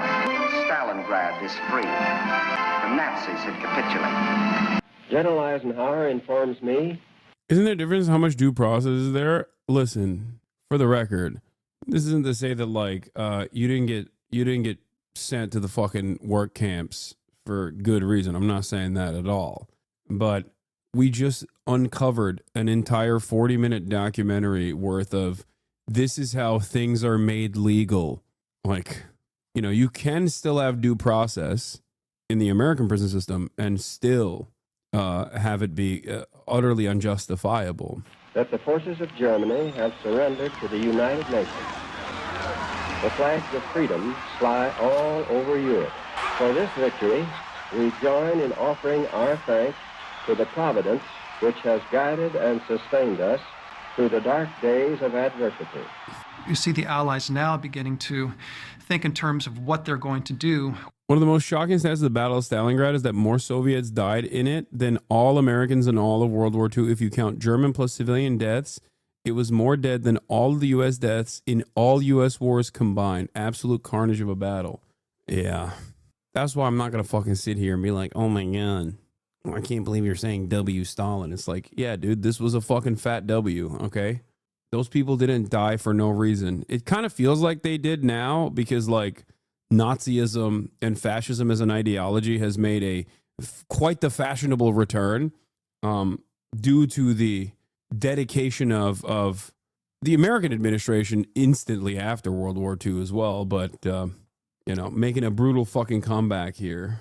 With the major war criminals, as they were called. These were the leadership, the leading figures of the Nazi government, Hitler, Goering, Goebbels, and so forth. How are they going to be treated? Churchill and his legal counselor, Lord John Simon, were of the view that the major war criminals were essentially outlaws who did not have to be given their day in court, but could in fact be taken, arrested, identified, of course, and then executed without the benefit of a trial. These generals, 24 of them, who had covered themselves with such glory and such medals on the fields of Poland and Norway and France, they now had only their past glory to comfort. Very clearly, the Soviets did not have in mind a trial or a proceeding along the lines of an Anglo-American litigated proceeding. They had in mind instead a show trial, not unlike the Stalinist show trials of the 1930s, in which Stalin was able to identify his alleged enemies, charge them with various imaginary crimes. I think American historians should be barred from speaking on documentaries. I think it should be illegal. No, I'm done. You should just not, because this guy comes in and literally undermines everything. Okay. He just came in and in like 3 fucking minutes, he's like, well, you know, the non-barbaric Anglo-American trials were totally better than the fucking sham trials that Stalin did towards who, by the way? His enemies. Show trials against his enemies, dude. No reactionary elements, no counter-revolutionary elements, no fucking fascists there, you know? And secure their conviction and then have them executed in the 1930s. This is the proceeding which they wanted to impose upon the major war criminals. The Soviet foreign minister, Molotov, had already talked with the Allies on behalf of the Soviet government and tried to persuade them that the best way to deal with the major war criminals was by means of a special international tribunal. Stimson was of the view that a special international tribunal could be used in which the major war criminals would be prosecuted, but they would enjoy the same kinds of due process rights which any American accused of an offense would enjoy. The right to hear the charges against them, the right to study the indictment, the right to counsel, and the right to defend themselves in a fair proceeding. Nuremberg remained a focal point for the National Socialist Party, hosting popular rallies and political congresses starting in 1927. It continued through the Nuremberg Laws of 1935, and again in November 1945. Nazis got treated better than immigrants now? Yes, but also that judge was talking about treatment of American Nazis who were offering material support to Nazi Germany. There were also like American ideological Nazis, not even like American Germans or whatever, but like ideologically Nazis who consistently worked with the Nazi government. Many such cases of American industry titans that maintained a lot of their industry in Nazi Germany. The focus was on Nuremberg, as the city became the seat of the International Military Tribunal to address war crimes and crimes against humanity. The drums of doom begin to beat for 24 top Nazis as Nuremberg becomes the scene of the War Crimes Tribunal. Do you think Republicans will try and ban guns? No, dude. Why would they? First of all, there are more guns than there are people in this country. And a lot of them are in the hands of like arsenal owners, and virtually all, like if you look at gun ownership ideologically, if you look at gun ownership, they're either libs or they're fucking already loyal servants. Like they will participate in the brown shirts militia movements, and some of them do. That's why I always laugh whenever motherfuckers say like, yo, America couldn't be overturned as easy because everyone's armed to the gills, you know? My Second Amendment is there to protect the First. It's like, okay, I don't see you using your Second Amendment right now, bitch. Fuck you mean to protect the First? Yeah, these guys they just wanted to have, their toys. That's it. They're murder toys. It has nothing to do with like standing up against a tyrannical dictatorship. I don't see nobody standing up right now. Among the ruins of this former shrine of Nazism, an ordinary jail houses its former big shots. Each has a solitary cell and is forbidden to talk during exercise. Under indictment are Arthur Sykes Inquart, former Gauleiter of Holland. Julius... Yeah, the only time we've gotten like serious rollbacks with restrictions, gun regulations, is when black resistance groups, revolutionary black groups, have participated in what they previously thought was their right to demonstrate with arms. Famously, the Reagan case comes to mind when the Black Panthers marched on the California Capitol with their arms. And then shortly after, they were like, yeah, you can't do that anymore, actually. Striker, fanatical anti-Semite. Rudolf Hess, one-time adjutant of Hitler. And Hermann Goering. Rudolf Hess, also known as the guy who is in White Lotus season 3. I can't get over that, dude. I can't get over the guy who fucking acted his goddamn face off in Zone of Interest is the German guy who's like the general manager of White Lotus season 3, the hotel in Thailand. No spoilers. Aha, it's not a spoiler. The fuck are you talking about? It's not a spoiler. He's in the first episode. What? Chief U.S. Prosecutor at Nuremberg, Robert Jackson, stated in his diary that the court was charged with establishing a rule of law in the place where it had been said there would be no more law. What is the advantage of conspiracy? It afforded the government, the Allied government, with the opportunity to charge the Nazis with a substantive offense as well as participation in a criminal organization, which meant that you did not necessarily have to show an individual criminal act committed by the defendant. What's interesting about conspiracy, again, is that it connects all of the individual charges against the Nazis. So in addition to charging with the Nazis with war crimes or with crimes against peace or crimes against humanity, they are also charged with conspiracy to commit crimes against peace, conspiracy to commit crimes against humanity, and conspiracy to commit war crimes. So conspiracy, again, this notion of a criminal organization, the criminal plan to conquer the world, that was the foundation that underlay the entire case, especially on the American side. One after another, the prosecutors came forward to state the case against the criminals. The first to speak was Robert Jackson.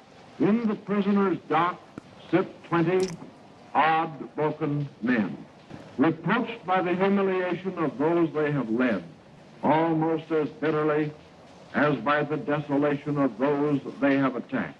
Their personal capacity for evil is forever past. It is hard now to perceive in these miserable men as captives the power by which, as Nazi leaders, they once dominated much of the world and terrified most of it. We will show them... Oh, Rudolf Hess and Rudolf Hess. My mistake. They were talking about Rudolf Hess, Deputy Führer, who tried to make a peace with Britain. Sorry, I was wrong. To be about the different Rudolf. Symbols of racial hatred, of terrorism and violence, and of the arrogance and cruelty of power. The Allies really learned of Nazi war crimes when the Nazis embarked on aggressive war. The core theory of... This is legalistic circle jerking. Yeah, left half of them get away because they were of value. You hung a few, and the remaining starting running orgs and other NGOs. All the same time, you would have North Korea where 2 million were killed. Vietnam and Laos up to 7 mil, 2 million in Algeria. Nobody cared about those European powers for doing what they did, let alone in Belgium and Congo, etc. The West will always be hypocrites. Yes. Yes. The power of white supremacist, Western supremacist attitude, Western chauvinism and white supremacy is an incredibly powerful glue that holds everything together. Whether people recognize it or not does not matter. Yeah, it's true. Western powers, I think, certainly did not feel too fearful of fascism and Nazis in general, considering how quickly they absorbed formative fascists and the remainders in all of Western Europe and started using them as a tool against the Soviets because they were terrified of the influence of socialism growing. I think sham trials and hyper paranoia aside, you should have sicked Stalin on the rest of the Nazi leadership. I think maybe that's just me.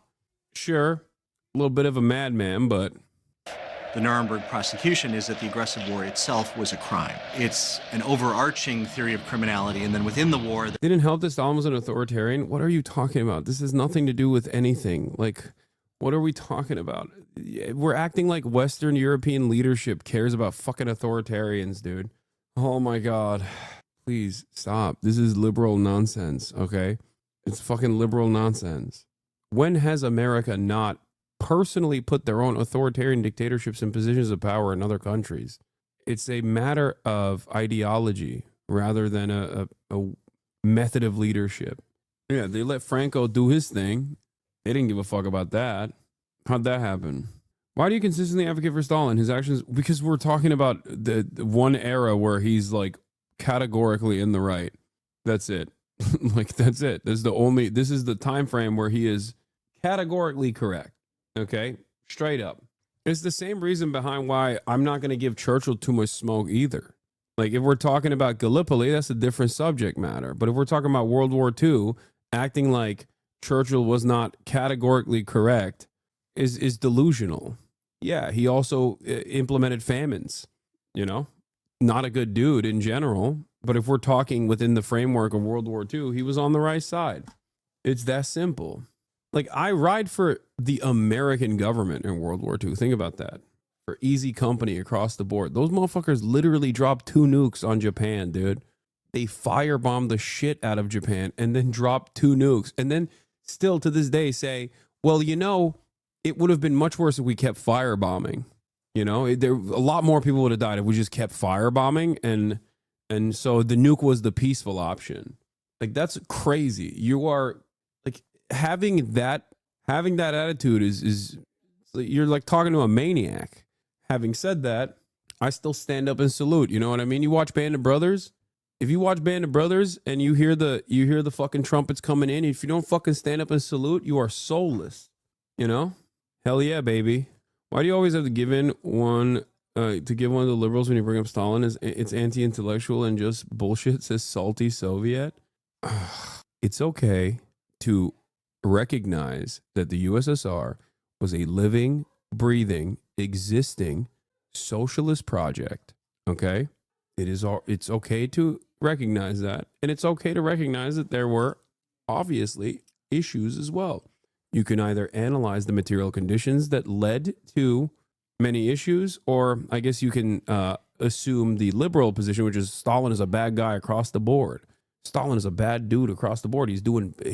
Why are you handing it to him? So in the process of me quite literally explaining to liberals why he was 100% worthy of the praise and W here, you're duking it out with me in a moment where if you are super pro Stalin unconditionally, I don't know if you are or not, you shouldn't be fucking yelling at me in this situation. There are battlefield war crimes, but really the from the USSR time Germany went on the... did not achieve socialism. Okay, dude. Oh my God. Oh my God. Nothing is socialism. Socialism is when I decided socialism. Yes, these were transitional socialist states. Okay. Collectivization, taking an agrarian, potato eating society to one that was able to fucking go up against the United States of America and beat them to space. Yeah. Let's not analyze that. Let's not analyze that with the appropriate language. Like, that's crazy. That's an insane thing to say. It's also ahistorical. It was absolutely a transitional socialist state. It was a socialist project that existed and it failed. Okay? I think a lot of people delude themselves into thinking that these these existing socialist nation states or transitional socialist states are supposed to be perfect, as though it's supposed to be politics is supposed to be conducted through hugs, kisses, and tickle parties. There's never been a moment. The entire purpose of politics is a constant struggle between different forces on resources, distribution of wealth, resources, power. Power is violence. Who gets to do it? Who gets to be the victim of it? That's it. There's never been a moment in history where violence in either structural forms or in individualized forms or in direct forms or state versus state violence, like there's never been a moment where that has not existed. Utopia must immediately materialize when the proletariat takes power. If it doesn't, then it really wasn't socialism. Yeah. How can a state be socialist if the workers are poorer than in the USA? Dude, that's so funny. That's a really good take, man. Thank you. Yes, socialism is when everybody has burger. Okay, let me explain to you something, okay?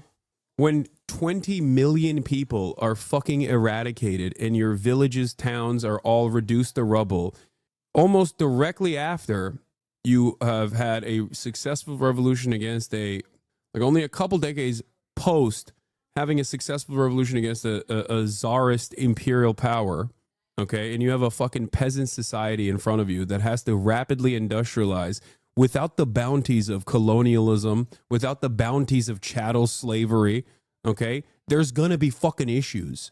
You have to look at where a country was or where, like what the material conditions were before socialism, or at least a transitional socialist state, and where they arrived, okay?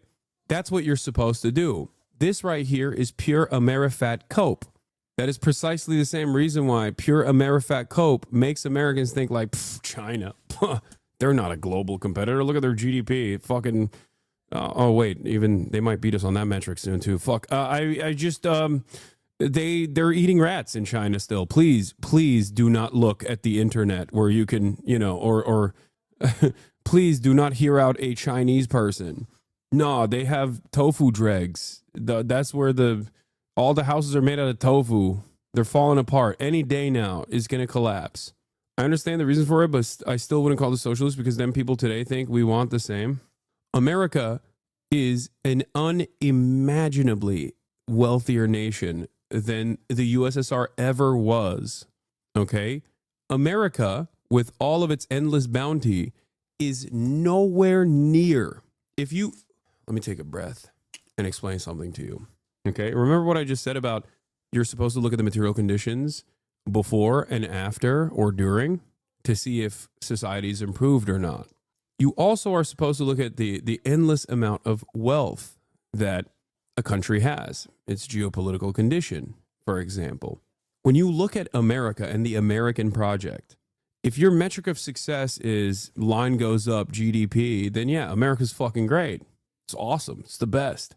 But clearly, if you live in the United States of America, you understand that the situation is fucking dire for the average American citizen, especially considering that our metric for wealth and our metric for riches is not necessarily universalized, but rather it's relative.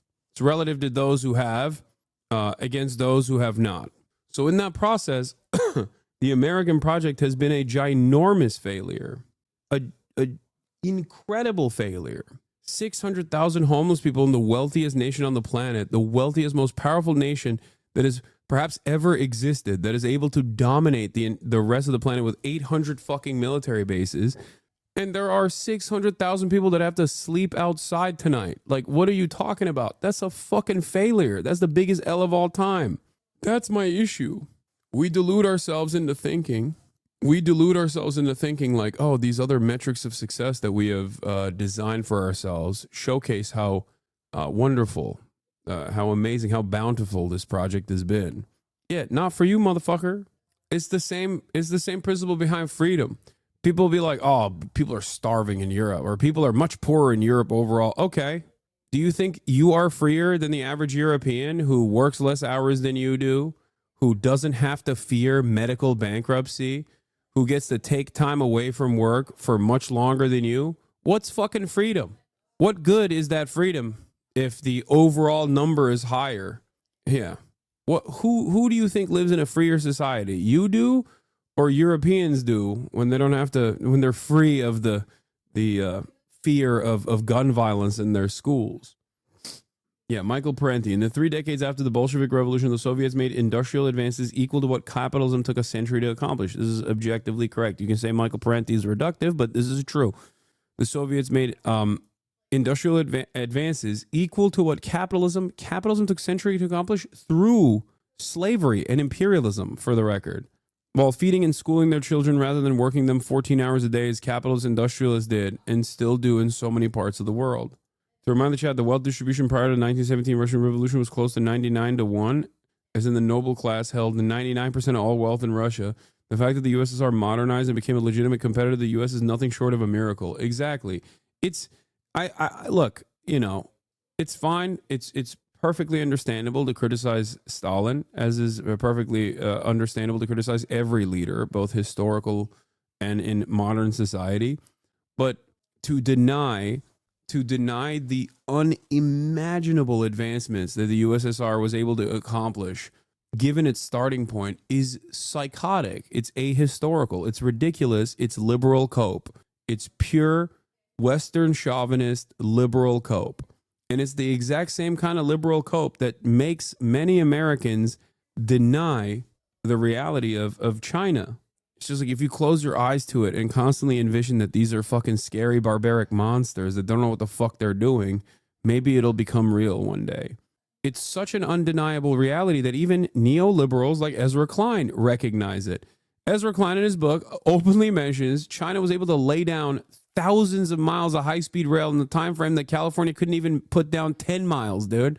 China was able to create a fucking complex network of high-speed rail all across this massive country. It's like almost the size of a goddamn continent in the same time frame that America couldn't even fucking put down a couple lines of high-speed rail. California also, exactly, is the 5th largest economy in the world, by the way. How the fuck? California as a state alone is the 5th largest economy in the world. Tell me how the fuck that's possible. Whoa there, you're flying off the handle. You don't need to overreact like that. What? I haven't said anything. Why do you never talk about the issues in China? A couple different reasons. One, I do, and you just don't see it. And you only see me talking about, you know, good shit that China is doing. Number two, there's already an endless faucet of anti-China content out there, starting off with like real existing and valid criticisms of the Chinese governance, all the way to completely made up shit. So the question I have to you is, you have all of that everywhere else. Why do you want that here too? And then, of course, the last point that I would make is that I'm not fucking Chinese. I mean, I wish I was, but I'm not. I'm simply white Chinese in my heart and soul. And as someone who is not Chinese, I do the pro-China propaganda that I do because I want Americans to be like, why can't we have that? Why the fuck do they have that? Why can't we have that? Because that's what I want. I want this country to not resemble the more authoritarian and bad and repressive attitudes that the Chinese government has. And I want them to instead pick up on the good shit, even development, rapid urbanization, massive infrastructure projects, an infinitely more restrained foreign policy approach. That's what I want because I'm an American and I want to change the American government. They expect you to talk about every new country's news when in reality you can't. Yeah. I want to hear you criticize China because you aren't coming from an ahistorical or Orientalist viewpoint and can be trusted to actually be fair to them. I have many times over. I just did just now when I said I don't want America to engage in social repression in the way that the Chinese government has historically. Like I in that moment, I even then brought that up. Let's continue with this March document. In 1939 into Poland, there was Allied thinking, particularly American and British thinking, that this was illegal, it violated treaties, it was criminal. Raphael Lemkin provided Jackson with the foundation for this international law, establishing a paradigm for prosecution of war. How about you to go to China, man? Yeah, this is the thing. I want the American government to do, if we're going to do repression and black bagging operations, I don't want it to be against fucking random students who wrote like a newspaper article about Israel being bad and wrong. Okay. I want them to do that to like the Jack Ma's of America. Okay. Why the fuck can't we have that? You know? Yeah. Do a little bit of rehabilitation to the fucking billionaires for once. Jesus Christ. Crimes. Based upon his research of the massacres of more than 1 million Armenians by the Ottoman Turks, Lemkin created the hybrid word genocide. The very term genocide had only been coined a year before the Nuremberg trial started. It was coined in 1944 by Raphael Lemkin, who was a Polish Jewish advisor to the U.S. War Department. That term genocide was already used as a descriptive term at Nuremberg, but it wasn't until the UN Convention of 1948 that genocide became recognized as its own independent crime in international law. In an incremental way, expanding from Germany into the East and occupied nations, Nazi perpetration is a visible thing. What it adds up to, and that it's a planned extermination venture, is something that is, very barely understood, not just during the war years, but even as they're embarking on. Why are these people such anti-German racists? That's what I was thinking. In my mind, you know what's burned to the back of my mind? Chuck Schumer telling the New York Times on the Interview podcast how the UN is anti-Semitically considering what Israel is doing to be a genocide. That's what's burned into the back of my mind. So when I hear this, I'm thinking to myself, wow, these are a bunch of anti-German, anti-Volkish racists, I think. Wow, really, really erroneous claims here. Quite hyperbolic. Germany has real security concerns. Germany wanted to do living space for the real Germans. Like, I don't understand. And then they wanted to do security concerns. What? How anti-Aryan of them. On prosecution. They're really almost sort of discovering what we would call the Holocaust as they're prosecuting it and getting evidence and realizing the enormity of what they're dealing with. This would be a way of showing the superior political power, the superior moral power of a kind of a liberal democracy. For the record, I also did show you guys that propaganda is not unique to Israel. Germany did that. Like, Nazis also said, oh, you guys don't want us to live. Like, you don't want us to have living space. You don't care about our security concerns because you're fucking anti-German. So nothing is new here. Fascists love recycling the same exact propaganda, if not the same exact terms. Democratic regime, right? So by not pursuing a purely political strategy with respect to the Nazis, but by giving them a fair trial, it was a way of saying, we're going to give you the chance you never gave your enemies, and it's going to show that we're stronger and that this is a better path for the future. So it was there was a moral argument for it, but there was also a very profound kind of political argument that this would be a more effective tool for preserving the peace going forward. The Allies chose to take the moral high ground by providing fair trials. 22 high-ranking Nazi leaders were put on trial for crimes against humanity and crimes against the peace. The historic Nuremberg courtroom 600 is still used for trials today. The Nazis committed astonishing. It's just like this Lemkin guy, he seems to know a thing or two about genocide. Is there like an institute or something that kind of preserves his legacy? Oh, there's a Lemkin Institute. I wonder what. Oh, there's a Lemkin Institute for Genocide Prevention. I wonder what they have to say about Israel. Statement on why we called the Israeli attack on Gaza genocide by the Lemkin Institute from December 29th, 2023. Wow, a bunch of fucking anti-Semites at the Lemkin Institute of Genocide Prevention. Damn, that's crazy. What? No way.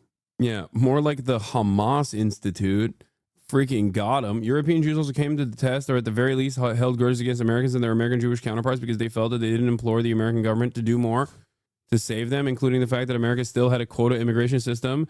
This morality argument is completely ahistorical. Yeah, I know. Yeah, I mean, we famously fucking turned over boats. Yeah. Chuck Schumer's like, they were doing this anti-Semitically. NYA canceled a speech by former president of Doctors Without Borders because she was going to discuss the genocide in Gaza. A slide about the death toll in Gaza could be perceived as anti-Semitic. A couple of slides in her presentation touched on the casualties in Gaza during the Israel-Hamas war, as well as the cuts at the USAID, United States Agency for International Development. Liu said she was told the slides about Gaza could be perceived as anti-Semitic, while the USAID section might be perceived as anti-governmental. Liu, who was already in New York when she got the call, offered to make edits to those slides, but then 3 hours later, after some deliberation, she said the university apologized and said she had to cancel. I was stunned. That's sick, man. No, definitely. If they suppress the truth even further, like, everyone is going to totally be on board, I think. Eventually, guys. I mean, look, don't learn anything from history. Crimes that we're all very familiar with. Nuremberg was not. And Lemkin's definition of genocide encompassed a lot more, but the U.S. and Canada pushed to disregard parts of his definition because it would label their actions against the native groups as genocidal, because they are. I also do believe that the Korean War would be branded a genocide as well. Like what the American government, what the Allied forces, the coalition forces did in Korea, absolutely would be branded as a genocide if it wasn't America doing it. Not in the first 100%. order a Holocaust trial. It really was, as I mentioned, it was a trial about the launching of aggressive war. Vietnam, but too, nonetheless, if you look back at Nuremberg, the prosecutors did a pretty impressive and a pretty responsible job of bringing the crimes that the Nazis had committed against the European Jews to the courtroom. The extensive trials concerning Nazi criminality have continued into the 21st century, with attempts to balance both justice and mercy. Then there are a series of Allied trials. The most famous of these are the so-called successor trials, also held in Nuremberg before an American military tribunal. These prosecuted functional elites from throughout Nazi society. So there was a trial for doctors, there were a trial for judges, there was a trial of the high command of the army, right? So a series of kind of trials of different elements of the Nazi elite. But there were also Allied military trials, Soviet, British, French, and American, of war criminals lower ranking, right? So the Americans held a trial at the Dachau concentration camp, or a series of trials at the Dachau concentration camp in which hundreds of Nazis were prosecuted. The British had their own trial program, as did the French. The Russians prosecuted about 30,000 Germans for war crimes. Now, these were Russian trials. How fair they were, you know, is anybody's guess. But given the level of Nazi criminality, I always say it's a little bit like shooting fish in a barrel. Even the Russians managed to find a lot of guilty people in that context. As the Cold War broke out in the wake of an apocalyptic conflict, history had to be rewritten, reframing the Nuremberg trials within the context of victor's justice. Nuremberg still stands as a memorial to international justice, a reminder of the devastating consequences caused by unlawful manipulation of constitutional law for political and racial purposes. The criminal leaders of the Third Reich forced humanity. This is what history class is like in American high school. Is crazy. Bro, they went out of their fucking way. They went out of their way to just like dookie on the Soviets. Like they either did not mention their presence at all, or when they did, they were like, yeah, they were too brutal to the Nazis. This is like fucked up. They have no care for the rule of law. Unlike us Anglos, you know, we are cut from a different cloth, you know? That's no wonder Americans fucking have no idea what the fuck happened. No wonder Americans have no idea. Wait, what? What happened during World War II is crazy. Or in the aftermath of World War II. No one, oh, God damn it. Our education is so messed up. It's so bad. Timestamp, one thing not mentioned. A group of businessmen, including the former president of the Reichsbank, Hjalmar Schacht, wrote to Hindenburg, arguing that Hitler must get the chancellorship for the good of Germany. Sie müssen mal Deutschlands You have to consider allgemeine Germany's general Situation situation between 1930 and 1933. betrachten. Und wenn jetzt ein Mann arbeitslos wurde in der Johannes Zahn, economist und Banker, since 1931. Zeit, dann blieb nur An unemployed man either joins the communists entweder Kommunist oder or he wurde became a SA-Mann. stormtrooper. Und da war And so business believed it was better if these people became stormtroopers. dann doch die Wirtschaft der Meinung, es ist besser, die Leute werden es ahmen. Da herrscht Disziplin. Because there was discipline and order and as the beginning. You really have to say this today. Anfang, das muss man heute ehrlich sagen. Es war im Anfang At the beginning, nicht you zu couldn't sehen, tell ist Nationalsozialismus whether National Socialism was something good with a few bad side effects, etwas Gutes, was auch schlechte Seiten hat, oder ist es or etwas something Böses evil with a mit few good einigen side guten- effects. What are the good side effects? What were the good side effects? Yeah, he's saying as a German banker, the good side effects are that they're not communists and they won't overthrow the system that has yielded so much bounty for myself and others, dude. Wait, I want to look at what this guy did. Johannes Zahn, economist and banker since 1931. That's kind of sus. Why is this not coming up? Thousands of jobs for the building of the railways and autobahnen. Let's cancel him. I mean, he's been fucking dead for quite a long time. I just wanted to see something, but I can't find anything on his background. Like, I just can't find anything about him at all. He was a Protestant. He's doing the banking as a legal clerk at the Central Association of the Banking. Plays a key role in the mistrust of Germany in the immediate post-war years, in reducing the mistrust. Yeah, there's not much more. It's just like, suspiciously, there's not much in his Wikipedia. I mean, I guess he was a lawyer in 1935 in Berlin. At the same time, he was a managing director of the German Institute for Banking Science and Banking from 1935 to 1937. Subsequently, from 1937, he served as a legal counsel, authorized signatory, and later as a department director of the Reichskreditgesellschaft AG. No, I'm looking at the German article. This is the German Wikipedia one. During the Second World War, he serves as a Wehrmacht. Oh, yeah, okay. From 1939 to the 45. From the 1940 to 43, he was an administrator for the English and American banks in Belgium. In 1946, he joined the C.G. Trinkhaus Bank in Düsseldorf as a banker. The following year, he became the co-owner of the bank. Yeah. Why are you calling my grandpapa the Nazi only because he serves in the Wehrmacht? He was just a Nazi for a little while. He was simply a Nazi banker. How dare you? Read the last sentence in the voluntary positions. From 1966, he was a co-founder and later vice president of the German Association for the Protection of Securities Ownership. He was the first German executive of the director of the World Bank. Are you ready for the new world order? The World Bank, yeah. Can you share your own and last Project Paperclip? On the one hand, it seemed the U.S. were very critical of the handling of criminals by the USSR, but on the other hand, we're allowing Germans into their security agencies. Yeah, that's why they were very critical. They were like, give them to us. We can use their brilliant talents here in the United States of America. To be fair, it's not like the USSR didn't use German Nazi scientists either. They did. They also did. Just not to the same degree as the Americans did. The Americans also, after World War II, after, a couple years had passed, I would say that they very actively worked to undermine democracy in Western Europe by pushing Nazis to do terror and fascists all around to do terror in Europe in the same time frame where they were developing NATO. I'm not going to watch Dr. Mike versus 20 anti-vaxxers. You're out of your freaking mind. Over 200 Tesla protests are planned this weekend. I have yet to meet a single person that has protested a Tesla. I don't know how the fuck people are protesting Teslas.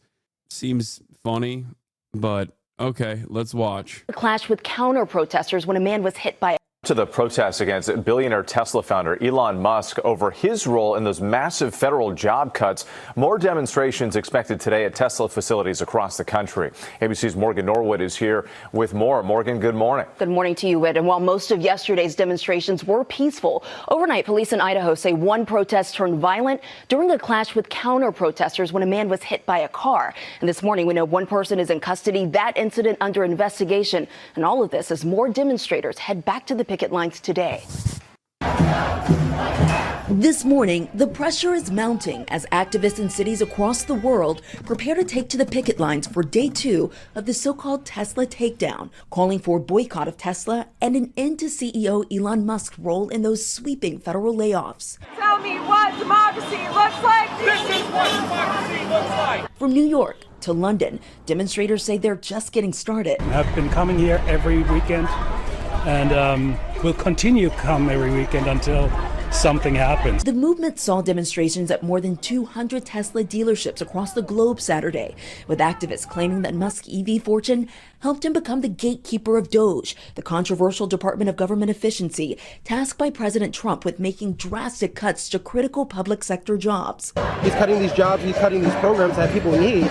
In New York, demonstrators filling the streets outside of a Tesla dealership, smashing toy Teslas and carrying a symbolic DOGE graveyard with mock tombstones for agencies on the chopping block. Dozens of demonstrators surrounding this Tesla dealership here in New York City. NYPD also on hand to ensure these demonstrations don't get out of control. The protest comes as the FBI launches a task force to investigate coordinated attacks of property damage targeted at Tesla.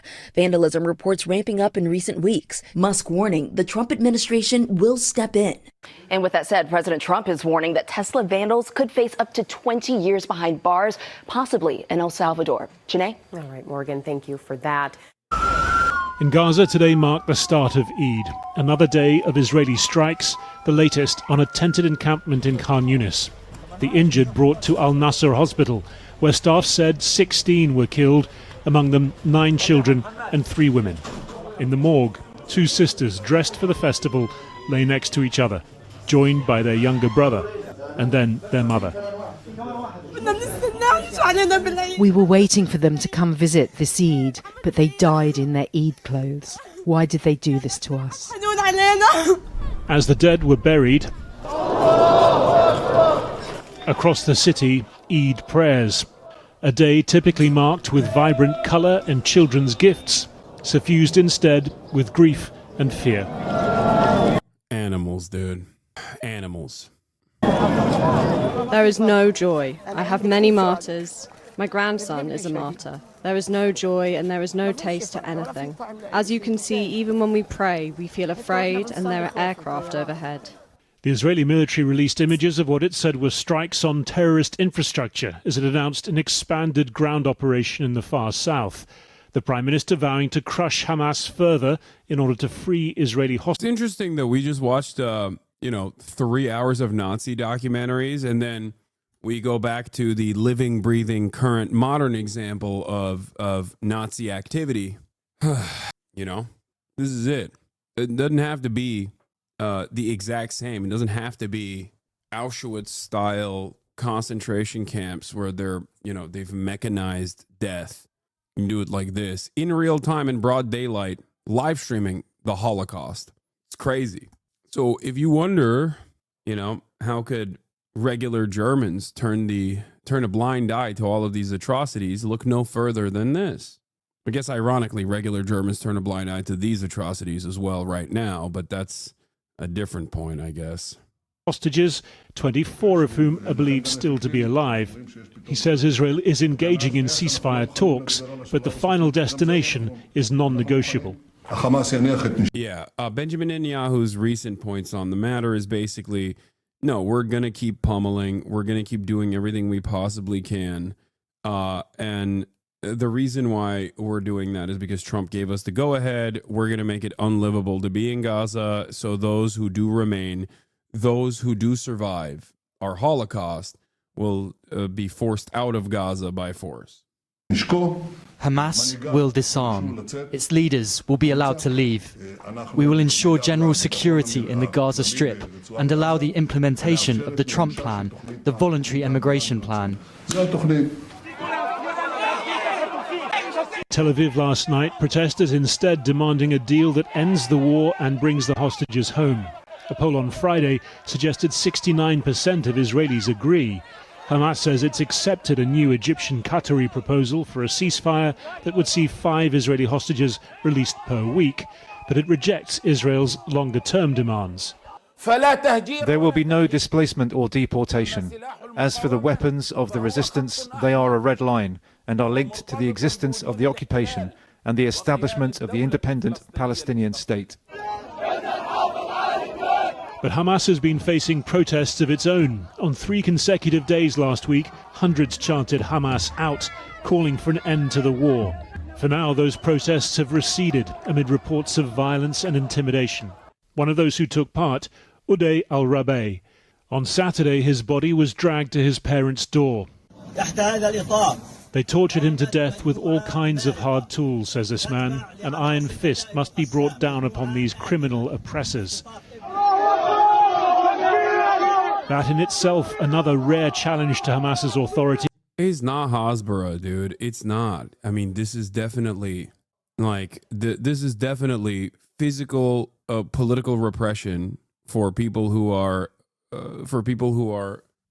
protesting against Hamas and protesting against Hamas in a way where they feel like is in collaboration with the Israeli state. This is ironically what Mohammed was fearful of. Mohammed Shahada's analysis on the matter, he's Palestinian, was that eventually, because Israel is also goading and saying, like, you have to do these if you want to survive, that it automatically changes the dynamic away from real popular mobilization against the political development of Hamas into or desperate acts where people because of their political disagreements or because they truly believe that, like, Hamas is responsible for the death and destruction, even though it's not, it's Israel, let's be fucking real, will turn into will be branded as like pro-Israeli activity internally inside of Gaza. It does not shock me even a little bit that a lot of the mainstream outlets that refuse to talk about the pro-rape riots inside of Israel, that didn't talk about the 49 pages of hardline evidence of Israel using rape as a weapon of war during its genocide in Gaza, have been laser focused on these protests, even though the protests overall were the protests that have taken place so far have broadly been about not Hamas, but instead Israel doing untold amounts of violence to the Palestinian population. Ultimately, it does not matter what the Palestinian population says, because even if they were to change leadership, which, by the way, Hamas is not against, even if they were to change leadership, it's not like Israel is stopping its exterminationist policies. The notion that this is actually the notion that Israel is bombing Gaza because of Hamas is stupid. That's not the case. Israel simply wants to occupy these territories. Israel will not stop occupying these territories. That's it. It's that simple. This is not a simple political disagreement. After all, look no further than what has taken place in the West Bank if you want to understand what happens when there is no Hamas. Ironically enough, when you look at the West Bank and the popularity of the Palestinian Authority, Hamas, as a direct contrast, is one, significantly more popular than the Palestinian Authority in the West Bank. But then again, Hamas is less popular in Gaza than it is in the West Bank, something that I've mentioned time and time again. However, Hamas inside of Gaza is still infinitely more popular than the Palestinian Authority is inside of the West Bank. And there's a reason for that. These people that are protesting against Hamas are not protesting against the resistance, for the record. They're not protesting against people resisting. They're protesting against Hamas directly, the ones that do. But ultimately, all Palestinians are united under the same banner, unless they're like directly a Zionist op or simply someone who is motivated for personal political gains. Maybe they're Fatah, maybe they want to fucking join the PA or whatever. But why are you putting words in their mouths? You literally know nothing. What are you talking about? I'm not denying that there is discontent towards Hamas in the Gaza Strip. I'm not putting words in their mouth at all. I mean, the notion, who told you that? The Palestinians I talk to, the Palestinians I read, they're online. The Palestinians in Gaza, the Palestinians from Gaza that have escaped Gaza. My bad, I should have just listened to Channel 4 or Times of Israel instead. No, but this is not accurate 100%. What is accurate? What is inaccurate? Is that Chatter Palestinian? I don't think so. I think he's Turkish. He's going to go nuts about this? I don't give a fuck. Fuck Ethan. His family says the killers were affiliated to the group's military wing and they're demanding retribution. Well, I've been speaking. Yeah, Abu Bakr Abed is another example. Just to make it clear, only Israel is behind my suffering. Israel's destroyed, bombed, killed, and starved Gaza. Only Israel. Israel's the root of my pain. Israel's the generator of our catastrophe. Only Israel. And the protests themselves across the board, even the most rigid, even that dude who was in the Atlantic Council, the one that, ironically enough, Ethan, or even fucking, well, John Aziz is even worse than that other dude, but like most people that are directly antagonistic against Hamas, who basically talk about how it's actually not Israel that is the fault here, but it's actually Hamas that's the fault here. And they're of Palestinian background, by the way. Those people still say the number one condition is the end of the occupation. I like that I'm supposed to not listen to like actual fucking Palestinians, okay, that are directly still reporting on the ground inside of Gaza. But instead, I'm supposed to listen to fucking Ethan Klein, who lives in Bel Air and doesn't know his ass from his elbow, and said Yoav Gallant was a good guy or a moderating force, and was like trying to defend that statement up until last week, even after apologizing for the stupid fucking thing that he had said. You know, the expectation is don't listen to the last surviving 8 fucking journalists that are reporting from the ground, and listen to instead a Palestinian dude who works for the Atlantic Council and lives in Virginia, or Ethan Klein, who is highlighting these affairs. What am I supposed to think? What am I supposed to think when I don't hear the cries of horror for 16 fucking months as Israel has killed hundreds of thousands of fucking Palestinians, but then the one time I'm supposed to believe that these people actually care about the Palestinian lives all of a sudden? I said this during the Al Ahli hospital courtyard bombing as well. Sometimes when you listen to pro-Israeli sentiment, it almost feels like they're saying only we get to kill Palestinians. Only we get to kill Palestinians. How dare they? It's crazy. I know I read the drop site breakdown, the drop site news breakdown from the other day. Yeah. It's crazy how this works. Anti-Hamas protest made its way to the fucking Joe Rogan Experience. People that are otherwise like very silent for months and months, radio silence, months and months for Israeli genocide, all of a sudden now are like, yeah, we got to hear from the fucking pro-Palestinian voices. It's not to say that these voices should not be heard, mind you, but there's still a fucking ongoing genocide. Like, what are we talking about? I don't have any allegiance to the domestic politics of Hamas. I don't have any allegiance to Hamas in general, beyond the fact that I believe unconditionally that the Palestinian population has a right to autonomy, a right to sovereignty, a right to live free of the Israeli occupation. Okay? I don't care what the fuck people call themselves in the process of that. I don't care what kind of political formations occur in that process. I believe that Palestinians have a right to emancipation. I want Palestinians to be able to have a fucking free election. If they choose Hamas, then they choose Hamas. If they don't choose Hamas, they choose someone else in that process, great. It's not up to me. It's very weird that many Americans cannot comprehend this. They can't understand it.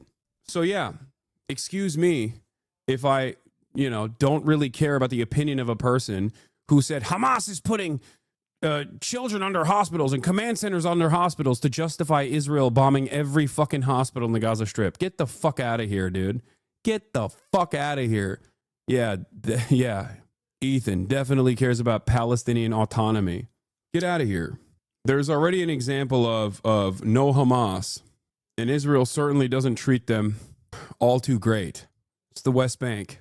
Atrocities happen there every fucking week as well, including but not limited to a person who just won a fucking Oscar, who was in my house, who then got brutalized by a settler lynch mob and then arrested falsely and detained by the Israeli occupying force. You think they would stop hiding Hamas under hospitals after they blew up the 5th hospital within a month? Yeah, it almost feels crazy that like they just keep moving on to the next hospital, I guess, over and over again. And then you ask the Western Doctors Without Borders doctors if they are hiding under the hospitals, and they're like, no, they're not actually. But I guess those guys are Hamas sympathizers too. Everyone is lying, except for those who defend Israel and Israel, the Israeli state itself. Babies are Hamas, doctors are Hamas, nurses are Hamas. Everyone is Hamas. American college students college campus demonstrators are Hamas. Who isn't Hamas? It's fucking ridiculous. Who even entertains this nonsense at this point? You have to be real fucking delusional. You have to be hopped up on insane amounts of delusion. Ridiculous. Anyway, I think that there are an understandable group of people that don't appreciate Hamas rule. There are people who also disagree. But the thing that's important to understand is that everyone is desperate. That's what genocide does. So of course, people in their moment of desperation are going to be like, yeah, no, we hope that if Hamas is dissolved immediately, then potentially Israel will stop killing us. Israel will not stop killing Palestinians, whether Hamas exists or not. And that's reflected by the sentiment that you hear from Israelis that won't even entertain the anti-Hamas protests. Like, some get their notes and understand that, like, you gotta make it seem like you care about these Palestinians. There are some who do that, many of them in the Western world in general. But you look at the Israeli accounts in fucking in Israel, and you hit the fucking translate from Hebrew button, and you get a very different reflection of reality there, where they're like, none of them are saying release the hostages right now. We should kill all of them. These tricks won't work on us. Considering that the Israeli government has continued bombing all of these places, regardless of these protests, I think it's pretty obvious which side the Israeli war coalition is leaning on here. Netanyahu said today that Israel will increase military pressure and claim that Hamas will disarm and that his leadership will leave the Gaza Strip so that Trump's plan of voluntary migration of Palestinians out of Gaza will begin. This is the plan. They're not fucking hiding it. And you want me to talk about what Ethan Klein has to say? I don't give a fuck about what Ethan Klein has to say.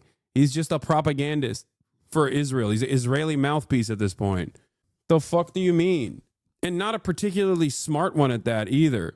Benjamin Netanyahu's talking about doing a final solution on the Palestinians, and you're over here being like, well, you people are protesting Hamas. What do you have to say about that? Like, okay, yeah, no, that makes sense.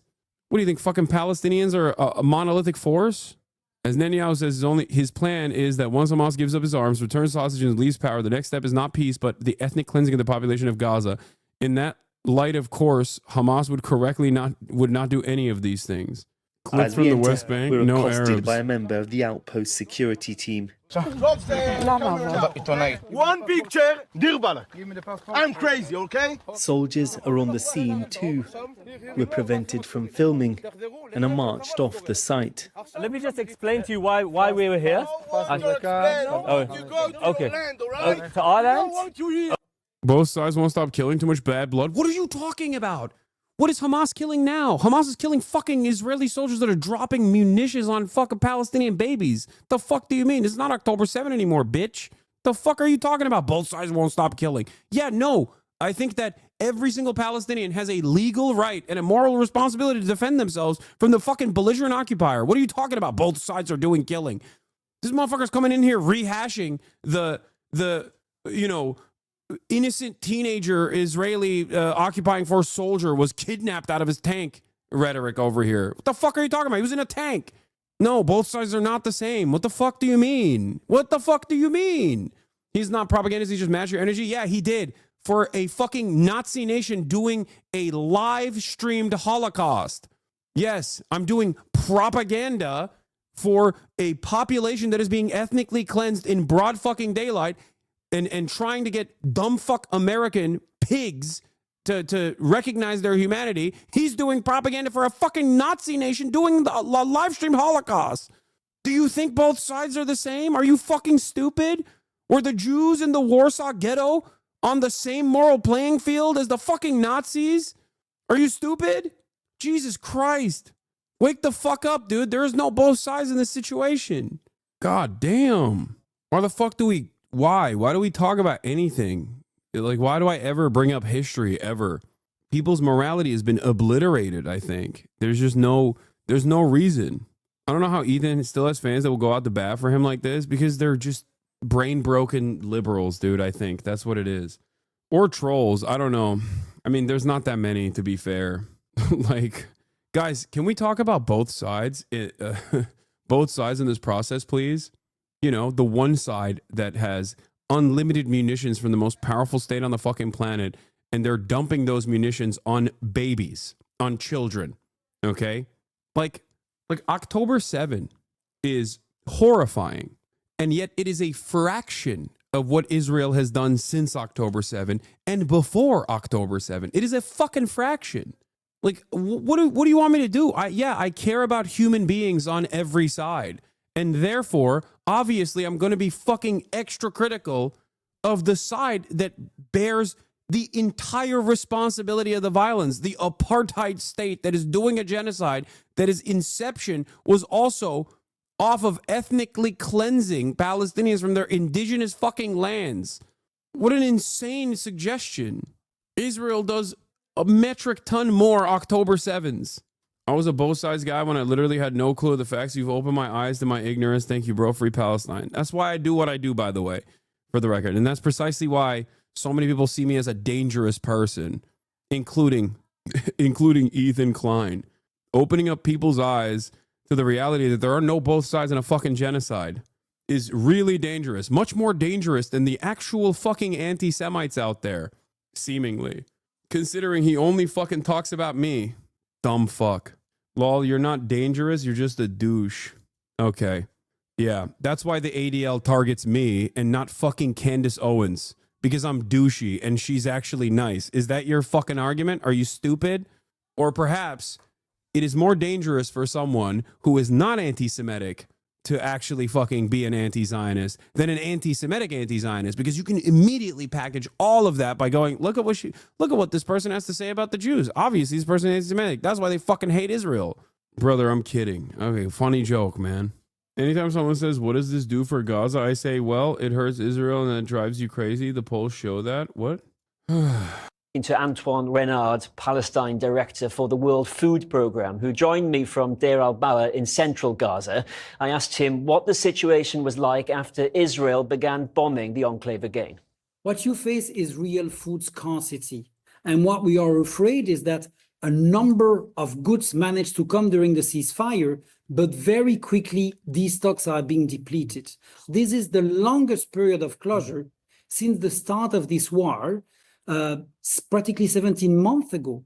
So the challenge that we look forward, we have perhaps 1 to 2 days to continue to support 19 bakeries. We have provided our last food parcels to population. It will last for a week. So that's really the fear currently in Gaza. But there is a real prospect that this blockade of aid on Gaza goes on indefinitely. There's no end in sight. And that's exactly why we need to continue to plead.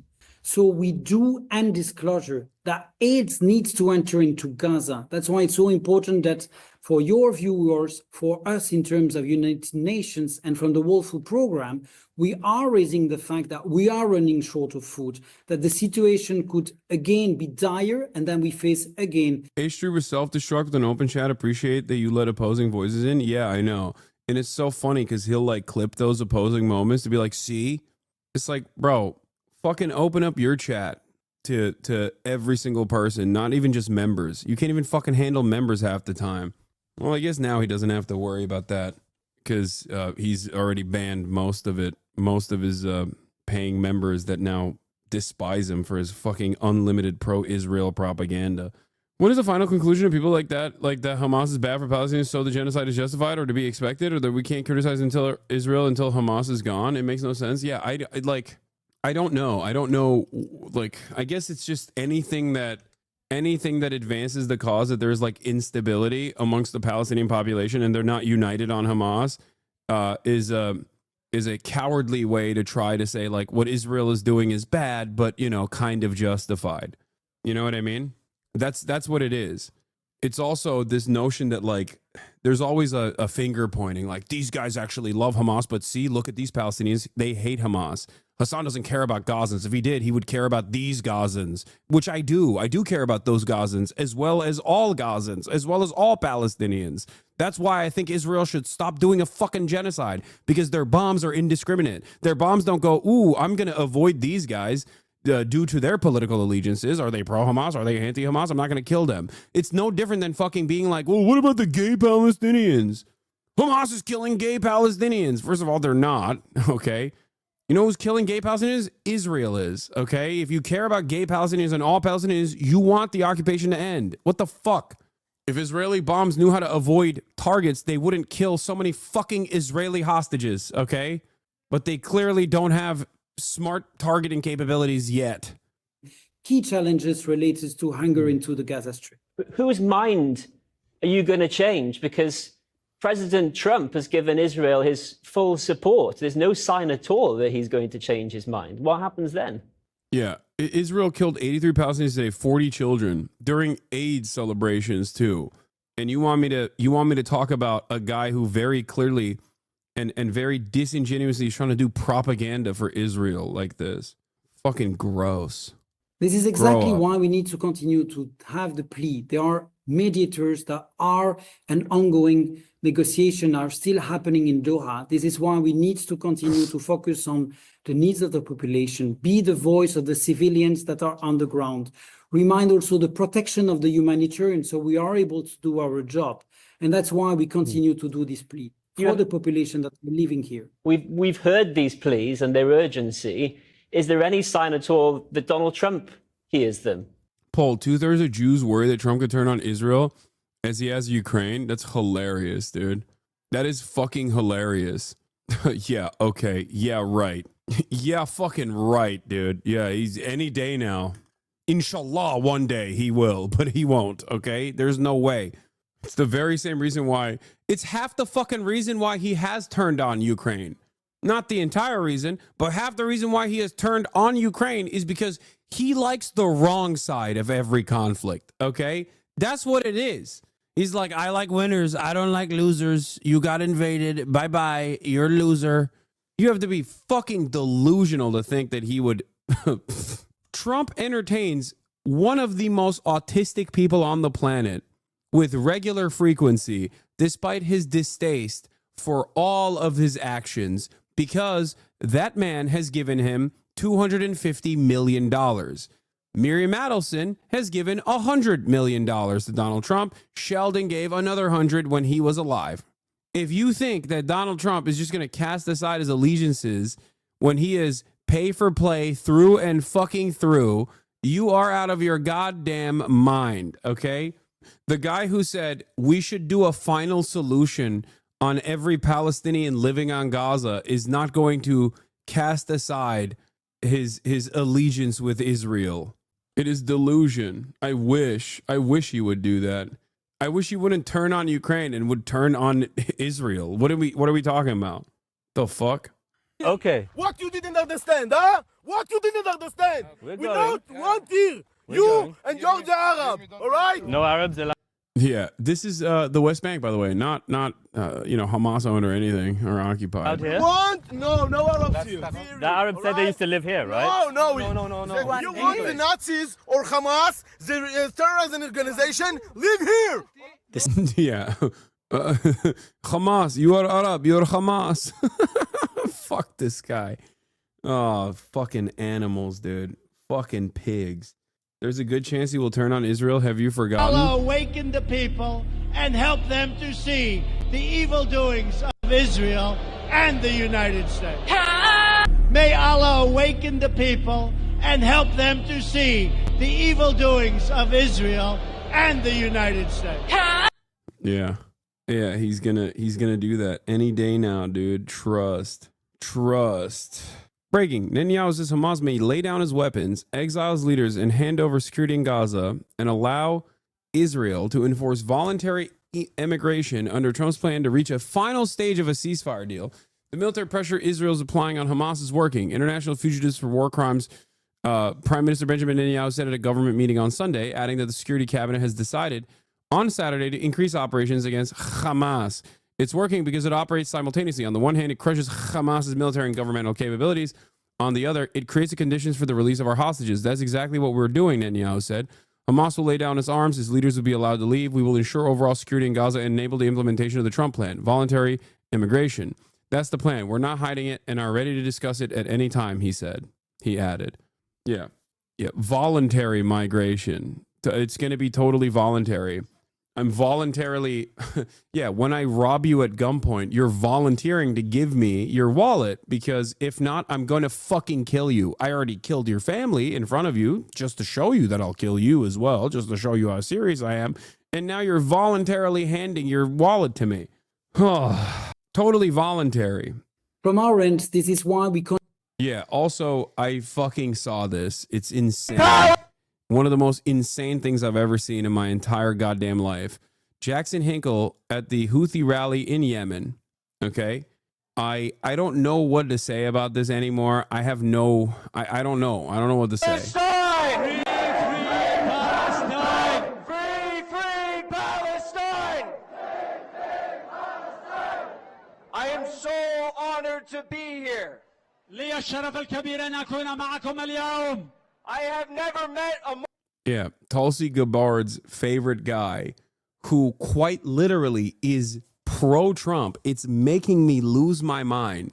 Like, I don't understand it. I can't even, like, I can't. Be careful, he will spam your Twitter replies. Yeah, former HasanAbi head, Jackson Hinkledink, is in front of a massive rally, and he's still pro-Trump, which is crazy. more courageous people. على الإطلاق لا مقابل شجعانا مثلكم هنا اليوم. America and the Zionist entity fears Yemen more than anyone else. أمريكا والصهيونية والصهاينة يخافون اليمن.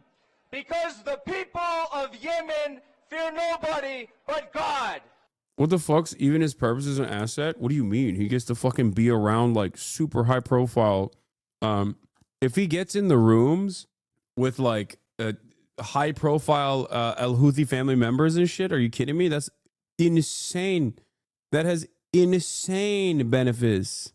God forbid a white boy catch a vibe. That's true. لأن اليمنيين لا يخشون شيئا إلا الله.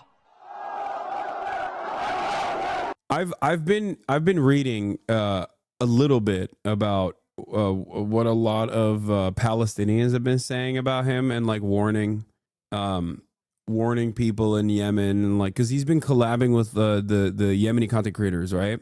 Like influencers in Yemen, and the back and forth is like a lot of people have my suspicions as well, where they think he's a Western asset, like a Western state asset, but from what I've read, they just say, who cares? Like they're just like, yeah, we don't give a shit. He's still doing propaganda, so it's fine. Like that's kind of what it is. I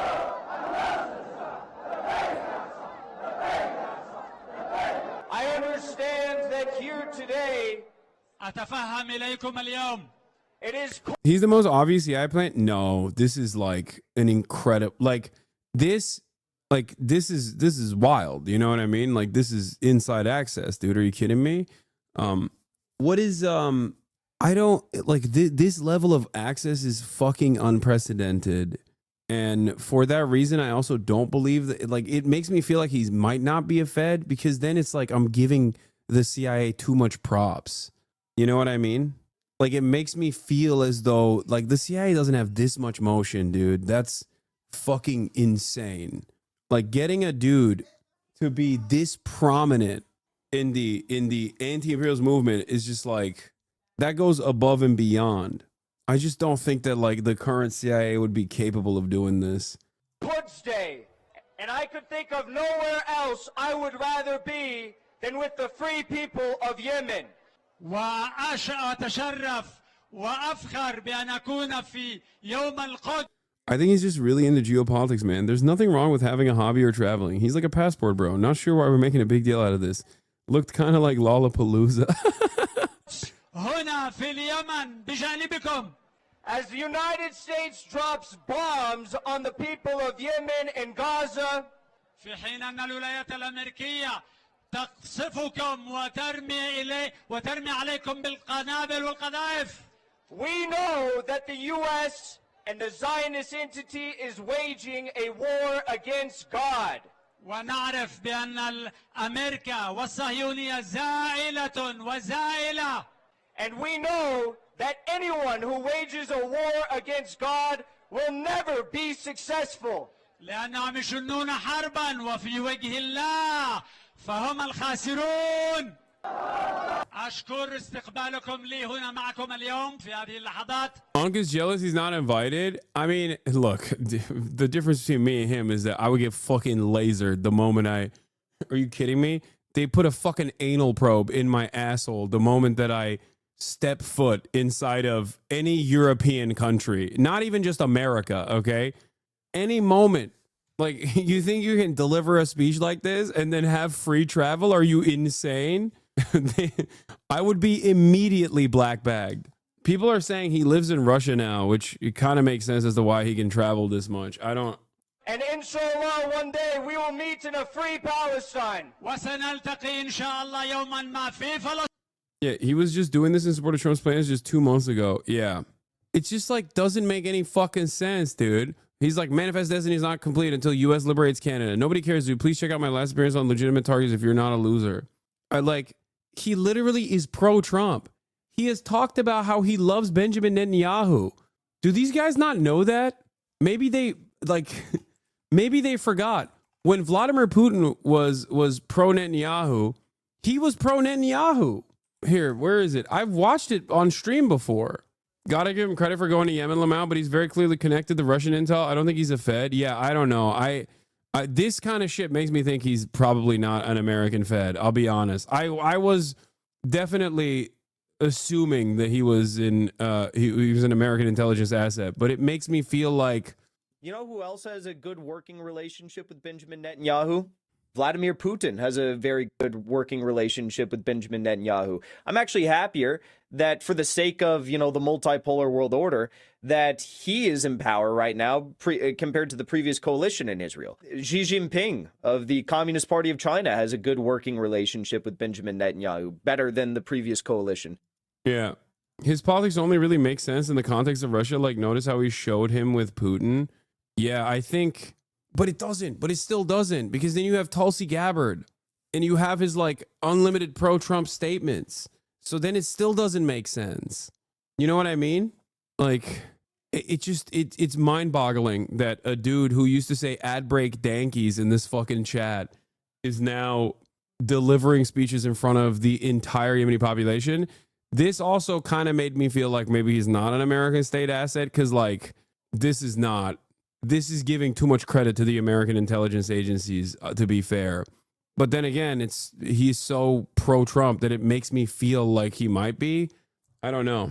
I think it's like he's pivoting as opportunities arise, and the Russian intel community is dumb as fuck because his politics are totally incoherent. His politics only really make sense in the context of Russia. Notice how he showed him with Putin. Yeah, no, he is the one. He has two allegiances. One to Donald Trump, and it's unshakable despite Donald Trump literally saying he wants to do a final solution on the Gazan population. How the fuck can a guy who likes the guy who says we want to do a final solution, a guy who's actively bombing Yemen, go to Yemen and deliver a speech in front of the entire Yemeni population, and no one goes, wait a minute, but you're pro-Trump. How the fuck does that work? Aren't the ACP guys turning against Trump because of Gaza? I don't really follow them much. Dog, if you think I follow the ACP guys, I mean, come on. I have no fucking idea. All I see every now and then is on my Twitter timeline, fucking, what's that manlet, the Albanian manlet, and fucking Jackson Hinkleding in a Russian tank with their fucking Russian tank operator gear on with their ears flapping. Oh, I love that one. That video is so funny. People on TikTok accuse you of supporting the ACP. This is just LaRoucheite incoherence. Yes, but and LaRouche was an asset. So that's why I'm like, is this still a Fed op? But then also at the same time, I don't think LaRouche had motion to this degree. You know what I mean? It just doesn't make any sense. I don't know. If he wasn't an asset, then that entire crowd would have been pelted by MQ-9s. There's no way the bloodthirsty... No. That's not correct. You're wrong about that. The American government is not at the stage of doing what Israel's doing to Gaza in Yemen yet. I say yet. They are definitely, they're definitely bombing the fuck out of Yemen, but not they're not bombing crowds like this yet. The ACP is super misogynist, and that's why the recruitment is successful while giving some performative internationalism. Wait, what? No, what do you mean the recruitment is super successful? I think you're giving a little bit too much credit to those guys. Jackson is a Maoist third world is working to destroy Western hegemony from the inside. Internationally, LaRouche did, but also don't overestimate this. Hinkle sees these kinds of things out, where the incoherence of his politics don't register when he's there in a nation that doesn't know anything about his politics beyond free Palestine. I would expect people to do a little bit more due diligence, though, before they fucking welcome him to the funeral of Hassan Nasrallah, or, you know, maybe I'm wrong, but I don't think that they go, oh, that's a white boy with swag. He said free Palestine. Let's give him access to the fucking highest levels of the Yemeni government at a time when America is like actively trying to assassinate the leadership, you know? Dog, this image is even crazier. Yeah, I saw this. This is they hit him with the Houthi ray. Like, this kind of stuff I don't have an inherent problem with. For the record, make no mistake. I'm not like, oh my God, I can't believe he's talking to the fucking Yemenis or doing this kind of shit. I don't fucking care. I'm not like going to be like, oh my God, he's a terrorist. You know, that's not what I'm doing at all. Make no mistake. Is there a little bit of envy? Certainly. I will even go so far as to say that, because I'm radically transparent. Okay. Perhaps to a fault. Having said that, I have my suspicions. Some of the stuff that he's been doing have made me even more confused, and this is my bread and butter, you know what I mean? Like, untangling incomprehensible the incomprehensible politics of like insane people is what I do best. So when it's like a Moby Dick situation, you know what I mean? It's very, very difficult to decipher. But I go back and forth on the he's a American government asset thing, especially after this. This is like, I suspect that the Yemenis would be like a little bit more secure. Wait, so you're telling me there's more credibility saying Jackson Hinkle is a Houthi than even Rashid? Yes. He's Yahsun al-Hinkle now. Al-Hinkle. Al-Houthi. My Jeff FM episode is out already. God damn. So Elon, my man put this out quick, dude. That's crazy. Have you talked to him? No. Ew. I'm not talking to fucking Jackson Hinkle, dude. Get out of here. It's so gross and predatory for Hassan, a grown man, to bring on a gender confused child to own his father. So gross. Yeah, I saw all the Elon dick riders shitting on me on this. She's 20 years old, man. The fuck? Remember when the quarter pounder was talking about how fucking pedophiles should be able to hide their CP on their phones? I remember. Does anyone have that video? I kind of want to retweet this and then post that. Is he receiving any critic by the government? My man chilling casual with Xi, Hezbollah, Houthis. He's not chilling with Xi.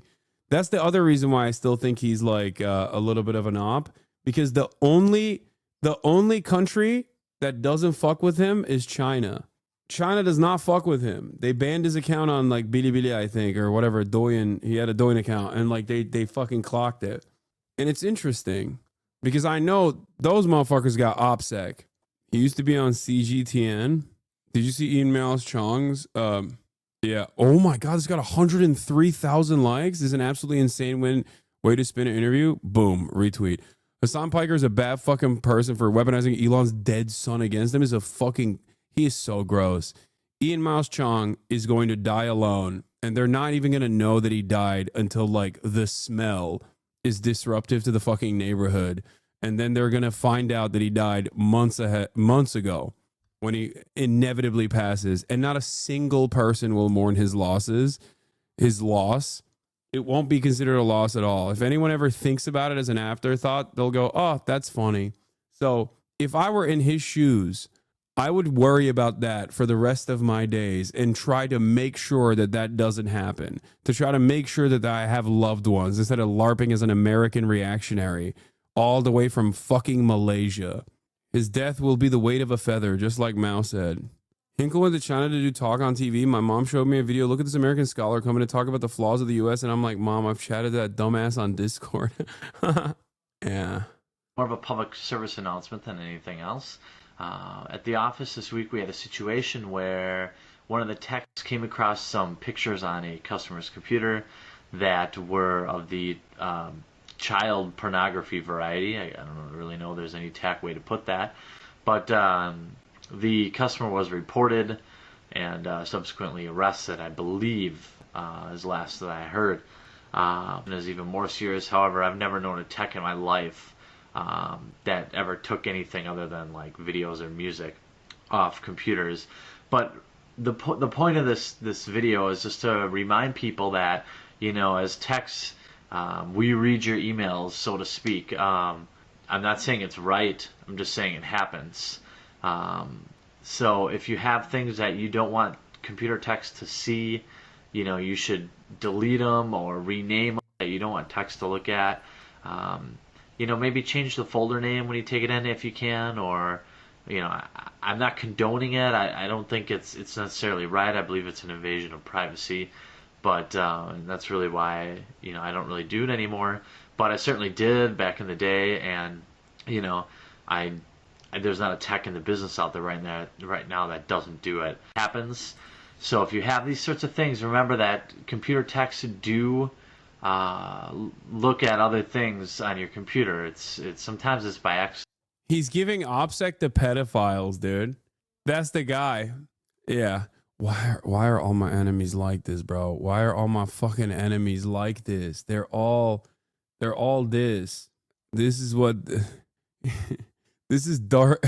This is I don't even want to fucking say it. Never mind. I'm not gonna say anything. I wouldn't be doing that around her. I wouldn't be putting my fucking face on your thumbnails if I were you. You know what I'm saying?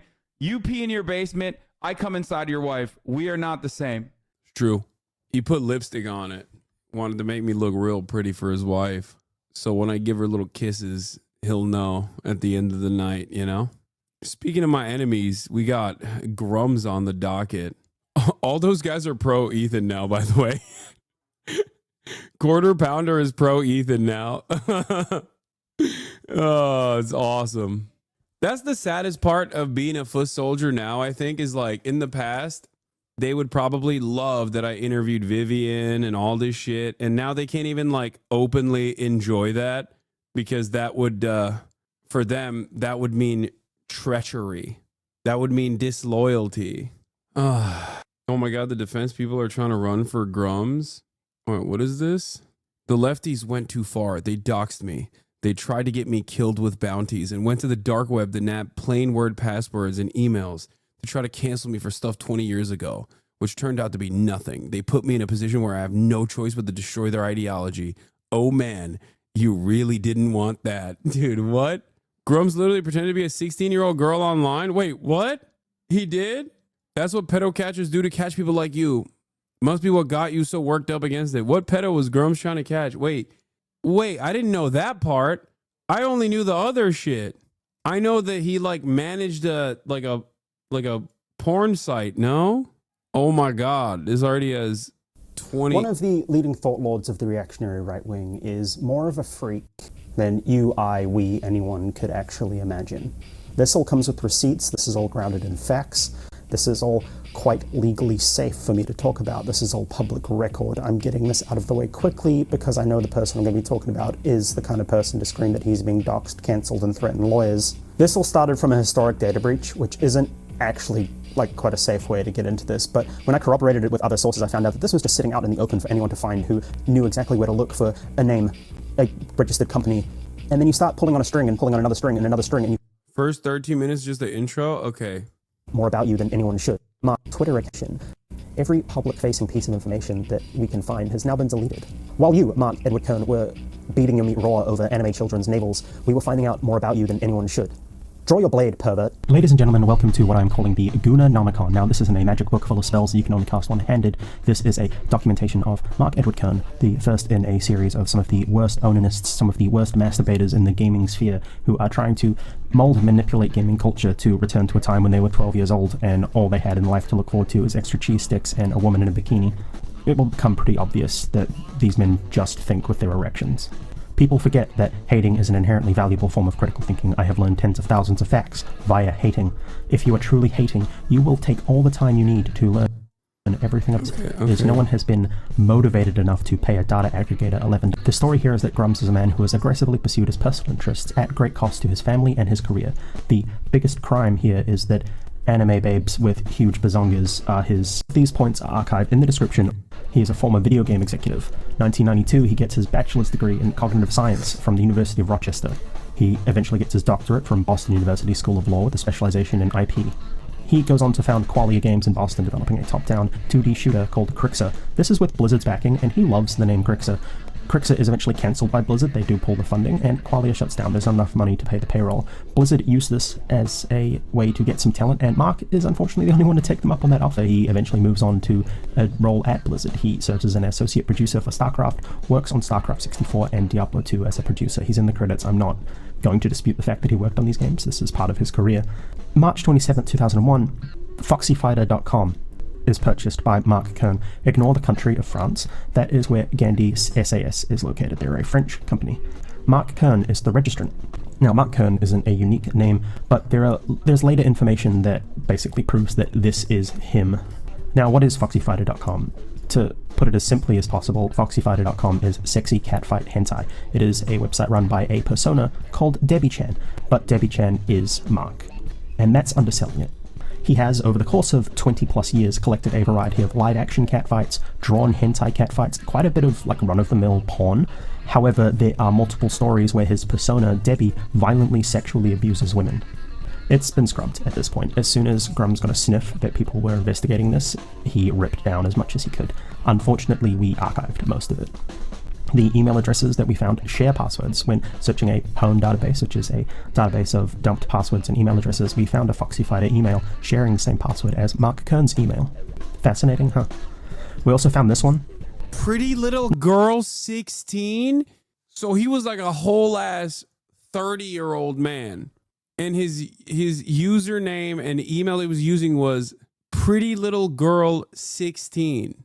40. He was a 40-year-old man at that point. He's in his 60s now, I think. That's crazy, dude. What the fuck? Also, that is such a like 40-year-old pedophile username. It's hilarious. It's a hilariously 45-year-old pedophile username where he was just like horny and he's like, oh, what will fool people? Oh, the pretty little girl 16. Is the equivalent of typing boob into Google when you got horny. Disgusting. I'm just leaving that out there. Moving on. July 21st, 2001 is the earliest capture of FoxyFighters.com. On February 28, 2002, Debbie wins second place in the third Seeking Femfights story competition, so he is actively making this stuff. And on March 24, 2003, we get RussianCatfights.com. This is another site owned by Mark. He confirms it on a Twitter post. March 22nd, 2004, we get an archive of Latina catfights. Bro, this guy wanted DEI catfights? What the fuck's going on? He doesn't want video game DEI, but he loves it when DEI's happening in fucking catfights? Is that what it is? Am I getting this correct? He wants a Gap ad of different kinds of catfights from all around the planet. The hell's going on? Also, I still don't fully understand what catfights are, and at this point, I'm a little too scared to fucking Google it, so I'm just not going to do that. I assume it's like some kind of hentai furry shit, right? Just say yes or no. Am I like around? Am I close? It's wrestling. It's girls fighting. It's women wrestling. Okay, all right. This is also owned by Mark. June 28, 2004, access to Foxy Fighter goes for about $10 a month. Posts are stories and drawn artwork. November 13, 2004, World of Warcraft releases. This is effectively the pinnacle of Mark's career. He's credited as team lead. He says he works on drafting the TOS in ULA and does licensing with China. He leaves Blizzard shortly afterwards. He says he's going to go and be with some family, so I don't blame him. Like, that was a very hard process, even if he was apparently a bit of a shithead. Look, no one's spoken about him in a good light at Blizzard, really, like not in a way that I think a team lead should in this role. Very shortly afterwards, him and a few other Blizzard employees found Red 5 Studios. So he obviously had a couple of friends who wanted to work with him, but he's not really mentioned in a lot of these retrospective books. It's real fascinating. June 15th, 2005, RussianCatfights.com is closed due to changes in US law. No! The woke came after him. What? Wokeness came after him. And on August 18th, 2005, LatinaCatfights.com is closed to the same changes. So I don't want to point out that this is anything egregiously sinister. This was a change that was required, in the porn industry to have verified records of your performers. Before this law, those records were not kept. Blizzard in 2008 had some problems. People were stealing breast milk from the fridge. This is attributed to Mark. People call him the breast milk bandit. He wasn't working there at the time, and he's not the breast milk bandit. It's funny to think he is. Please keep doing it. It's very funny. But we found dozens of breast milk photos on foxyfighter.com, so smoke this fire, huh, Mark? What the fuck? So when that shit came out, he probably was like, damn, someone else was also stealing breast milk? October 17th, 2008, as forum admin on freecatfights.com, Debbie recommends a Japanese breast milking series to another forum member and reveals that he owned LITENEWS.com. Now, you might notice that this is forum admin with a Batman avatar. This was scrubbed about a day ago. But this is him. April 23rd, 2009, Red 5 lays off 30 people. Reports of a studio purchase emerge. March 10th, 2010, that studio purchase comes through. A company called The Nine announces acquisition of Red 5 Studios, and Grums becomes CEO. May 19th, 2010, Grums buys a Leica S2 and a 70mm lens from OC Camera. Now, I bring this up because we match metadata from some of the live-action photos on Foxy Fighter to this exact camera and lens types that we know he owns. September 3rd, 2010, Red... So this dude was just like... So, I mean, look, I don't have any issues with pornography. I don't fully know what this catfight stuff is, and it seems maybe a little unethical, but like if he was just like a pornographer and he's like doing... He's contributing to the making of sex work. I don't really like, you know, as long as it's like done between consenting adults, like I don't really have that big of an issue with it. It's just kind of, so far, everything here is like, he's just a fucking weird dude with a odd fetish. Red 5 announces Firefall at PAX.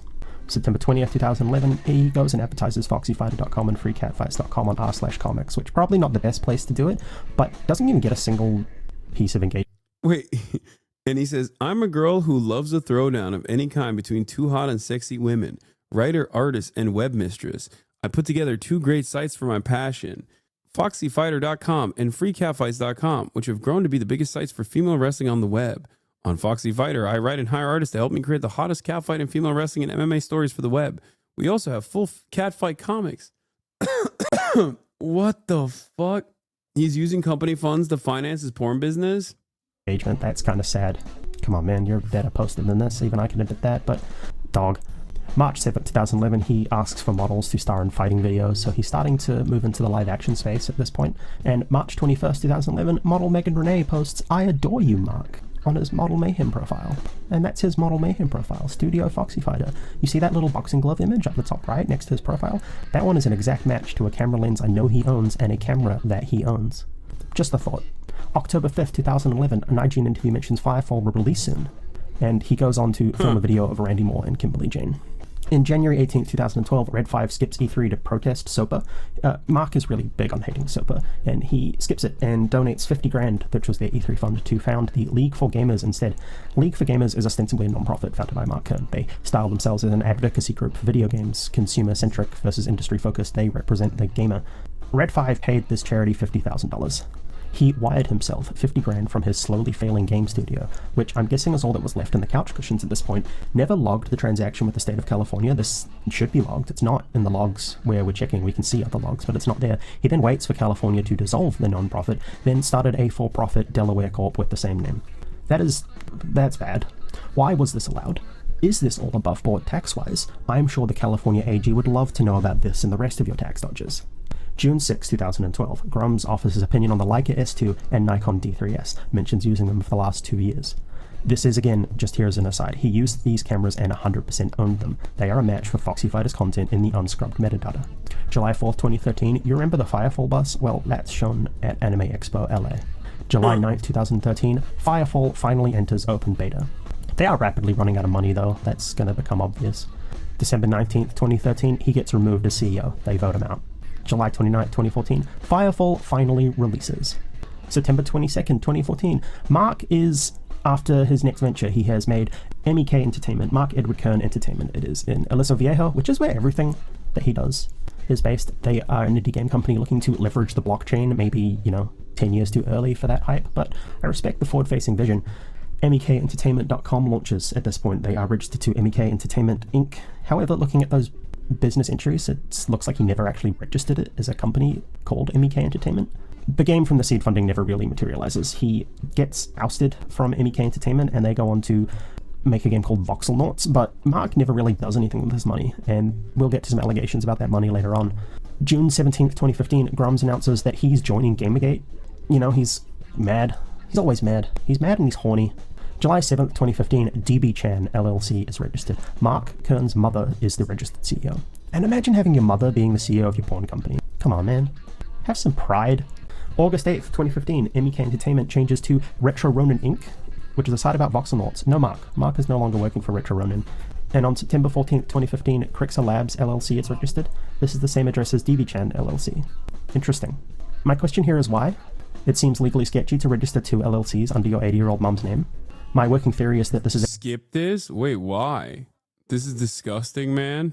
Wait, why is this disgusting? I mean, or why... He is disgusting, but like, why is this video disgusting? Is this Grums? Is Grums in the chat? Bunny Kai 2 on an alt? No, it's not.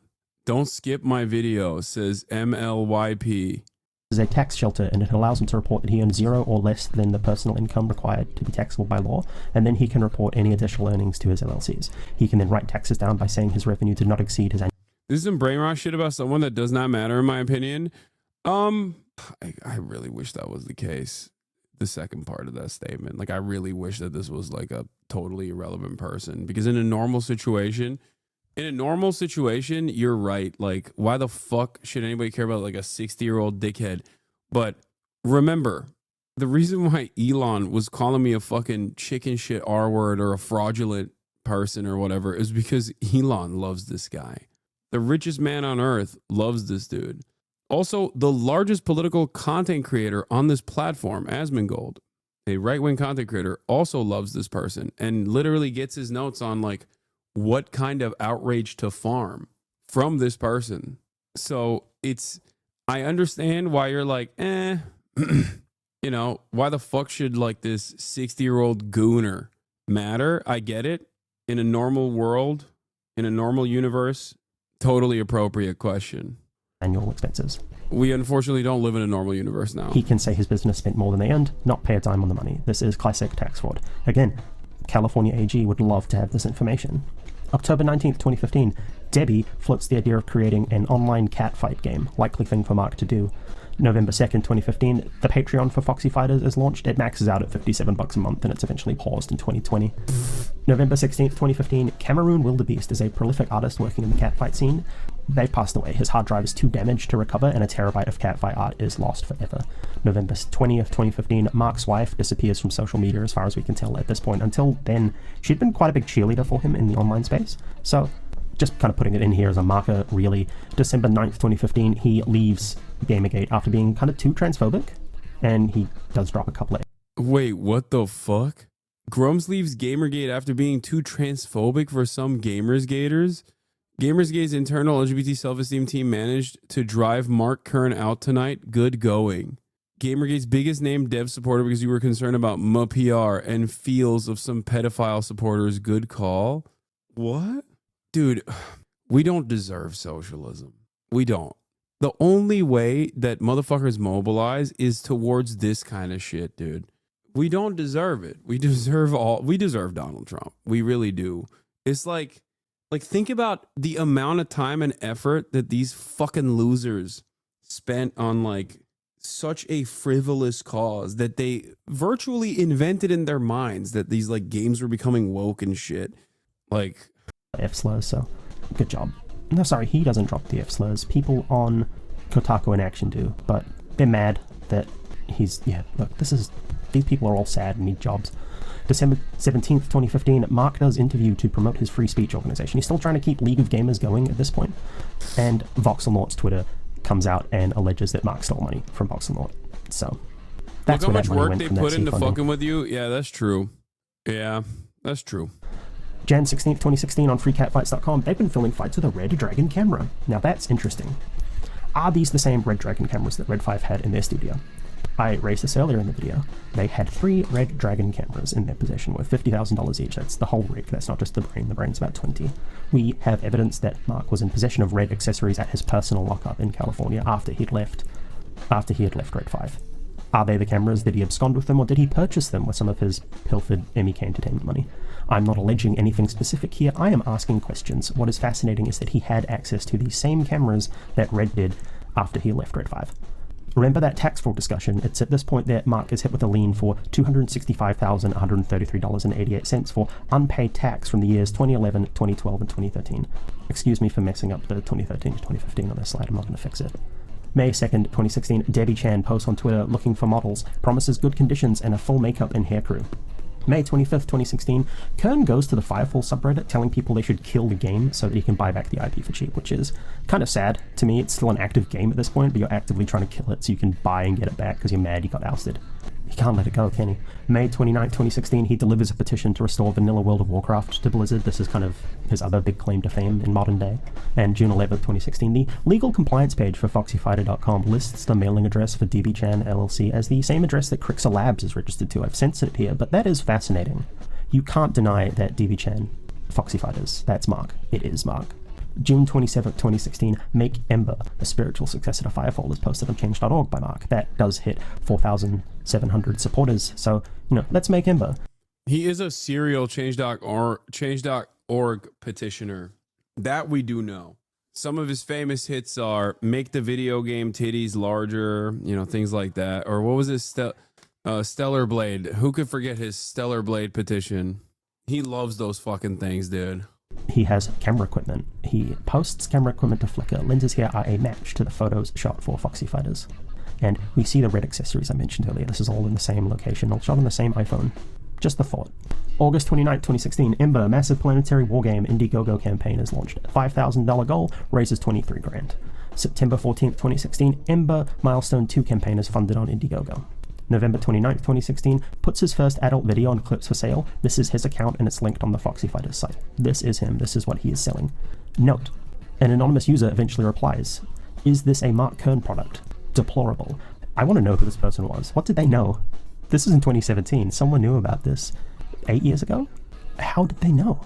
Anyway, July 3rd, 2017, MEK Entertainment is formally closed, and July 5th, Ember is funded for 170 grand. So that's 114,000 between both Indiegogo and PayPal donations. That's over 20k goal. Grum's promises a playable mock-up in 6 months. Kickstarter for a full game a month or two after that. Anyway, September 13th, 2017, Mark's mum issues a certificate of cancellation for DBChan LLC. So, see you, DBChan. Thanks for your service, Mark's mum. And on July 24th, 2018, Ember begins selling upgrades to M3 backers as a limited time offer until the Kickstarter later this year. May 20th, 2018, a child support motion is filed by the state of California. Mark and his wife had been separated for a while. He had referred to her as his ex-wife in the Ember Discord, but they had reconciled at this point, according to another Twitter post from him. But this is obvious proof that they did separate at one point. And do you think the reason she left is because she found out about the adult entertainment gig, or maybe she found out about the tax fraud? Just a question. The timing makes sense with her leaving, him trying to go all in on the DBChan LLC. Much to think about. So yeah, it's kind of crazy to think about, but like that dude has a child. Yeah, he had a wife and also a child. Like, that's crazy, dude. Go take care of your family. Like, the fuck are you doing? God damn. Ay, ay, ay. Many such cases. March 1st, 2019, Debbie resurfaces. Like, this is when this was archived, but obviously the post was on January 3rd, 2019. They come back on freecatfights.com and ask if there's a demand for Foxy Fighters to come back. He was on a stream saying he has to explain this to them now. Dude, what do you mean? Your output, even before this, was fucking gross. What he finds to be, what he personally considers content that he's proud of, his like normal output is gross, is disgusting. Like, how do you explain anything that you do, that you have to your children? Where you're like, hey, I did a change.org petition because I couldn't masturbate hard enough to the fucking Korean titty game. Like, that's an insane thing to have to explain to your 30-year-old children. Okay? Call CPS? No, he's like 60, Chad. His kids are probably like fucking my age, dude. What are you talking about? Like 7th of March, 2019. Well, Mark admits that his original 3D artist left, and he's had to teach himself how to do 3D modeling and build the main character of Ember. He's never made a game this way before, so he's trying to do it all without any outside investors, and at this point you should have realized it's a scam, team. So, no one is a full-time employee on Ember. This is a solo project. An MMO is a solo project for him, and come on, team. Anyway, 28th of June, 2019, Ember... I'm not gonna lie, maybe I missed something, but I might have missed something, but like so far it's just like, yeah, he ran. I mean, the gross part is that he was potentially into like presenting himself as a child, like gross, and also maybe even illegal. I don't know. Besides I think you skipped a lot of the tax fraud stuff. No, I mean the tax fraud is the tax fraud. You know, come on, guys. My expectation from a guy who's that big of a piece of shit is not fucking tax fraud. Like I'm not saying this isn't like I'm not saying this doesn't present a broader picture that he is like a creepy dude, but y'all are funny if you think that like this dude is. I mean, this is just part one. Maybe there's a part two to it that's like worse overall. But he's just it's who he is that makes this worse overall. But the worst, most damning, grossest shit is like him presenting himself as like at times a lesbian woman online, and then at other times as a child potentially. All is achieved. Gamers, finally.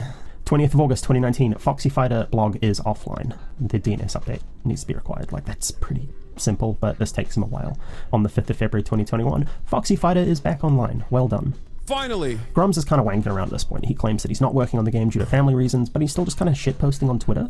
And on 2nd of August 2021, Debbie releases a story called The Date. So while he's meant to be working on his crowdfunded game, he's actually just written adult literature on the crowdfunder's dime. And this is where that like violent sexual fantasy stuff comes in.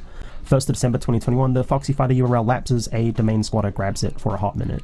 And 2022-2023, Grums continues to radicalize himself on Twitter.com. The rate of his posting rapidly increases as he tries to make himself one of the big culture warriors. And he's deleted a lot of that stuff now. A lot of his tweets aren't in existence back past 2023, but his rate of tweeting has done nothing but increase even since then. 30th of Jan 2024, Debbie makes her last login on freecatfights.com. God bless. Foxy Fighter URL, still squatted. 26th of March 2024, Grums tweets, bring back Rumble Roses. This is relevant because that's also Debbie's favorite game. 25th of March 2025, we are made aware of the Foxy Fighters connection, and at this point archival attempts begin. Twitter user Juniper makes contact with Grums for an interview request. He says yes. He is drunk at the time. He is drunk posting through it because he's mad that he got ratioed by Assassin's Creed. And when he wakes up the next day, Grums blocks the hosts of Western Kabuki and begins to delete his past history as Foxy Fighting and Debbie-chan. It's Joba. Never been more Joba. So now what? This wasn't hard to find. We have archived all of it, so I'm going to be very careful with how I phrase the next things. The rest of it's all just been questions and statements of fact. Most of the previous portion, pure fact record. Mark Kern is the owner of Foxy Fighters and has a pattern of consistently ignoring his day job to focus on it. He has a history of mismanaging money. He has potentially committed tax fraud that the California AG will be very interested in. He has consistently lied about progress on his games and has failed to make anything commercially successful since he was a team lead at Blizzard. It is my opinion that these games at Blizzard succeeded despite him rather than because of him. Yeah. He does not know how to code, he does not know how to texture models, his animations are based on 2 keyframes with 3 other frames of animation. He will always have an excuse for his failure after failure after failure. This man is sad. If you keep funding him or supporting him, you are willingly throwing your weight behind someone who has deceived and defrauded thousands of people while trying to position himself as a savior of gaming. There are people in the Ember Discord who have said they are afraid they are going to die before the game comes out. This is all for the purposes of lining his pocket and making some really bad pornographic material. And I feel sad for the guys that are about to die. They are just desperate to play this game. They want to play something that reminds them of when life was better, and he just ignores them. His only goal right now is to get engagement from Elon Musk. He is deep-throating that man so hard that his throat is going to recognize the veins. Jesus. That's his life now. He's not making a game. He keeps saying a Kickstarter is coming, this is a great year for Ember. It's not. He does not know how to make a game. His one hope is that Daddy Elon notices him and throws a few $1 million at him to hire people who actually know how to make a game. This man is a failed dev, a failed pornographer, a failed husband with a fragile mind, a fragile ego, and a fragile life. Okay, all that's facts. It's true. That's the timeline. And I'm not going to make value judgments over the rest of it. That's for you to decide. I've laid out the facts as I see them. It is my opinion, and I'm going to crouch this as being my opinion.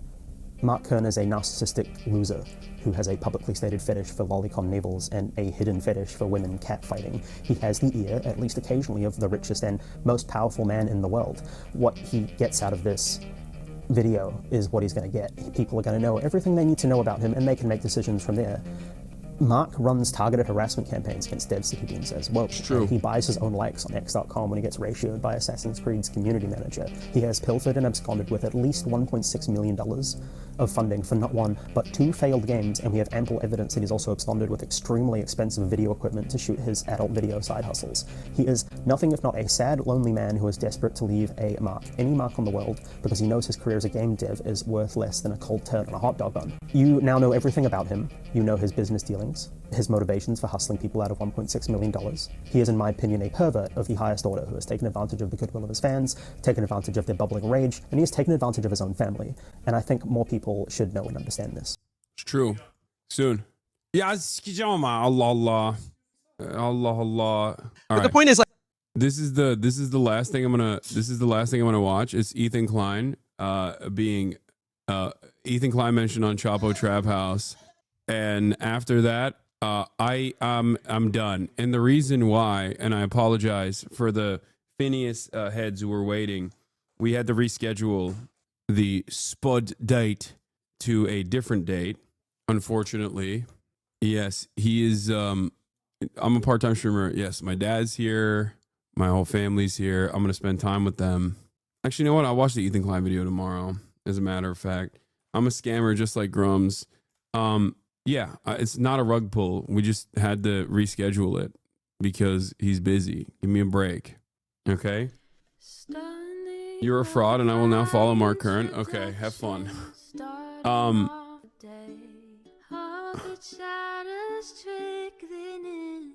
Love you guys. I will see you tomorrow. I'm going to go spend time with my family. All right? Clocking out at 7 hours. Another fucking half day, baby. Peace, everybody. Love you all. Just begun. There is again. Her sun is streaming. Her sun is streaming. There is again. Her sun is streaming. Her sun is streaming. Review in the P.O. box. Uncle Uger's face. Sudden discord at your prop. Great names take on break. Tiny Bernie Sanders, LGBTQ Air Force. The whole left at your fingertips. Ane at your door. H3 crowded debate, the Young Turks online show. 3 full fucking years of this, plenty more to go. 90-day fiance talks of champagne bourgeoisie. A Trump rally live reaction, a mass riot at DC. There he is again. Her sun is streaming. Her sun is streaming. Yeah.